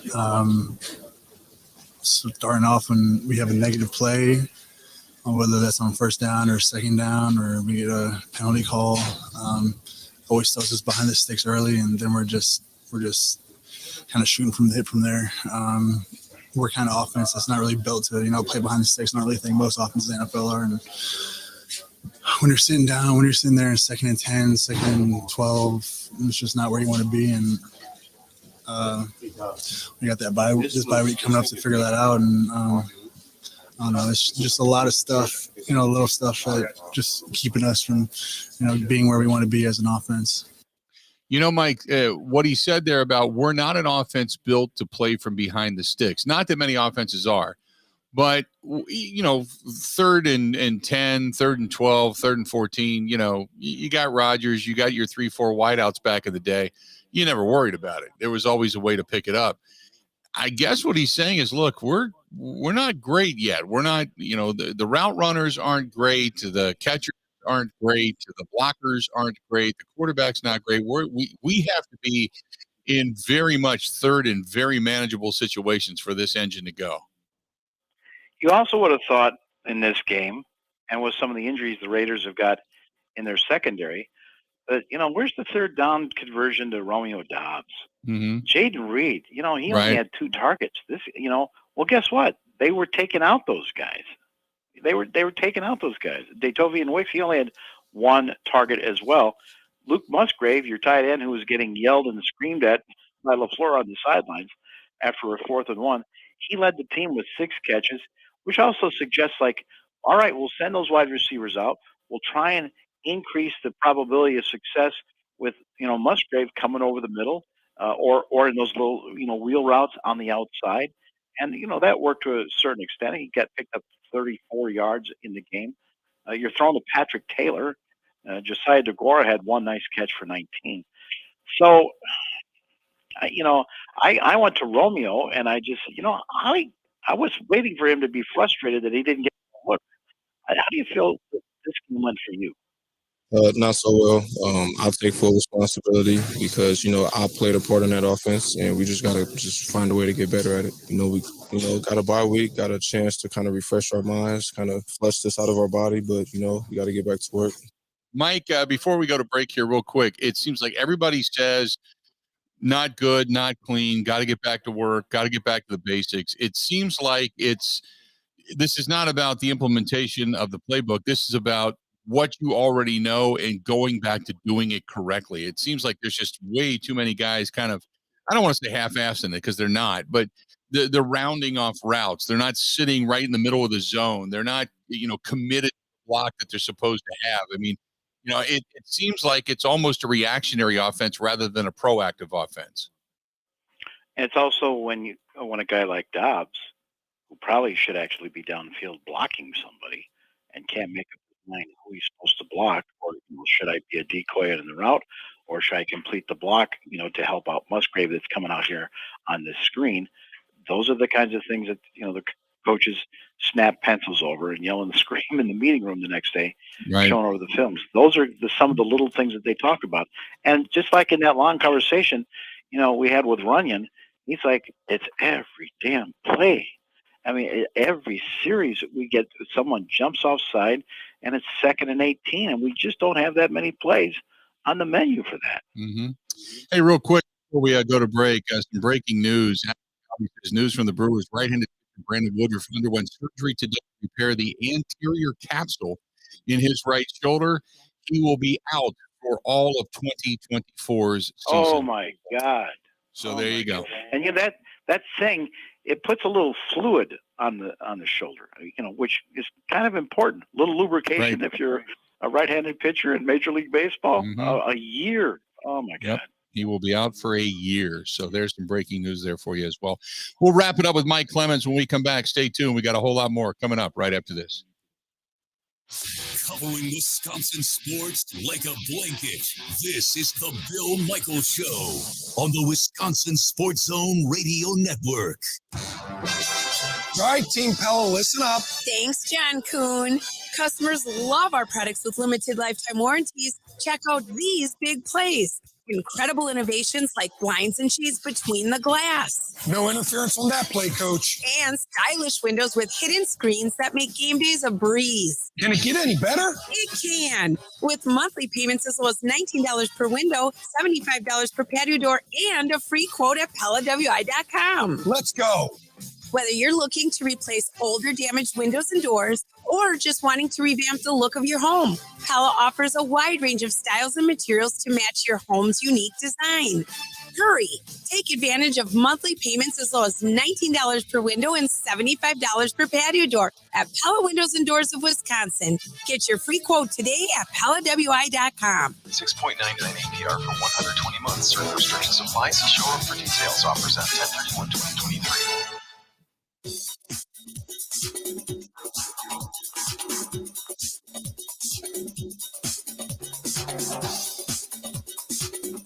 Bill Michaels will resume in 3 minutes.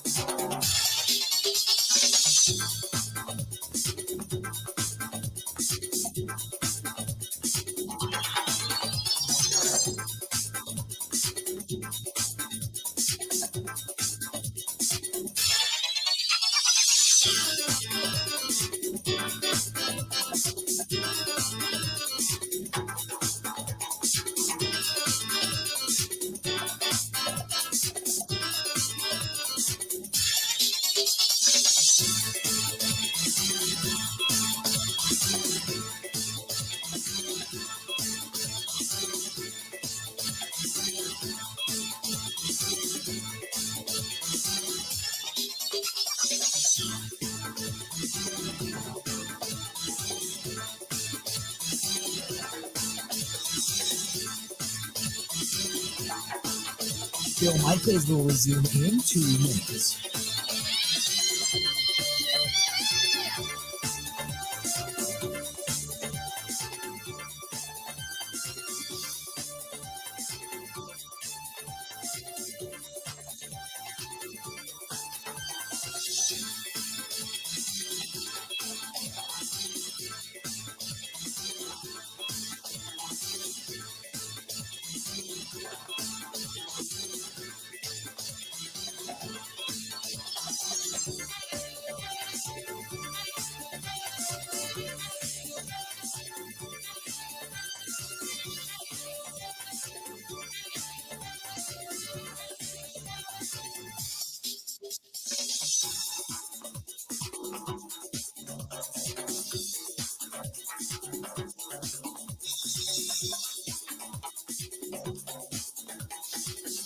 Bill Michaels will resume in 1 minute.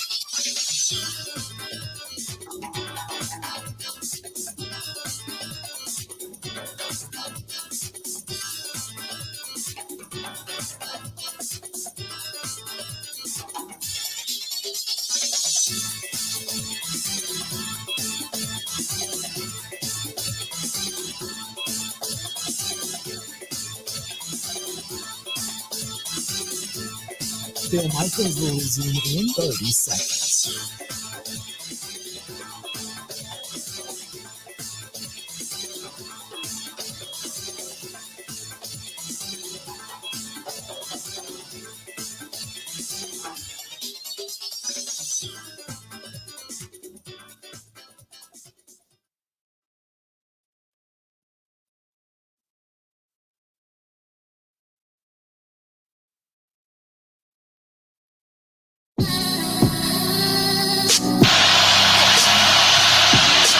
Pressure. Wilson scrambles away again. And he cannot run for the first down, and they turn the ball over. Run out by Justin Reed. We had a chance, and I think we just got to play better, play cleaner. I think the best thing we can do is just keep believing. I gotta play better, and that starts with me, and I know I'll respond the right way. To win in our league, you got to be better throwing the ball, especially, I don't think the wind was that big of a factor. Next up on the docket, Russell Wilson, Sean Payton, and the Denver Broncos a week from Sunday, and that is going to be a 3:25 start time out in the Mile High City in Denver. Welcome back to the program. The Green and Gold Post, the Bill Michaels Show continues on. Mike Clemens joining us. And Mike, on one hand, this is the game that I'm kind of salivating over, hoping that the Packers kind of get themselves back on track. On the other hand, it's the game where I'm thinking, if they look the same as they did in Vegas and they get beat by a bad Denver team, oh my goodness, I can't imagine what the postgame show and then the weeks following would look like. You're right. Now, last night on Thursday Night Football, the Denver Broncos defense did a pretty good job, I thought. I mean, they held Patrick Mahomes to one touchdown. Their field goal kicker was going nuts last night for the Chiefs. But the Broncos, I mean, even Sean Payton, who you heard there, I think he called it a boneheaded mistake, as a matter of fact, after the game, because there's a situation where they've got the ball and it's close to the end of the first half, and he calls a timeout when he knows that they were going to have to punt, and the Chiefs were calling a timeout like seconds later. Like, why did he do that? I mean, he could have let the clock expire and give the Chiefs less time. Instead, the Chiefs get the ball, and Mahomes with two passes gets them into field goal range, and they score another 3 points in a close game that ends up like 19-8 last night. But man, Russell Wilson, he was looking downfield, and it was his first night with the team. Could not find open receivers under pressure. I think the Chiefs got 4 passes deflected. I mean, every other time you turn around, Wilson was getting balls batted away on passes. So, that's good news for Joe Barry. Right. But I don't know. This could be a real challenge for the Packers offense come next Sunday night in the primetime game. I just want to see them get off to a organized, faster start. I mean, that's my big thing, is just to see them get off to an actual organized, looking good start to a ball game, rather than looking as if they're scrambling and not quite sure what they're doing. Heads are hanging, 3 and outs. You just give them something in the first half to be excited about. Broncos made one personnel move after last night's game. They got rid of Frank Clark, who used to be a tremendous rushing linebacker for the Kansas City Chiefs. Got a ring with them one year, but he kind of became too much of a big talker and not enough of a producer. He got cut by the Broncos. It's interesting, these moves that Gutekunst keeps on making, where Patrick Taylor's in the game and then he gets released the next day, and then they bring back linebacker Justin Hollins. And, I know he's working that guys you can bring off the practice squad thing 3 times over and over again. But to me, for where the Packers offense is right now, did you really need to make that move? I mean, you're not using Emmanuel Wilson to back up Aaron Jones, and Lord knows when he's coming back. But I'm curious to see what those next moves are going to be between now and this game in Denver. Mike, great stuff. Enjoy the weekend without Packers football. And now we just get to kind of sit back, relax, and see what comes our way. And then we'll all reconvene on Monday, okay? Appreciate it. Thank you, Bill. Talk to you later. All right, buddy. Talk to you soon. There you go. That is Mike Clemens joining us for a couple of minutes. Again, breaking news. Brandon Woodruff had surgery today on the right shoulder, that capsule that had been giving him problems. And the reports with the club are, per Adam McCalvey, that he will most likely miss the entire 2024 season. The entire 2024 season. So, man, does that hurt. Oof. Kind of a tough blow. If you're a Brewers fan. So tomorrow you've got Badger football, and hoping the Badgers knock off the Iowa Hawkeyes. I got some dinner tonight, wedding tomorrow, motorcycle ride. Don't forget, join us on Sunday morning. We're going to be at Sloppy Joe's on Hubertus. In Hubertus, please come out and join us if you ride. Looks to at least be dry. We'll throw on the chaps and the leathers and head out and about. Grant, you got a wedding on Saturday night too, don't you? I got a wedding tomorrow night, and then I'm going way up north doing some fly fishing on Sunday. There you have it. Packers off. Yeah. Good stuff. Enjoy the weekend. We'll all reconvene back here on